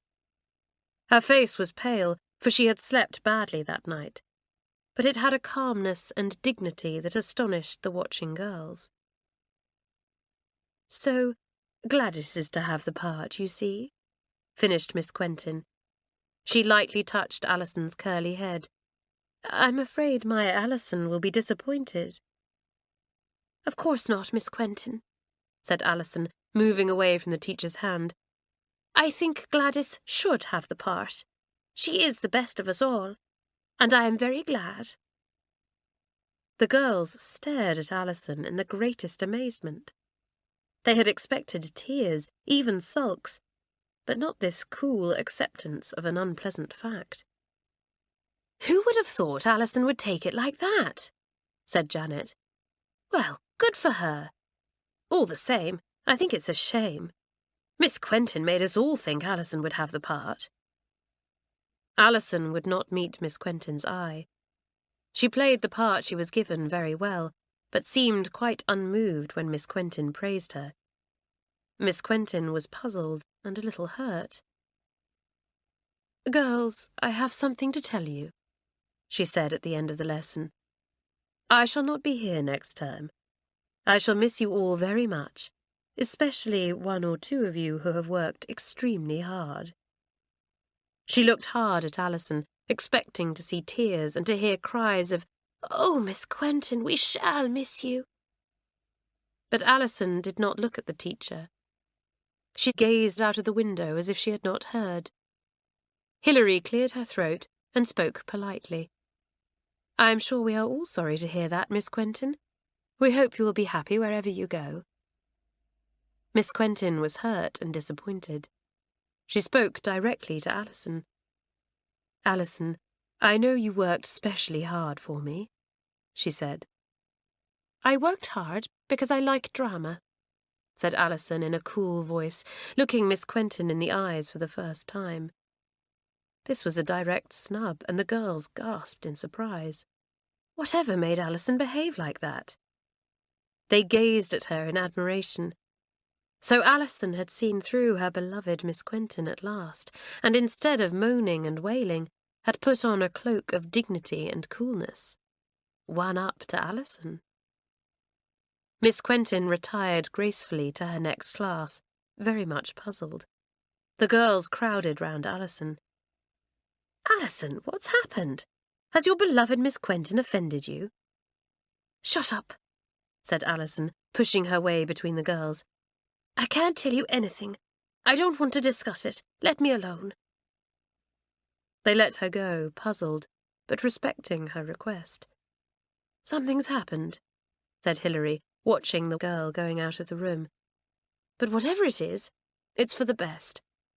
Alison seems suddenly more grown up." "Time she was," said Pat. "Anyway, if she stops mooning round somebody different each term, or at any rate chooses somebody worthwhile, it will be a blessing." Nobody ever knew what had made Alison grow up so suddenly. Only Alison herself knew, and out of her hurt came something worthwhile, which was to help her in many years to come. Chapter 20. An exciting end of term. Exams were being held, and girls were groaning daily over them. Mamselle was in a state of trepidation in case any of the girls fell short of pass marks. The girls were in a far greater state, feeling quite certain that nobody at all would pass in French. Mamselle always threatened to give them such difficult papers, but when the time came, they were not so bad after all. Gladys found the exams difficult because her mother was to have her operation that week. She was very anxious indeed. Mirabelle did all she could to help her to prepare each evening. It was good to see the patience and kindliness of the bigger girl. The others warmed greatly to Mirabelle because of it. Even Elsie felt sorry for the anxious girl. "I hope you'll hear good news soon," she said. Gladys looked at her in surprised gratitude. Fancy Elsie saying anything kind. The others heard the low words and looked at one another with raised eyebrows. They had kept their promise to Miss Jenks, and had not hindered Elsie in any way in her efforts to behave more reasonably. But, on the other hand, no girl had been able to show any liking for Elsie. It was impossible. The girl had been too spiteful, too exasperating altogether to be liked now. She would be tolerated, but nothing else. Miss Jenks watched everyone's behaviour and came to the conclusion that it was hopeless to expect any happiness or real help for Elsie from the second formers. On the other hand, the lazy Anna had been a great success as head girl of the form. She had thrown aside her laziness and had come to the fore, taking responsibility and making decisions capably and quickly. Miss Jenks was pleased with her. She was now ready to go up into the third form and take her part with the older girls there. Hilary Wentworth could be head girl next term. Miss Jenks spoke to Miss Theobald about it, and the head agreed. "But what are we to do with Elsie?" she said. "I will have a talk with her." So Elsie was sent for, and sat rather sullenly in Miss Theobald's sitting room, expecting to be scolded, or something even worse. She might be told that St Clare's didn't want her any more. "Elsie," said Miss Theobald, "I know you have found things difficult this term, mostly your own fault, as I think you will admit." Elsie looked at Miss Theobald's solemn face. "Yes," she said at last, "I suppose things were mostly my own fault. The second form don't like me at all. They will never have me as head girl. They just tolerate me, that's all. It makes things hard for me. I feel I can never do anything to alter their opinion, and so I can't very well take any pleasure in being there." "You see, Elsie, one of the hardest things in the world to forget and forgive is spitefulness," said Miss Theobald. "Malice and spite rouse such bitter feelings in others. Other faults, such as greed, irresponsibility, silliness, these arouse disgust, but are forgotten and forgiven. Spite always rankles and is never forgotten. I can see you will never do any good either to yourself or to others in the second form." Elsie waited, her heart sinking. This meant that she was to be asked to leave. She didn't want to do that. She did like St Clare's. She stared at Miss Theobald miserably. The head guessed what the girl was thinking. "I'm not going to say you must leave St Clare's," she said quickly. "I think the school can do a lot for you, Elsie, and you may be able to do something for St Clare's too. No, you shan't leave. I think you must go up into the third form instead. Leave behind the second formers who have seen such a bad side of your character, and go into the third form, which, next term, will have 5 or 6 new girls. You will have a chance then to show a different side of your character.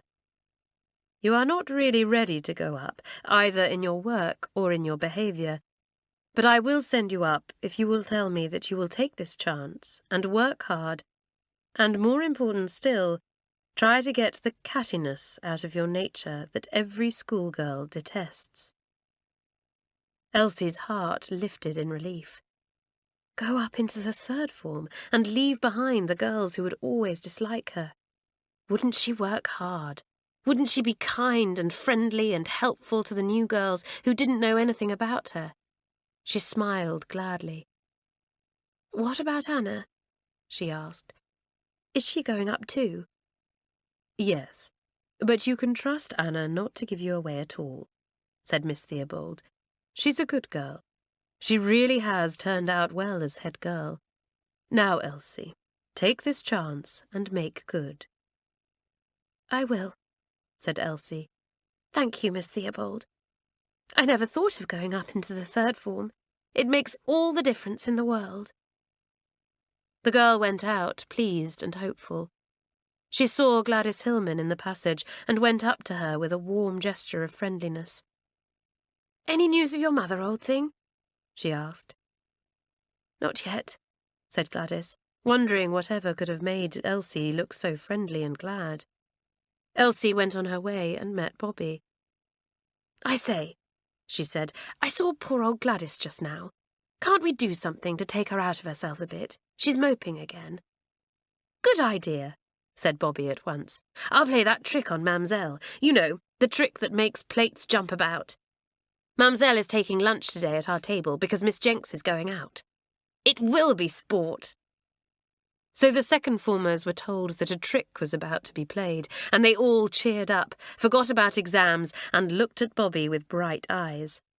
The first trick that term. It was time one was played. Mamselle was in good temper. The first form had done unexpectedly well in their French exam.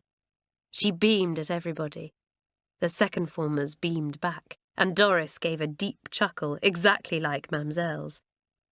Ah, this bad Doris, said Mamselle, clapping Doris on the shoulder. She can imitate me perfectly, but she cannot roll her R's yet in the true French way. Now, let us go to the dining room. The bell for luncheon has gone. Today I take you for the meal, because the good Miss Jenks is out. The second form seated themselves at their table. Mamselle was at the head. Bobby was 3 places away from her. The others looked at her, grinning. They hoped she had been able to slip into the dining room and lay her plans. Bobby had prepared everything carefully. There was a pile of plates at Mamselle's place, ready for her to serve the stew for each girl. Bobby had removed the plates and had deftly placed the long rubber tubing under the tablecloth so that it ran from where the plates were to Bobby's own seat and hung down under the cloth. The bladder end was where the plates were, and the bulb to press was by Bobby's place. Bobby replaced the pile of plates over the bladder end. The plates were too heavy to move when the bulb was pressed, but when all the girls were served and only Mamselle's plate was there, it would tip up beautifully as soon as Bobby pressed the bulb, which filled the bladder end with air. Mamselle served out the stew rapidly. The girls began their meal hungrily, one eye on Mamselle's plate. It was the only one left now. Mamselle filled it with stew and gravy. She was very fond of gravy. At first, said Mamselle conversationally, taking up her knife and fork, at first, when I came to England, I did not like this stew of yours. But now, it is wonderful.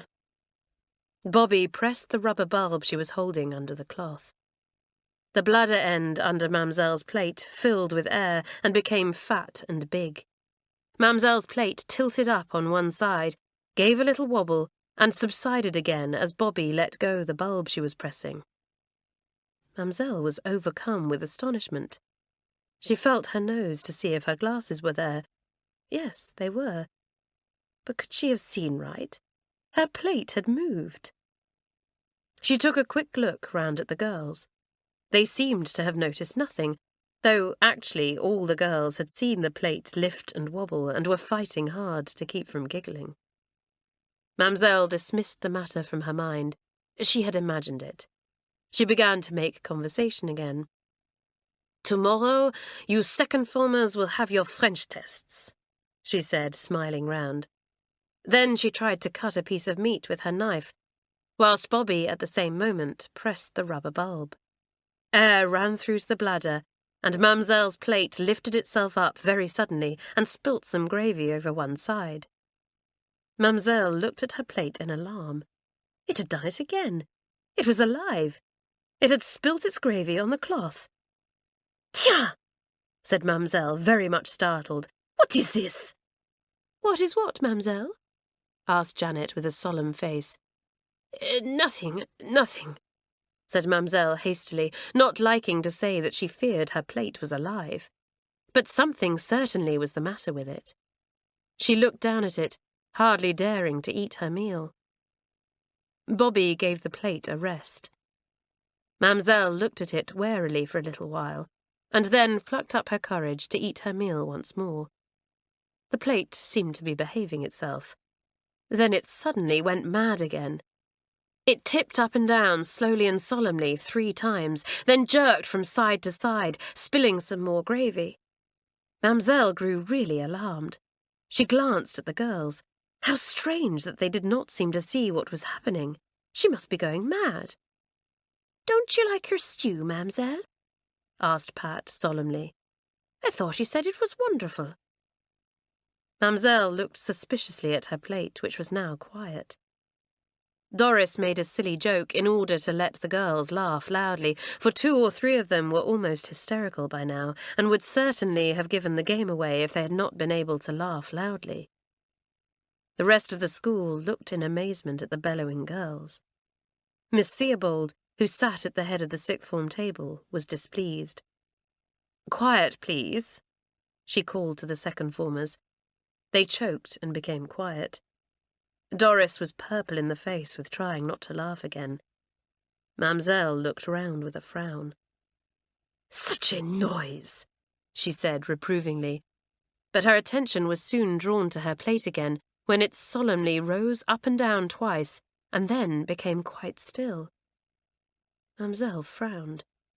This could not really be happening. Plates could not behave like that. It was nonsense. She would eat her dinner and not think about it. "Don't do it again till the pudding comes," whispered Carlotta to Bobby. "We can't help squealing with laughter now. We shall get into a row. Give us a rest."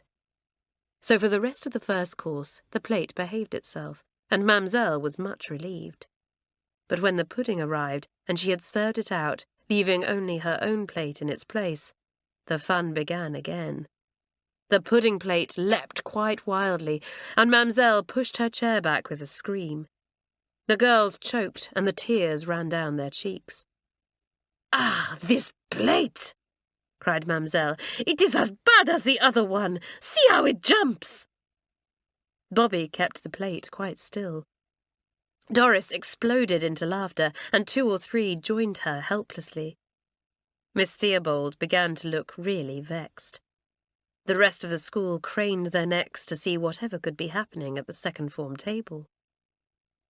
The plate moved again, and Mademoiselle backed away still farther. Miss Theobald, amazed and puzzled, left her place and walked over to the 2nd form table. Every girl was rocking in helpless laughter. Not even the presence of the headmistress could stop them. This was the funniest thing they had ever seen. "Mademoiselle, what is the matter?" asked Miss Theobald, really annoyed. Mademoiselle turned to her wildly. "My plate!" she said. "My plate!" "Well, what is wrong with it?" asked Miss Theobald impatiently, thinking that Mademoiselle must really have gone mad. "It seems all right to me." "Miss Theobald, it jumps, it dances, it leaps around the table," said Mademoiselle earnestly, exaggerating in the hope that Miss Theobald would be impressed. "It is a mad plate. I cannot bear it." The headmistress looked at the plate of pudding. It lay quite still on the table, perfectly ordinary. She glanced round at the giggling girls. She supposed they were laughing at Mademoiselle's behaviour. Well, it certainly was extraordinary. "You had better go and lie down, Mademoiselle," she said at last. "I think you can't be well." "I am well," said poor Mademoiselle. "It is the plate that is mad. You should see it jump, Miss Theobald." Miss Theobald looked doubtfully at the plate, and Bobby had a tremendous urge to make it jump again. She pressed the bulb hard, and the plate jumped up at once, wobbled, and fell back again. Miss Theobald looked astonished, and Mademoiselle gave another squeal. The girls screamed with laughter. Miss Theobald lifted up the plate and pushed back the tablecloth.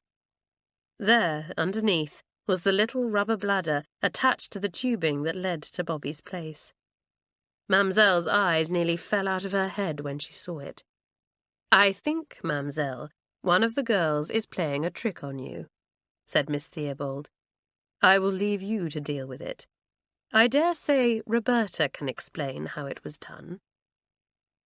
The girls stopped laughing. They stared at Miss Theobald walking back to her seat. They looked at Mamselle, who glared at poor Bobby. "What is this horrible trick?" she inquired in a loud voice. Bobby explained, and Mamselle listened carefully. She removed the whole thing and looked at it. Then she put back the tablecloth and her plate and began to eat her pudding, looking straight in front of her with her slow black eyes. The girls felt uncomfortable. Was Mamselle really offended? Really angry? The trick was quite a harmless one. They finished their pudding and sat still. Suddenly, there came a snort from Mamselle, and all the second-formers looked up in surprise. Mamselle threw back her head. She roared, she bellowed. She laughed so much that the relieved second-formers couldn't help laughing again, too. "It was a good trick," said Mamselle at last, wiping her eyes. "Yes, a good trick.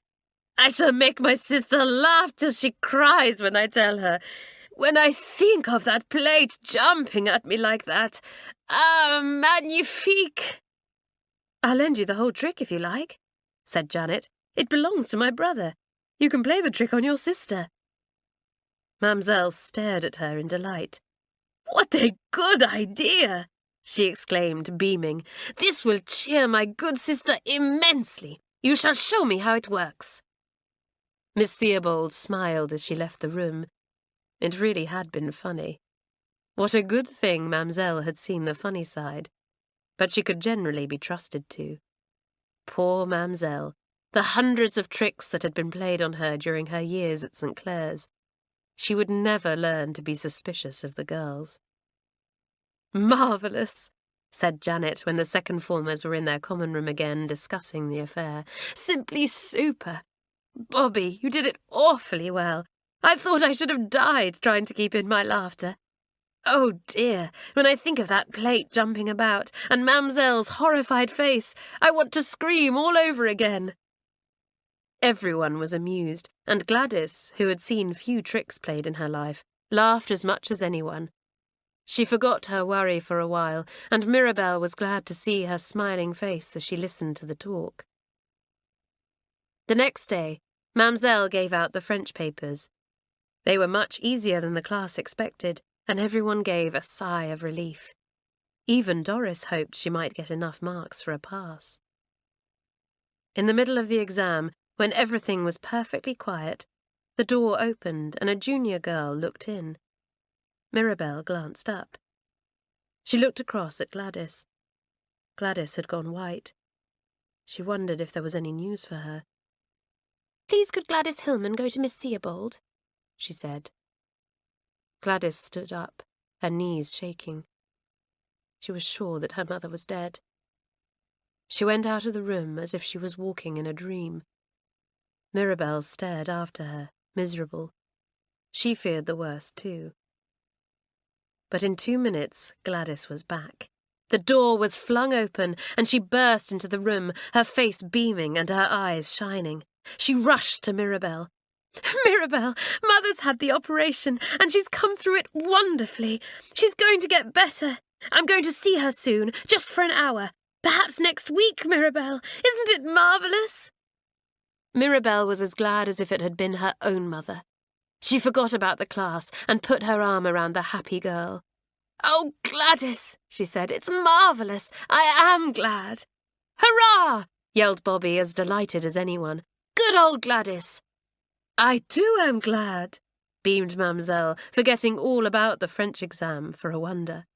"Such a surprise for you. Now you will be able to smile again."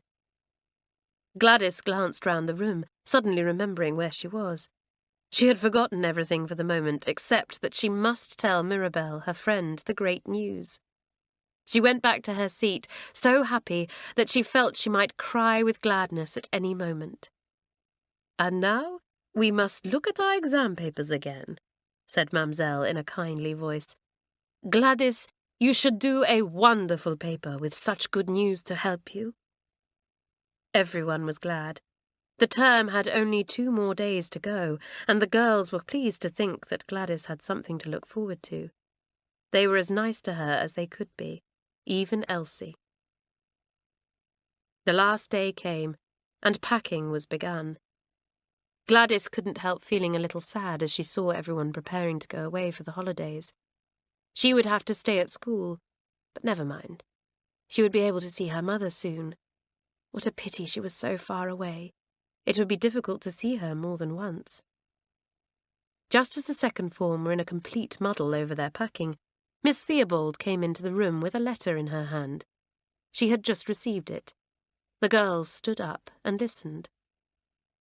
"Oh, Mirabel," said Miss Theobald in her clear voice, "I have just received a letter from your mother. She says you can take Gladys home with you for the holidays if I will give my permission, as then she can go to see her mother twice a week quite easily from your home, which is not very far from the hospital." Mirabel gave a shriek of delight. Gladys turned as red as a beetroot. "Miss Theobald, how marvellous! Isn't Mother a brick? Can Gladys come with me?" "Of course," said the headmistress, smiling at the bewildered, radiant Gladys. "But she will have to pack very quickly. Hurry up, Gladys, and see if you can be ready by the time the school coaches arrive." Ready? Of course she could be ready. Helped by willing hands, Gladys flew here and there, cramming everything in, her heart singing with joy. To go home with Mirabel, see her friend's brother and sister, visit her own mother twice a week. What wonderful luck! And if I hadn't tackled Mirabel that time and got her to change her mind and stay on, nothing like this would have happened, thought the girl, packing her jerseys. It just shows you've got to have courage and go straight for things. Oh, it's too good to be true. But it was true, and Gladys went off in the school coach with Mirabel beside her, singing heartily with the others as they rolled down to the station. Alison clapped her on the back. "Happy holidays, Gladys," she said. "Same to you," said Gladys. Alison was changed. Not so silly, thought Gladys. I like her better now. I like lots of people better, but most of all, Mirabel. "Goodbye, everybody," yelled the twins. "Merry Christmas and Happy New Year when they come." "Goodbye. Don't eat too much Christmas pudding." "Goodbye, Elsie. Happy halls." "Goodbye, Bobby. Think out a few more tricks. I say, do you remember Mamselle's face when the plate jumped?" "Goodbye, Hilary. See you next term. Nice to think you'll be our head girl again." "Goodbye, everybody." "Goodbye."